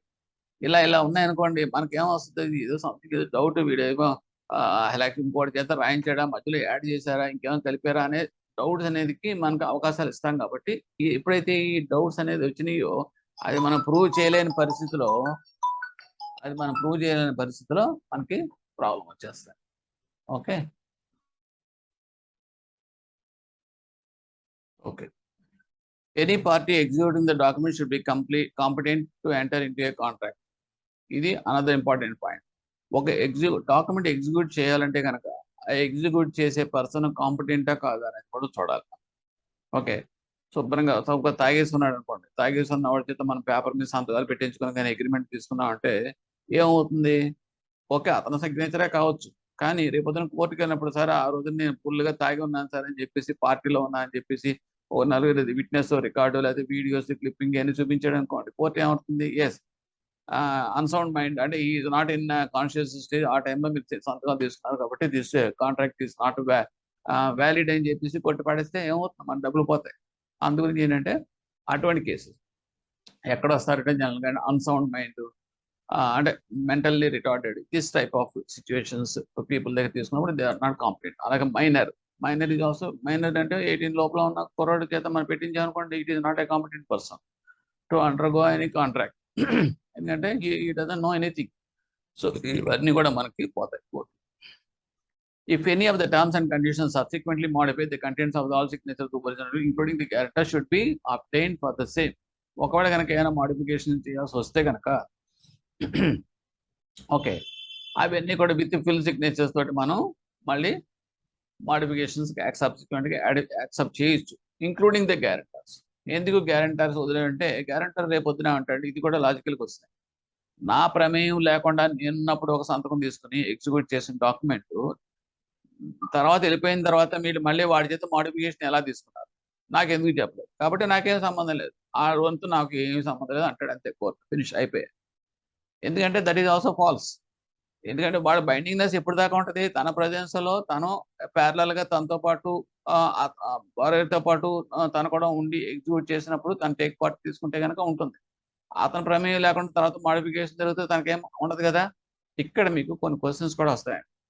ఇప్పుడు ఎలా కంటెస్ట్ వచ్చింది, ఆ పర్టికులర్ సిచ్యువేషన్ వచ్చింది కాబట్టి మీకు I have to give other example also. Suppose ఇప్పుడు ఓడిఓసీసీ ఉంటాయి. ఓడిఓసీసీలో ఏం చేస్తామంటే సపోజ్ 5 lakhs ఇచ్చారు అన్నమాట. సెట్ ఆఫ్ డాక్యుమెంట్ ఆల్రెడీ మీరు తీసుకుంటారు, గ్యారెంటర్ కూడా దాని మీద ఉంటాడు. ఉన్న తర్వాత మీరు సబ్సిక్వెంట్గా ఒక్కోసారి రెన్యూ చేసేటప్పుడు ఓకే ఇంట్రెస్ట్ మోడిఫికేషన్స్ రావచ్చు, లేదంటే కనుక సమ్ టర్మ్స్ అండ్ కండిషన్స్ కొన్ని మాడిఫై చేయొచ్చు. నెక్స్ట్ ఇది కాకుండా లిమిట్ ఎన్హాన్స్మెంట్ చేయొచ్చు. ఇలా చేసినప్పుడు ఏమవుతుందంటే అది మీరు కనుక గ్యారెంటర్ కనుక ఇన్ఫార్మ్ చేయకుండా పర్వాలేదులే, జస్ట్ ఎగ్జిస్టింగ్ డాక్యుమెంటే కదా, విత్ ఎనెక్సరీ బేసిస్ మీద లిమిట్ ఇచ్చేసాం కదా, అప్పుడు ఫ్రెష్ డాక్యుమెంట్ ఏం కాదు కదా అని చెప్పి మీరు అనుకున్నారనుకోండి, రేపొద్దున వాడు ఏమంటాడంటే ఒరిజినల్గా 5 lakhs, అప్పుడున్న టర్మ్స్ అండ్ కండిషన్స్ మాత్రం నేను బైండ్ అవుతాను, దాని తర్వాత ఇంట్రెస్ట్ రేట్ పెరిగిందో లేకపోతే మీరు ఎన్హాన్స్ చేశారో అయింది నాకెందుకు. సో ఆ డిఫరెన్స్ ఆఫ్ దట్ పోర్షన్ మాత్రమే హీ విల్ బి డిశ్చార్జ్, అంతేగాని ఒరిజినల్ అమౌంట్కి మాత్రం డిశ్చార్జ్ అవ్వడం గ్యారెంటర్. సో ఇక్కడ point you have to remember. Next, if the original document is registered with the register of assurances, any alteration or variation, amendment to the terms of conditions of the advance should be affected by supplementary document which should be also be registered. ఇది ఒక point. మీరు గబగబా ఏదో ఒక document execute చేసేసారు. చేసిన తర్వాత అది రిజిస్టర్ చేయాల్సిన డాక్యుమెంట్ మీరు ఏం చేస్తారంటే రిజిస్టర్ ఆఫ్ అష్యూరెన్సెస్ తోటి అంటే మన సబ్ రిజిస్టర్ ఆఫీస్ తోటి మీరు రిజిస్టర్ చేసేసారు. చేసేసిన తర్వాత అరే చిన్న పొరపాటు జరిగింది, మాడిఫై చేయాల్సి వచ్చిందని చెప్పేసి మీరు బారియర్ని గ్యారెంటర్ని పిలిచారు. పిలిచిన తర్వాత మళ్ళీ వాడి చేత వాళ్ళ యాక్సెప్టెన్స్తోనే మీరు మళ్ళీ మార్చి చేశారనుకోండి. చేసినప్పటికీ కూడా సప్లిమెంటరీ డాక్యుమెంట్ అవుతుంది. ఆ సప్లిమెంటరీ డాక్యుమెంట్ కూడా మీరు యూ హ్యావ్ టు రిజిస్టర్. అంతేగాని సప్లిమెంటరీ డాక్యుమెంట్ తీసుకుని ఒరిజినల్ రిజిస్టర్డ్ డాక్యుమెంట్కి మీరు జస్ట్ రెండు కలిపేసుకుని మీ డాక్యుమెంట్లో పెట్టేసుకోవడం లేదు. ఓకే, అలా చేయకపోతే ఏమవుతుందంటే లీగల్గా మళ్ళీ మీకు అది మీరు ఏదైతే మోడిఫికేషన్ చేసారో అది ఎన్ఫోర్సబుల్ కాదండి. Next, against the written acknowledgement of the borrowers, true copies of the documents could be handed over to them, retaining the originals with the bank. In so far as loan documents are concerned, it should be ensured that original documents executed are perfect and complete in every respect, and only after such verification copies should be parted with them. ఇక్కడ మనం ఏం చేస్తామంటే loan కానీ ఏదైనా agreement కనుక మనం అడగబోయి document కనుక మనం రెడీ చేసుకున్న తర్వాత ఒరిజినల్ అంతా కూడా మన దగ్గర పెట్టుకుంటాం. పెట్టుకున్నప్పుడు వాడు ఎలాగో ఒక కాపీ మనం ఇవ్వాల్సి వస్తుంది. ఓకే, ఇచ్చినప్పుడు మనం ఇచ్చే కాపీ అనేది మన ఒరిజినల్ కరెక్ట్గా ఉన్న తర్వాత అప్పుడు మనం అతనికి బేసింగ్ ఆన్ దట్ మనం ఆ కాపీ ఇవ్వాలి. లేదనుకోండి మనం పొరపాటున కంగారుగా మనం ఏదో ఒరిజినల్ ఒరిజినల్ మనం ప్రిపేర్ చేసేస్తే తీసేసుకున్నాము, దానికి వెంటనే సేమ్ ఎగ్జాక్ట్గా మనం ఇచ్చేసాం అనుకోండి, వెరిఫై చేయకుండా కాపీ. తర్వాత ఏమైనా మోడిఫికేషన్స్ ఏమైనా కూడా మన దగ్గర చేసుకున్నా కూడా అది ఏమవుతుందంటే లేటర్ డేలో ప్రాబ్లం రావచ్చు, మనం ఇచ్చిన తప్పు అవ్వచ్చు. అందుగురించి మనం అంటే జనరల్గా ఎక్కడ వస్తుందంటే మీకు ట్రూ కాపీ అనేది మీకు అఫ్కోర్స్ జిరాక్స్ బేసిస్ మీద వస్తుంది కాబట్టి పెద్ద ప్రాబ్లం లేదనుకోండి. అంటే అన్ని కంప్లీట్ చేసిన తర్వాత మనం జిరాక్స్ తీసుకోవడం, అన్ని కంప్లీట్ చేసి సిస్టమ్లో కొట్టిన తర్వాత దానికి కాపీ తీయడం అనేది కరెక్ట్. అంటే ఇన్కంప్లీట్గా మనం తీసిస్తేనే ప్రాబ్లమ్స్ వస్తాయి అటువంటి కేసెస్లో, జనరల్గా రావు. Next, in respect of title deeds deposited with the bank as security for an advance, the question of bank furnishing the copies of the title deeds seldom arises.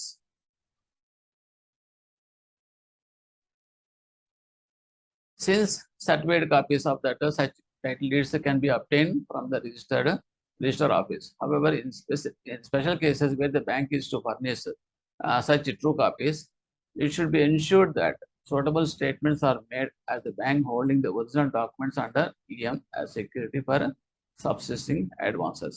అంటే మనకు టైటిల్ డీడ్స్ ఉంటాయి. Title డీడ్స్లో మనకు ఒక problem ఎక్కడ వస్తుందంటే this is general precautionary thing every banker should know.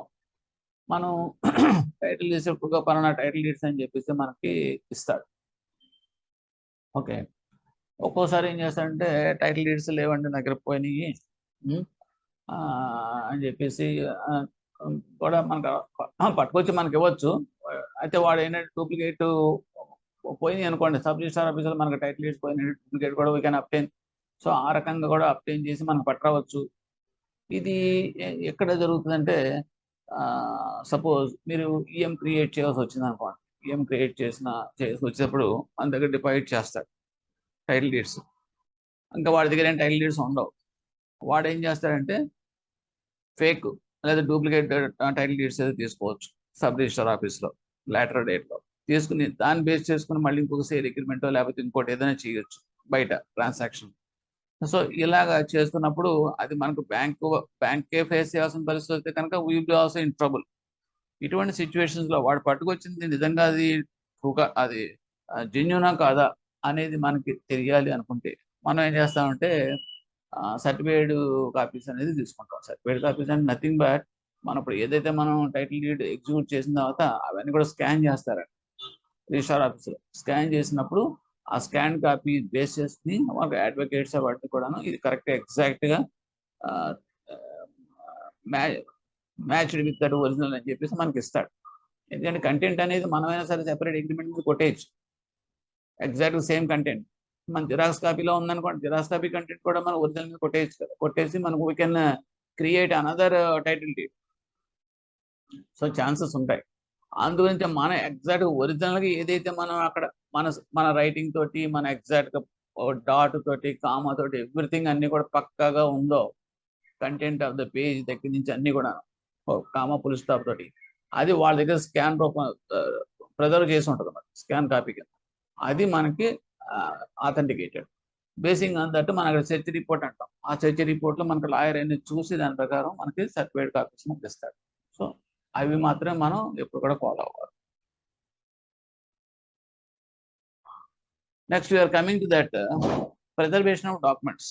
Preservation of documents వచ్చేటప్పటికి లయబిలిటీకి వస్తే, till liability is paid and rounded off, documents ఎన్నాళ్ళు పెట్టుకోవాలి. Unclaimed deposits with outstanding liabilities. Unclaimed deposits with outstanding liabilities clear అయ్యేంత వరకు కూడా మనం we have to preserve the documents. Next enforceable within a period of 3 years. Enforceable అంటే any document ఎప్పుడు కూడా మనకి ఎప్పుడు కూడా ఎన్ఫోర్సిబిలిటీ 3 years ఉంటుంది. డాక్యుమెంట్ లిమిటేషన్ పీరియడ్ అని కూడా అంటాం. The common limitation period for any document is 3 years, except in the case of what is that mortgage, అది కనుక 12 years, అవన్నీ వేరే సెపరేట్ లిమిటేషన్ యాక్ట్ వచ్చే సబ్జెక్ట్ మ్యాటర్. జనరల్గా ఏంటి 3 years limitation period in respect of the repayment of a deposit with a bank would start against the bank from the date of demand by the customer. In the case, this is only in the case of deposits they are saying. Next, preserve చేయాల్సిన పని ఎన్నాళ్ళు. Confidential files కానీ, files relating to industrial disputes, writ petitions, files pertaining to CBI fraud, ఇవన్నీ ఉంటే కనుక కంప్లీట్గా పర్మనెంట్గా పెట్టేయాలి మన దగ్గర. అవి ఎక్కడ కూడా డిస్ట్రాయ్ చేయడానికి లేదు, ఓల్డ్ రికార్డ్స్ కింద అలా ఉంచేయాలి. అదర్వైజ్ జనరల్గా 5 years from the date of close. ఒకవేళ ఏదో లోన్ క్లోజ్ అయిపోయింది అనుకోండి, ఏదో అకౌంట్ క్లోజ్ అయిపోయింది అనుకోండి, జనరల్గా మేము చేస్తాం 5 years దాకా మనం పెట్టుకుని ఆ తర్వాత మనం డిస్ట్రాయ్ చేయొచ్చు. So you have to get 2 points here. Usual course preservation of the records is 5 years. Okay, unless there is any fraud కానీ, ఏమైనా సిబిఐ కేసెస్ కానీ, రిట్ పిటిషన్.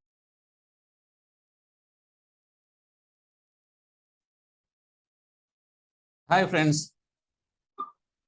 ఇప్పుడు మనం చెప్పుకునేది చాలా చిన్న టాపిక్ అండి, but it is very important for CIB as well as the JIB. CIB అయితే కనుక క్రెడిట్ మేనేజ్మెంట్లో జస్ట్ చిన్న సబ్ టాపిక్.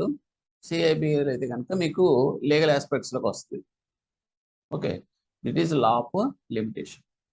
అసలు ఏంటి లా ఆఫ్ లిమిటేషన్ అనేది ఏంటి? చిన్న ఎగ్జాంపుల్ చెప్తాను so that we can proceed further. ఇప్పుడు మనం ఏదైనా ఒక మెడికల్ షాప్కి వెళ్ళాం అనుకోండి, నాకే ఒక చిన్న ఫీవర్ లాంటిది ఏదో వచ్చింది. సో న్యాచురల్గా ఏమవుతాం, people will ask for the medicine. ఏదో ఒక స్ట్రిప్ మెడిసిన్ చూపించి అడుగుతాం. అయితే he will give some tablets, strip ఇస్తాడు. ఇచ్చిన తర్వాత ఇమీడియట్గా జనరల్గా మనం చేసేది ఏంటంటే, డబ్బులు ఎలాగిస్తాము, will see the back side of that strip. ఎందుకు చూస్తాము బ్యాక్ సైడ్ అంటే, what is the expiry date printed on that medicine strip. ఎందుకు చూస్తాము అంత పర్టికులర్గా అంటే, ఇఫ్ ఇట్ ఈస్ ఎక్స్పైర్డ్ అనుకోండి, దట్ మెడిసిన్ వోంట్ వర్క్. మన ఫీవర్ ఏం తగ్గదు కదా, ఏ ఎలర్జీ లాంటిది అదర్ కాంప్లికేషన్స్ వస్తాయి. So we have to check whether it within that expiry date or not. అలాగే the same thing will be happen in the case of any legal remedy of any documents. ఇప్పుడు మనం ఏదైనా ఒక persons దగ్గర మనం with consideration మనం ఏమైనా అప్పు ఇవ్వటం కానీ ఏమైనా చేసామనుకోండి, with terms and conditions he has to pay it back. 1 year తర్వాత ఇస్తానంటాడో, లేకపోతే ఇంట్రెస్ట్ 6 months పే చేస్తాను, సంథింగ్ ఈ will give some promise note or something document. Consideration అంటూ ఉంటుంది. కానీ ఆ టైం కనుక వాడు ఇవ్వలేదు అనుకోండి, సో ఇప్పుడు ఏమవుతుంది మనకి, నెక్స్ట్ ఆప్షన్ ఏంటి, we cannot go straight away to him and man hand in the person. So we have to proceed through the court. That is only remedial procedure.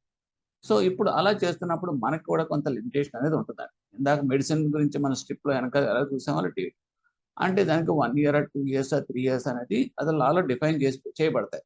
So within the time only you can enforce our right in the court of law. That is the meaning of this law of limitation. ఇది మారుతుందండి, ప్రతి దానికి మారుతుంది, అన్నిటికీ ఒక రకంగా ఉండదు. మీకు కూడా బ్యాంకింగ్ అంబడ్స్మన్ చెప్పాను. బ్యాంకింగ్ అంబడ్స్మన్ అంటే 1 year from the cause of action అంటాం.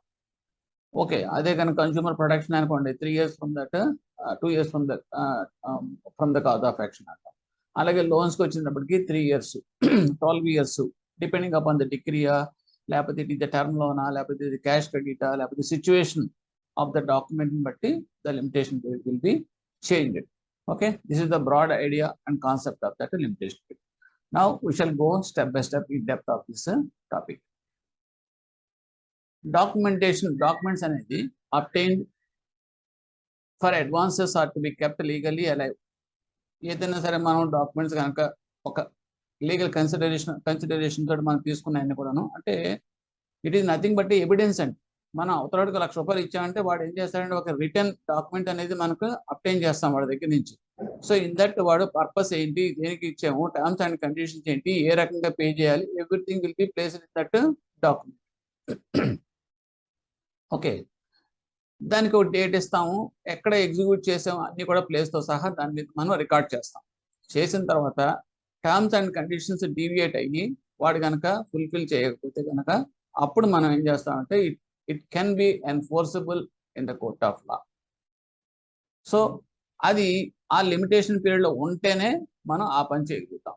So that is the importance of this limitation. Time barred debt is the money the consumer had borrowed and did not repay and which is no longer legally collectible because a certain number of years have passed. Time barred debt అంటే ఏంటి అంటే ఏంటంటే debt time అయిపోయింది అంటే limitation period అయిపోయింది అన్నమాట. So 3 years అయింది అనుకోండి.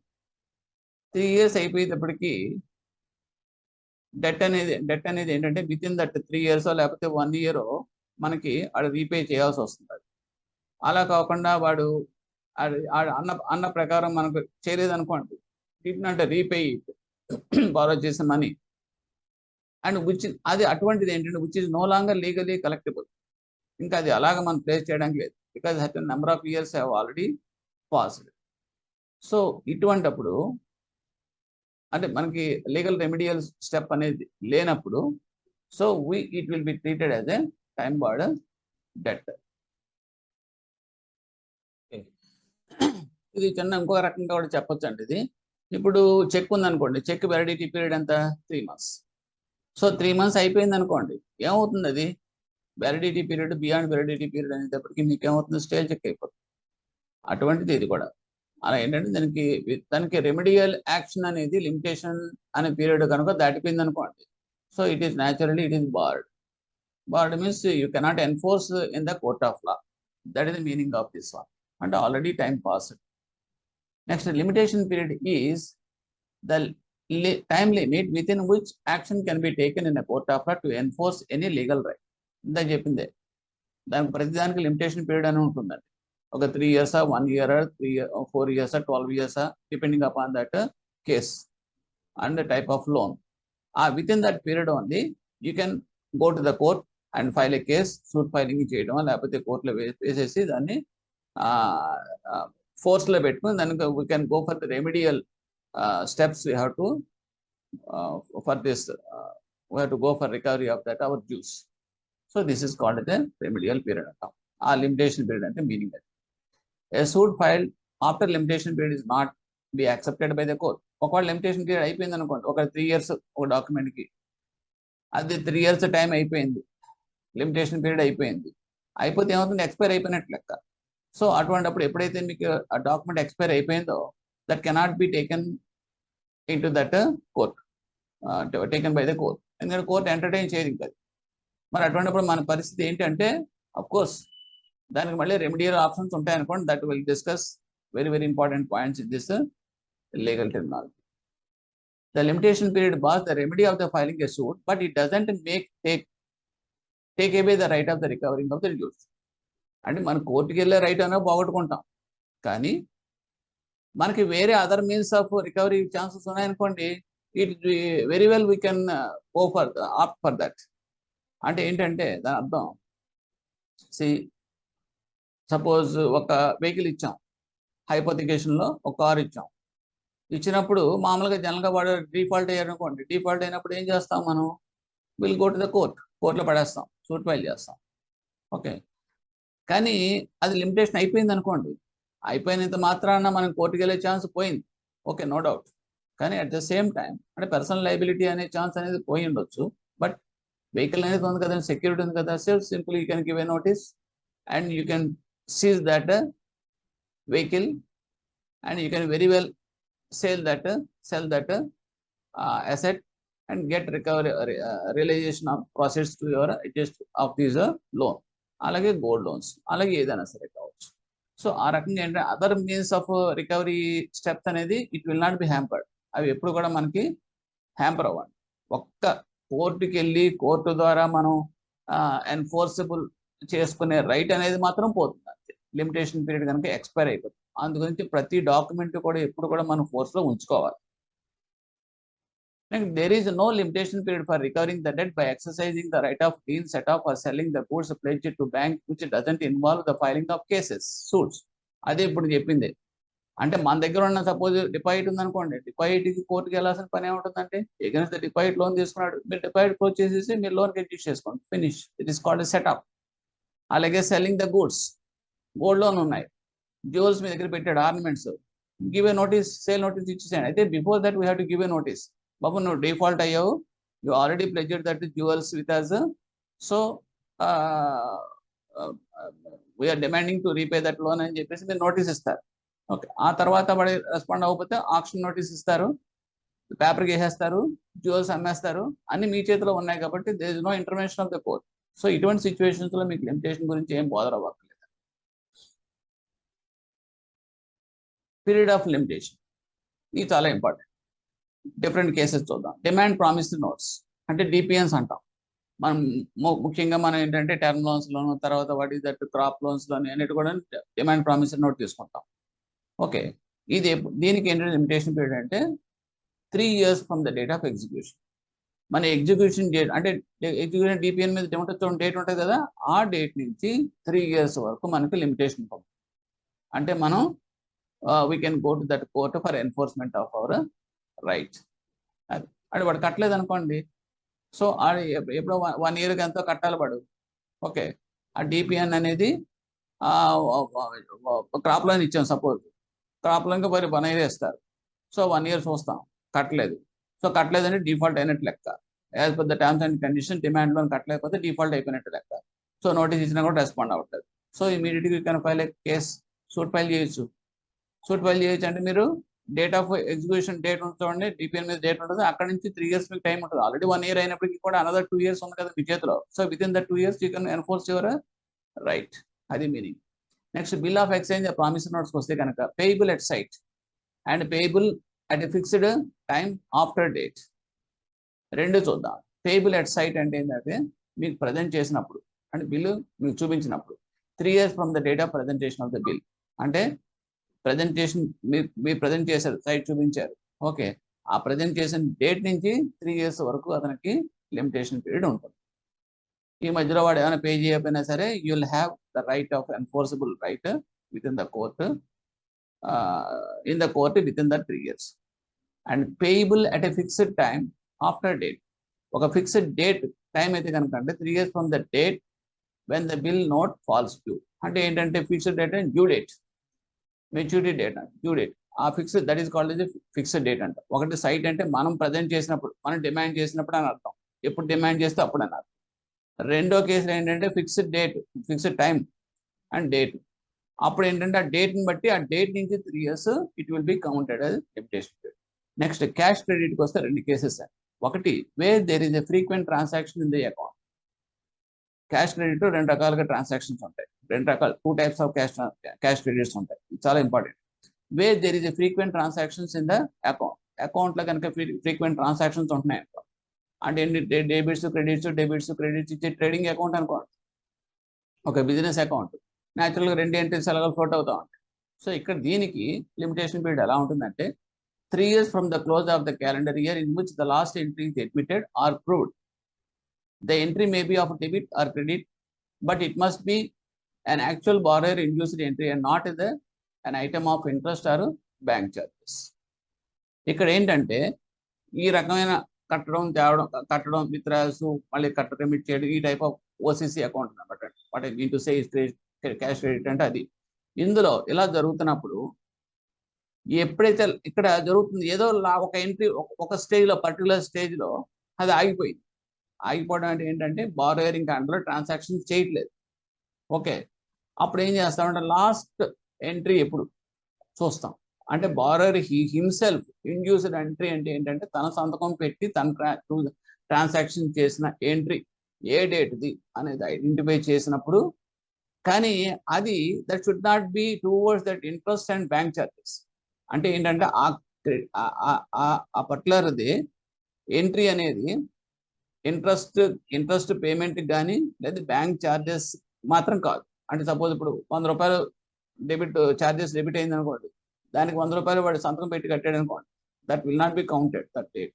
ఎందుకంటే it is towards that interest or otherwise towards that charges అనుకోండి, that will not be counted. అంటే ఏంటంటే other than these 2 items, if any credit entry or debit entry కనుక తన ఇండివిజువల్ కెపాసిటీలో కనుక చేస్తే కనుక న్యాచురల్గా డ్రా చేశాడు అనుకోండి, డ్రా చేశాడంటే వాడు సంతకం పెడితేనే కదా డ్రా చేస్తాం. అలాగే వాడు క్రెడిట్ చేశాడు అనుకోండి, వాడు సంతకంతో కనుక క్రెడిట్ ఎంట్రీ కనుక ఉంటే other than this interest and bank charges from that day transactions ఏమీ లేవనుకోండి, ఓకే అది నా పరేట్ లేదా ఒక స్టాగ్నెంట్ అయిపోయింది అనుకోండి, వాడు బ్యాడ్ అయిపోయినట్టు లెక్క, అంటే బిజినెస్ ఫెయిల్ అయిందో లేదా something other. So we can go for that remedial steps in the court of law, that limitation will be counted from that date. రెండో కేసు ఏంటంటే cash credit where there is only withdrawals మాత్రమే ఉన్నాయి and no deposit or deposit was only towards the payment of interest on money advance or bank charges అయితే గనక, అంటే deposits ఏమి ఉండవట ఇందులో, ఓన్లీ విత్డ్రాయల్స్. అటువంటి కేసు అయితే ఓకే, ఇక్కడ ఏం జరుగుతుంది అంటే 3 years from the date of each such advance, అంటే ఇది ఎక్కడ జరుగుతుంది అంటే కనుక మీకు మన ఫార్మర్స్కి ఇస్తామండి. అంటే ఓన్లీ డెబిట్స్ ఎక్కడ వస్తాయండి అంటే ఫార్మర్స్కి ఇస్తాం. ఫార్మర్స్కి మనం ఏం చేస్తామండి, కేసీసీ లిమిట్ ఇస్తాం, కిసాన్ క్రెడిట్ కార్డ్ లిమిట్ ఇస్తాం. వాడికి 1 లక్ష రూపాయలు ఇచ్చేసారు అనుకోండి, లిమిట్ అయితే ఇచ్చేస్తారు. ఇచ్చిన తర్వాత వాడేం బిజినెస్ ఏం చేయట్లేదు కదా, పట్టుకెళ్ళిపోమని తిరిగి కట్టడానికి. వాడేం చేస్తాడు, అది ముందు 20,000 తీసుకెళ్తాడు, ఫెర్టిలైజర్ కొనుక్కుంటాడు, 20,000 తీసుకెళ్తాడు, విత్తనాలు కొనుక్కుంటాడు. అంటే ఇలా ఫేజ్ వైజ్గా ఏంటంటే విత్డ్రాయల్సే వెళ్తా ఉంటాయి. ఓకే, లాస్ట్లో ఎప్పుడో 1 year తర్వాత క్రాప్ వచ్చినప్పుడు వాడు కట్టుకుంటాడు. So this is the different type example sake I'm saying that one exactly. Okay, so ఇటువంటి టైప్ ఆఫ్ అకౌంట్స్లో ఏమవుతుందంటే 3 years from the date of each such advance, అంటే ఏమంటే ప్రతి విత్డ్రాయల్ కూడా ఒక అడ్వాన్స్ కింద తీసుకుంటాం. అంటే ఇప్పుడు 1 lakh ఉందనుకోండి, 10,000, 20,000, 30,000 అలా డిఫరెంట్ డేట్స్లో విత్డ్రాయల్ చేశాడు అనుకోండి. సో ఇక్కడ ఏంటంటే ప్రతిదీ కూడా డిఫరెంట్ అడ్వాన్సెస్ కింద మనం తీసుకుని 3 years from the date of each such advance మనం లిమిటేషన్ పీరియడ్ కింద మనం కౌంట్ చేస్తాం. So this is the limitation period in the case of particular this case. Over draft, అకౌంట్లో ఓవర్ డ్రాఫ్ట్ అయిందనుకోండి, సో ఎప్పుడు ఓవర్ డ్రాఫ్ట్ అయింది, from the date of over draft, the 3 years from the date of over draft. అంటే మీకు ఇప్పుడు suppose దీనికి కూడా చిన్న ఎగ్జాంపుల్ చెప్తాను. సేవింగ్స్ బ్యాంక్ అకౌంట్ ఉంది, సేవింగ్స్ బ్యాంక్ అకౌంట్లో మా వాడు ఏదైనా సపోజ్ 10,000 ఉంది, బై మిస్టేక్ వాడు ఏం చేశాడంటే, జనరల్గా ఈ సిబిఎస్ సిస్టంలో ఓవర్ డ్రాఫ్ట్ అనేది ఉండదండి, no question above. This is because this law is very old law. Okay, ఆ ట్రెడిషనల్గా అవే మనం ఇంకా స్టిల్ డిస్కస్ చేసుకోవాల్సి వస్తుంది. అది ఇంకా చెప్పాలంటే ఏటీఎంస్లోనే అవుట్లో అవుతూ ఉంటాయి. ఎందుకంటే ఏటీఎంలో మీరు డ్రా చేసినప్పుడు మీకు బ్యాలెన్స్తో సంబంధం లేకుండా ఒక్కోసారి ఓవర్ డ్రాఫ్ట్ కింద వెళ్ళిపోతుంది, ఓడీ కింద చూపించేస్తాను, టెంపరీ ఓడీ కింద వచ్చేస్తూ ఉంటాయి. Okay, of course that is also now it is stream lining through this technology. So ఇప్పుడు ఇటువంటి సిచ్యువేషన్ అనుకోండి, కాసేపు టీఓడి అయింది. సో టీఓడి ఎప్పుడైతే అయిందో ఆ డేట్ నుంచి వాడు డబ్బులు ఏం కాదు కదా, అవుట్ అయిపోయింది account, but anyhow he has to pay it back that amount to the bank. అటువంటిప్పుడు మనం ఆ దగ్గర నుంచి అడుగుతాం, డిమాండ్ చేస్తాం కట్టమని. వాడు కట్టను పొమ్మన్నాడు అనుకోండి, అప్పుడు మనం కోర్టులో వేయాలి కదా, ఇంకో పలానా అవుట్ ఆఫ్ 20,000 వాడికి వెళ్ళిపోయింది, వాడు కట్టను అంటున్నాడు అని చెప్పేసి మనం we can proceed in that court through the court. So దానికి లిమిటేషన్ పీరియడ్ ఎప్పుడంటే from the date of overdraft, 3 years from the date of overdraft. ఈ 3 అనేది మోస్ట్లీ చాలా చోట్ల 3 వస్తుంది. నెక్స్ట్ 6th కేసు అంటే లోన్ పేయబుల్ ఇన్ ఇన్స్టాల్మెంట్స్, అంటే this is called the term loan. దీనికి ఎలా ఉంటుందంటే 3 years from the date on which the relative instalment falls due. అంటే ఎప్పుడైతే టర్మ్ వైజ్గా క్వార్టర్లీయో, మంత్లీయో, హాఫ్ ఇయర్లీ ఇన్స్టాల్మెంట్స్ ఉంటాయి చూడండి, each installment will be treated as a separate. అంటే ఏంటంటే ఏదైనా పర్టికులర్ ఇన్స్టాల్మెంట్ కనుక మీ డిఫాల్ట్ అయింది అనుకోండి, so from that date 3 years లోపల ఓకే 3 years అనేది లిమిటేషన్ అనేది కౌంట్ అవుతుంది. రిలేటివ్ ఇన్స్టాల్మెంట్ మాట ఫాల్. డిమాండ్ లోన్ ఆల్రెడీ చెప్పాను 3 years from the date of loan execution date నుంచి 3 years. Next period of limitation మార్ట్గేజెస్కి వస్తే మార్ట్గేజ్ ఈజ్ డిఫరెంట్. ఇక్కడ ఏమవుతుందంటే money payable on demand and no instalment repayments are agreed to. అంటే ఇది ఒక case. అంటే మన మార్ట్గేజ్ లోన్స్ ఉన్నప్పుడు 2 రకాలుగా ఇస్తాం. ఒకటి ఏంటంటే ఇన్స్టాల్మెంట్స్ సంబంధం లేకుండా that should be paid in one single stroke. దానికి ఒక మార్ట్గేజ్ ప్రాపర్టీ వాడికి మార్ట్గేజ్ చేసి మనం లోన్ తీసుకుంటాం. ఇంకొక దాంట్లో ఏంటంటే రీపేమెంట్ ఇన్ ఇన్స్టాల్మెంట్స్, మార్ట్గేజ్లోనే బట్ అంటే రీపేమెంట్ టర్మ్స్ ఉంటాయి. క్వార్టర్లీ పే చేస్తానో లేకపోతే హాఫ్ ఇయర్లీ పే చేస్తాననే లోన్. ఓకే, సో ఈ 2 కేసులు కూడా మనం డిస్కస్ చేద్దాం. Money repayable on demand and no instalment repayments are agreed to. ఇటువంటి కేసు అయితే కనుక 12 years from the date of mortgage deed. Mortgage deed date నుంచి 12 years వరకు మనకి లిమిటేషన్ పీరియడ్ ఉంటుంది. మార్ట్గేజ్ ఎప్పుడైతే వచ్చినాయో మనకి జనరల్ ఏంటంటే 12 అని వస్తుంది. ఇందులో కూడా 3 years వస్తుంది. I tell that one.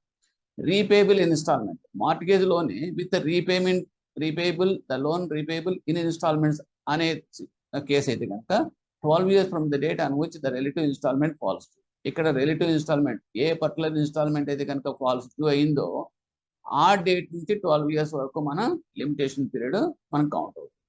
In case of default of any instalment of principal or interest the whole of mortgage amount becomes payable. ఈ కేసులో అయితే కనుక ఒక ఇన్స్టాల్మెంట్ కానీ ఆ ఇన్స్టాల్మెంట్ ఆఫ్ ద ప్రిన్సిపల్ కానీ ఇంట్రెస్ట్ కానీ డిఫాల్ట్ అయితే కనుక that entire loan will be freezed. అదేంటే మొత్తం టోటల్ అమౌంట్ అంతా కూడా పేయబుల్ కింద మారిపోతుంది అన్నమాట. అటువంటి లోన్ అయితే కనుక జాగ్రత్తగా అండర్స్టాండ్ చేసుకోవాలి. ప్రిన్సిపల్ అమౌంట్లో కొంచెం పోర్షన్ కానీ ఇంట్రెస్ట్ అమౌంట్లో పోర్షన్ కానీ ఏమాత్రం కొంచెం లెఫ్ట్ అవుట్ డ్యూ కింద ఉండిపోయినా కూడా ఎంటైర్ అమౌంట్ డ్యూ అయిపోయినట్టు లెక్క. దీని అర్థం అంటే మనం రాసుకునే loan that terms and condition బట్టి ఉంటాయన్నమాట అని కూడా. అటువంటిది అయితే కనుక 12 years from the date of default. ఎప్పుడైతే డిఫాల్ట్ అయ్యాడో ఆ డేటు నుంచి 12 years వరకు మనకు limitation. And personal liability of the guarantor mortgager. Personal liability of mortgager అంటే మార్ట్గేజ్ చేసాడు వాడు, సో అతనికి సెక్యూరిటీ పరంగా ఉండేది మార్ట్గేజ్, దట్ ఈస్ డిఫరెంట్. పర్సనల్గా కూడా ఉంటుంది, పర్సనల్ లయబిలిటీ కూడా ఉంటుంది. అంటే తన పర్సనల్గా లయబిలిటీ కింద వస్తుంది అన్నమాట. 3 years from the date of demand promise note or acknowledgement of debt. తనకు ఉండేది 3 years అన్నమాట. సో అలాగా if it is the personal capacity personal liability of the mortgagor అయితే కనుక that is 3 years. And security పరంగా మనం చూసుకునేది డీడ్ పరంగా మార్ట్గేజ్ డీడ్ ఎగ్జిక్యూట్ చేస్తారు కాబట్టి దాని పరంగా చూస్తే 3 cases మనం చెప్పి అని కూడా చాలా కేర్ఫుల్గా గుర్తుపెట్టుకోండి ఎగ్జామ్స్లో. Next in competition the period of limitation for any suit. మనం కనుక సూట్ ఫైల్ చేయాలనుకో 3 years అనుకున్నాం కదండి. ఇది ఒక important question. General people will get confused of this one every time. So that's why this is the focus point for examination. ఇక్కడ ఏంటంటే మనకి remedial option అనేది ఎప్పుడు వస్తుంది మీకు ఆల్రెడీ ఒక ఎగ్జాంపుల్ కూడా చెప్పాం. If the pronote is dated అంటే execution document TPN execution date is 9/9/2015 అయితే కనుక మనకి what is the last remedial date ఎప్పుడు అని అడుగుతాడు. 3 years will be completed on 8/9/2018. అంటే ఇంక్లూడింగ్ ఆఫ్ దిస్ డేట్ చూసుకుంటే కనుక మనకి 8/9/2018 మనకి 3 years అయిపోయినట్టు లెక్క. Okay, so but since the first date is to be excluded, first date అనేది మనం ఎక్స్క్లూడ్ చేస్తాం కాబట్టి the suit can be filed up to 9/9/2018. 9/9/2018 అంటే దీన్ని బ్లైండ్గా మీరు గుర్తుపెట్టుకోవాలనుకుంటే నేను చెప్పేది ఒకటే. ఎప్పుడైనా సరే బర్త్డే అనేది ఎప్పుడు వస్తుంది మనకి అంటే యానివర్సరీ డేట్ అనేది ఎప్పుడు వస్తుంది అంటే అదే డేట్ వస్తుంది. 5వ తారీఖు నా పుట్టినరోజు అనుకోండి, నెక్స్ట్ ఇయర్ మళ్ళీ నాకు 5వ తారీఖు వస్తుంది, అంతేగాని 4వ తారీఖు రాదు కదండి. అలాగే ఇక్కడ లాస్ట్ రెమెడియల్ డే అనేది ఎప్పుడు కూడా యానివర్సరీ డే. అదొక్కటే గుర్తుపెట్టుకుంటే మీకు సరిపోతుంది. You need not get any confusion in this. అంటే ఏంటంటే మనకి ఇక్కడ మనం కన్ఫ్యూజ్ చేయడానికి ఏమవుతుంది, నీకు అయిపోయింది కాబట్టి 8/9/2018. So you have no legal remedial limitation అయిపోయింది. You have no remedial option in the court of law అని కూడా అడగవచ్చు, ఇస్తాడు బిట్స్లో కన్ఫ్యూజ్ చేయడానికి. కాబట్టి అదేం లేదు, మీకు ఉండేది లాస్ట్ డే అనేది యానివర్సరీ డే. ఆ రోజు కూడా మీరు సూట్ ఫైల్ చేయొచ్చు. Okay, extension of the period of లిమిటేషన్కి వస్తే the period of limitation prescribed by the limitation act can be extended by, అంటే మనం లిమిటేషన్ పీరియడ్ మనం ఎక్స్టెండ్ చేసుకోవచ్చు. ఏ రకంగా ఎక్స్టెండ్ చేస్తామంటే అన్ అక్నాలజ్మెంట్ ఆఫ్ డెట్. ఒకటి అక్నాలజ్మెంట్ డెట్ అంటే బారోయర్ దగ్గర నుంచి మనం తీసుకుంటాం. మన 3 years అయిపోతుందండి, అయిపోతుందని కోర్టుకి వెళ్ళాలి, నో డౌట్. బట్ కోర్టుకి వెళ్ళే లోపలనే మనం దీన్ని ఫోర్స్లో పెట్టుకోవాలనుకుంటే ఎక్స్టెండ్ చేయాలి కదా, అనదర్ 3 yearsకి ఎక్స్టెండ్ అవుతుంది. ఎక్స్టెండ్ చేయాలంటే కనుక మనం ఏం చేస్తామంటే అక్నాలజ్మెంట్ ఆఫ్ డెట్ అనేది ఒక ఆప్షన్. అంటే బారోయర్ దగ్గర నుంచి మనం తీసుకుంటాం. నాకు ఆల్రెడీ లోన్ ఉంది, తీసుకున్నాను మీకు, అది పలానా డేట్కి ఇంత అక్నాలజ్మెంట్ అవుట్ స్టాండింగ్ బ్యాలెన్స్ ఎంత ఉంది అని చెప్పేసి మనం ప్రిపేర్ చేసి వాడికి ఇస్తాం, స్టేట్మెంట్ ఆఫ్ అకౌంట్ కాపీ చూపించి. So basing on that he will say acknowledge, yes I had that outstanding amount it's belonging to me, I have taken అని చెప్పేసి అందులో ఉంటుంది అన్నమాట. దాని ప్రకారం అక్నాలజ్మెంట్ కనుక ఇస్తే కనుక ఆటోమేటికల్గా that can be extended for another 3 years from the date of acknowledgement of debt. అలా కాకుండా ఉంటే కనుక ఇంకొక ఆప్షన్ ఏంటి, పార్ట్ పేమెంట్. పార్ట్ పేమెంట్ అంటే ఏంటంటే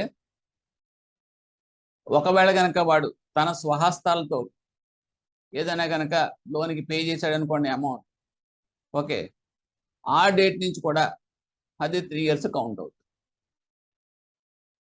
అంటే ప్రత్యేకంగా మీకు అక్నాలజ్మెంట్ ఆఫ్ డేట్ సెపరేట్గా ఇవ్వక్కల.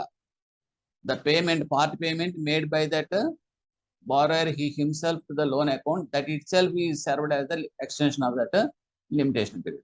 మూడోది ఏంటంటే ఏ ఫ్రెష్ ప్రామిస్ టు పే. వాడు దీంతో సంబంధం లేదు. ఫ్రెష్ ప్రామిస్ టు పే అనేది ఎక్కడ వస్తుంది అంటే జనరల్గా టైం అయిపోయిందండి, 3 years అయిపోయింది, వాడు ఎక్కడ మనకి అక్నాలజ్మెంట్ డెట్ తీసుకోవడం కుదరలేదు, వాడు ఇవ్వడం కుదరలేదు, ఓకే, 3 years అయిపోయింది, కోర్టుకి వెళ్ళే ఛాన్స్ లేదు. లేనప్పుడు ఏం చేస్తామంటే మనం జనరల్గా కోర్టుల ద్వారా మనం తీసుకునే అవకాశం పోయినట్టే కదండి, మనకు పోయింది. అప్పుడు దాన్ని మళ్ళీ ఎక్స్టెన్షన్ కింద మనం మార్చుకోవాలి అనుకుంటే కనుక రెండే ఆప్షన్స్. ఒకటి ఆల్రెడీ టైం బార్ డెట్ అయిపోయింది కదండి, అది దాన్ని చూపించి కన్సిడరేషన్ కింద చూపించి basing on that A fresh promise to can be obtain from that borrower, obtain చేస్తాం అన్నమాట. మళ్ళీ ఫ్రెష్ ప్రామిస్ నోట్ తీసుకుని దానికి కన్సిడరేషన్ చూపించాలి కదా. అంటే పాత లోన్ ఆల్రెడీ అయిపోయింది కాబట్టి దాన్ని బేస్ చేసుకుని ఈ ఫ్రెష్ ప్రామిస్ నోట్ అబ్టైన్ చేశానని చెప్పి చెప్పుకుని అప్పుడు మన కోర్టులో మనం దాన్ని ప్రజెంట్ చేస్తే కనుక that is valid for extension of that limitation. కానీ జనరల్గా కోఆపరేట్ చేస్తారని చేయరు. ఎందుకంటే వాడు అమ్మాయి ఇదేదో బాగుంది కదా, వాడు ల్యాబ్స్ అయిపోయింది, వాడు కోర్టుకి వెళ్ళి దిక్కులేదని చెప్పి అనుకునేవాడు ఉండొచ్చు. అందుగురించి మన వాళ్ళు ఏమంటారంటే లిమిటేషన్ అయిపోయినంత మాత్రాన వారికి దాంతో ఏం అండవదు, we can proceed in other means if he is having any security. ఇందా చెప్పాను చూడండి, ఓ వెహికల్ కానీ ఏదైనా జ్యువెల్స్ మన దగ్గర ఉండడం కానీ లేకపోతే అటువంటి ఏమంటే కనుక we can very well give a notice and seize that property which he created a charge on us with us, so we can sell that property. How acknowledgement of debt helps? ఏ రకంగా help చేస్తుంది? Limitation period can be extended by an acknowledgement of debt obtaining in writing from the borrower. Borrower యొక్క hand writing తోటి మనం తీసుకుంటాం acknowledgement of debt అనేది extend చేయబడుతుంది. Acknowledgement means a definite admission of liability of debt. It must be made with a conscious intention of admitting that debt or liability. ఇక్కడ కూడా ఏంటంటే చాలా ఫ్రీగా ఉండాలండి. అంటే ఏంటంటే ఇక్కడ మళ్ళీ ఇంకోటి కూడా కోర్టులో ప్రతిదీ కూడా అన్నీ కూడా పర్ఫెక్ట్గా స్టాండ్ అవ్వాలి, ఎవిడెన్సెస్ అన్నీ కూడా. సో ఇప్పుడు మనం ఫ్రీ కన్సెస్ అంటే ఏంటంటే వాడు వాడు వాడు వాడు హోల్ హార్టెడ్గా దాన్ని యాక్సెప్ట్ చేసి yes it is my debt which I have taken అని చెప్పేసి అడ్మిట్ చేసి with intention of the admitting that he acknowledge sign చేసి ఇది నాకు డెట్ ఉందని చెప్పేసి ఒప్పుకుని సంతకం పెట్టాడు అనుకోండి, that is a valid acknowledgement and it will stand for extension of that limitation ఆటోమేటిక్గా. అంతేగాని మనం అక్కడ కత్తి చూపించో లేకపోతే బెదిరించో వాడిని సంతకాలు పెట్టించాం అనుకోండి, if it was proved that somebody threatened and obtain the signature అని చెప్పేసి ప్రూవ్ అయింది అనుకోండి, that will not stand in the court of law. So that is also there. And it can be expressed or implied. It should contain within itself the words sufficient to indicate that the borrower admits the debt. ఇక్కడ ఏంటంటే ఏం చెప్తుందంటే మనకి limitation ఎక్స్టెన్షన్కి రిటర్న్గా ఉండాలా అని అంటే, రిటర్న్గా ఉంటారంటే ఇది ఈజియర్. సంతకం పెట్టి నేనే ఒప్పుకున్నానని చెప్పడం వేరు, ఓకే, అదైతే అథెంటికేటెడ్గా ఉంటుంది. ఒకవేళ అలా కాకుండా సపోజ్ వాడు ఇంకొక మీన్స్లో వాడు అడ్మిట్ చేశాడు అనుకోండి, and it can be express or implied అంటే ఏంటంటే నాకు లోన్ ఉందా నేను ఒప్పుకున్నా అని చెప్పేసి వాడు ఓ వీడియో కాల్ చేసి చెప్పినా రికార్డ్ చేసి మనం పెట్టుకున్నా కూడా okay that can stand as a extension. It should contain with in it self the word sufficient to indicate the borrower admits the debt. Admit అంటే లోన్ ఉంది నేను ఒప్పుకున్నట్టు లెక్క. Okay, and it is gravity of that case these things will be coming under the considerations. Normal కోర్సులో ఏంటంటే మనం on paper only will take the acknowledgement. The date of acknowledgement and not the date on which it admits the debt gives the fresh start to limitation period. ఇది చాలా important. అంటే ఏంటంటే ఇక్కడ మనకి admit చేయడం వేరు, ఓకే, అక్నాలజ్మెంట్ చేయడం. Admit చేయడానికి అక్నాలజ్మెంట్ చేయడానికి తేడా ఏంటంటే జనరల్గా ఏంటంటే మనకి అక్నాలజ్మెంట్ ఆఫ్ డెట్ అనేది ఉంటుందండి. ఓకే, అంటే రెండు డేట్లు అని ఎందుకు వస్తాయంటే రెండింటిలో రావు. ఒకవేళ కనుక నాకు ఉందండి I have already loan with you అని చెప్పేసి నేను ఒప్పుకుంటున్నాను అంటాం వేరు. అసలు యాక్చువల్గా what is the amount I'm having when I have taken this one అని with full particulars of that account మనం ఇవ్వడం లేదు. ఎందుకంటే ఫుల్ పర్టికులర్స్ అనేది మనకి ఇచ్చారు అనుకోండి, okay, it is identification of that particular thing will be easier to the bank court. ఎందుకు చెప్తానంటే సపోజ్ సుబ్బారావు ఉన్నాడు అనుకోండి, మనం ఎందుకు మన డాక్యుమెంట్లో మనం పివి సుబ్బారావు అని చెప్పేసి మనం క్రాప్ లోన్ తీసుకున్నాడు అన్నాం కదా. డాక్యుమెంట్ అనేది మన తండ్రి పేరు అడుగుతాం, తండ్రి పేరు అడిగిన తర్వాత మన ఊరు అడుగుతాం, ఊర్లో విలేజ్ అదే స్ట్రీట్ ఏ స్ట్రీట్ అని అడుగుతాం, డోర్ నెంబర్తో సహా అడుగుతాం. ఎందుకంటే పివి సుబ్బారావు అన్న వాళ్ళు 4-5 ఉండొచ్చు. ఓకే, సో 4-5 ఉన్నప్పుడు తండ్రి పేరుని బట్టి కదా మనం ఐడెంటిఫై చేయగలుగుతాం పర్టికులర్ పర్సన్ని. విలేజ్లో 4-5 సుబ్బారావులు ఉండొచ్చు కదా. అలాగా పోనీ ఉన్నారనుకోండి, తండ్రి పేరు కూడా సమానంగా ఉండొచ్చు. అటువంటిప్పుడు మనం డోర్ నెంబర్ అడుగుతాం, డోర్ నెంబర్ తర్వాత వీధి అడుగుతాం. ఇవన్నీ మనం అందుగురించి డాక్యుమెంట్ అనేది ఫుల్ ఇన్ఫర్మేషన్ అనేది it is very very crucial and important for that court and as well as to the bank also to win the case in the court. ఆ రకంగా date of acknowledgement and not the date on which the admit is fresh mandate limitation. తర్వాత if you are coming to that balance sheet, కంపెనీస్కి వస్తే కనుక company కూడా loan తీసుకుంటుంది కదండి.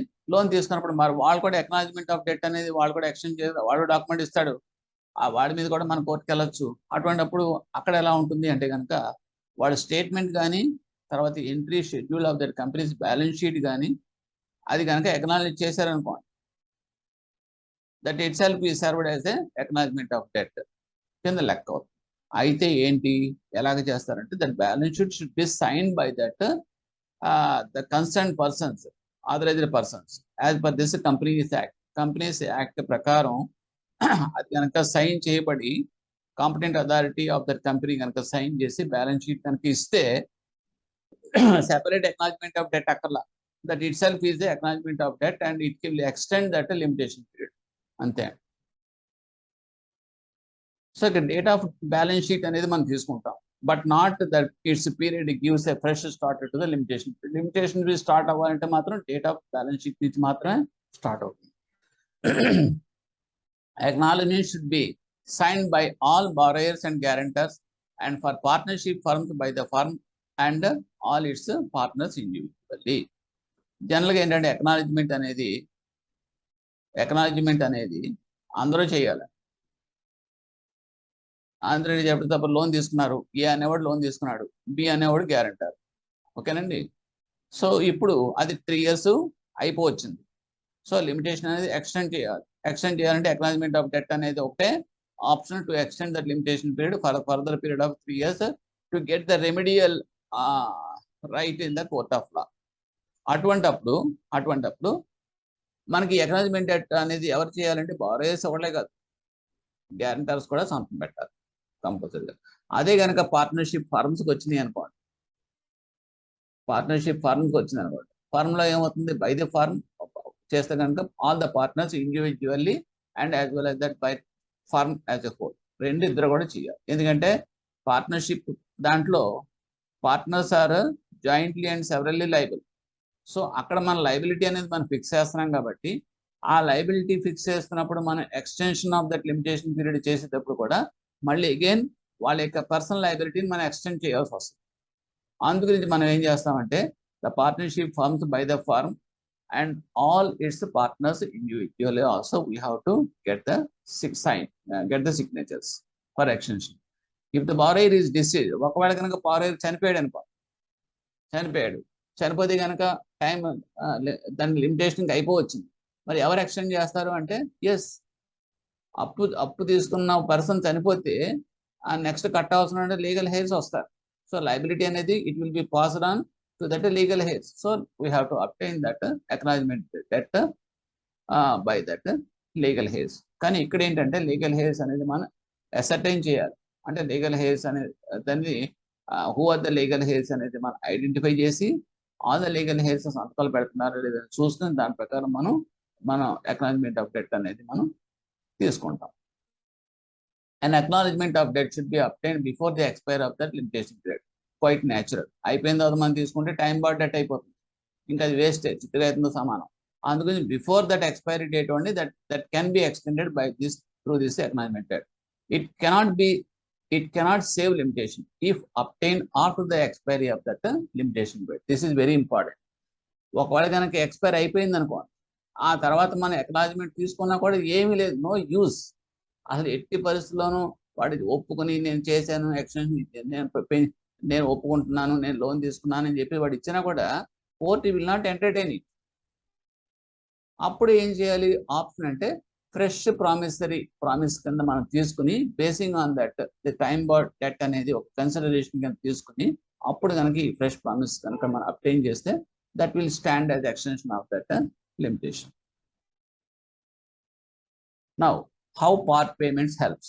Part payment ఎలా హెల్ప్ చేస్తాయంటే if the debtor makes a part payment before the expiry of the limitation period either by himself or by his agent. ఇక్కడ మనం అనుకున్న పాయింట్ ఏంటంటే తనంతా తను వచ్చి ఆ పార్ట్ పేమెంట్ కనుక పే చేసాడు అనుకోండి with his signature, from that date automatically that will be extended, limitation period అనేది ఎక్స్టెండ్ అయిపోతుంది. లేదు అతను రాలేదు కానీ అతను ఆథరైజ్ చేసిన ఏజెంట్ ఎవరైనా వచ్చి అతను సంతకంతో పార్ట్ పేమెంట్ పే చేసినా కూడా that also can be extend that limitation period. ఈ రెండు కూడా acceptable. A credit entry by itself does not save limitation. Credit entry కట్టినంత మాత్రాన అది లిమిటేషన్ పీరియడ్ ఎక్స్టెండ్ చేయదు. It should be accompanied by the paying slip signed by the borrower or his the duly authorized agents amount to part payment. అంటే just ఎవరో తీసుకొచ్చి ఒక 10,000 ఎంతో loan account కట్టేశారు అనుకోండి, so that will not serve that extension of that limitation. Either the borrower or his authorized person signatures తో మాత్రమే కట్టబడితే కనుక అమౌంట్ రిమిట్ చేయబడితే అది మాత్రమే వ్యాలిడ్ ఎక్స్టెన్షన్ రికార్డ్ కింద ఉంటుంది. The paying slip sign by an employee of the partnership or a company doesn't save. అలాగే in the case of company కానీ పార్ట్నర్షిప్ కానీ ఫర్మ్ కానీ ఉన్నప్పుడు పార్ట్నర్స్ కానీ వాళ్ళు కాకుండా అందులో అపాయింటెడ్ ఆఫీసర్ స్టాఫ్ ఉంటారు చూడండి, ఎంప్లాయీస్ అంటాం, వాళ్ళ సిగ్నేచర్స్ తోటి రిమిట్ చేయబడినా కూడా that also will not stand for extension of that limitation. So these are all the very very important valid points in the examination. Next in the case of loans with tie up arrangement కనుక ఉంటే the remittance made by procuring agents just like sugar milk producers cooperative society can be taken as part payment for the purpose of limitation. Okay, part payment కింద ఉపయోగపడుతుంది. అంటే tie up ఉంది, tie up arrangement దాని clients ఉంటారు, వాళ్ళకి వీళ్ళకి tie up అవుతారు. అంటే ఏంటంటే arrangement between the that means and clients కింద లెక్క వస్తారు.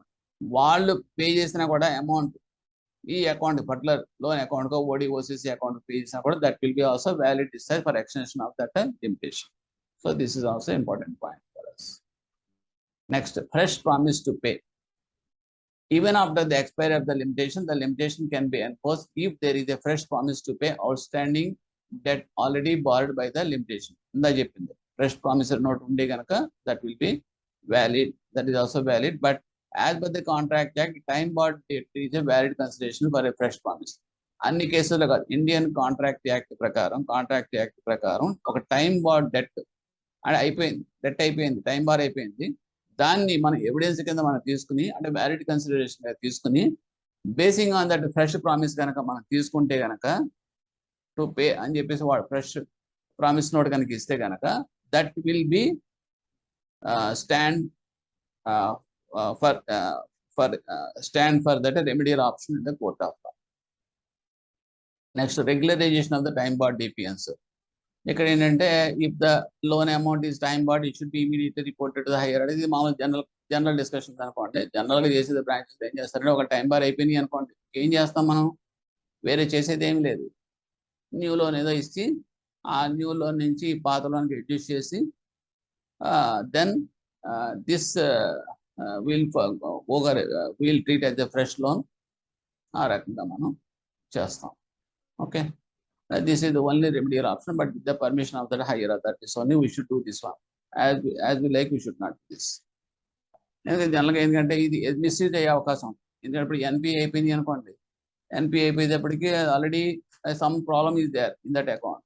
దాన్ని కప్పిపుచ్చుకోవడానికి మళ్ళీ ఫ్రెష్ లోన్ ఇచ్చేసి ఎన్పిఏనేమో క్లోజ్ చేసేసి you're removing that NPA from your records and again creating another bad advance కింద లెక్క అవుతుంది కదా. So that's why it is giving that powers were delegated to the higher authorities. Okay, because there is a chance of misusing of this option. That's why. And without closing and opening of the account, a fresh DPN along with the covering letter should be taken from the borrower, and a fresh guarantee can be taken from that guarantor. ఒకవేళ గనక మనం fresh loan గనక ఇవ్వాల్సి వస్తే గనక okay, we have to obtain the same fresh guarantors అన్ని కూడా మనం తీసుకోవాల్సిందే. And path the cannot be stand for continuing of that old. So with this major portion of that Limitation Act implications we discussed is very important for this legal aspects of JAB and credit management subtopic to that CAIB also. Okay, thank you.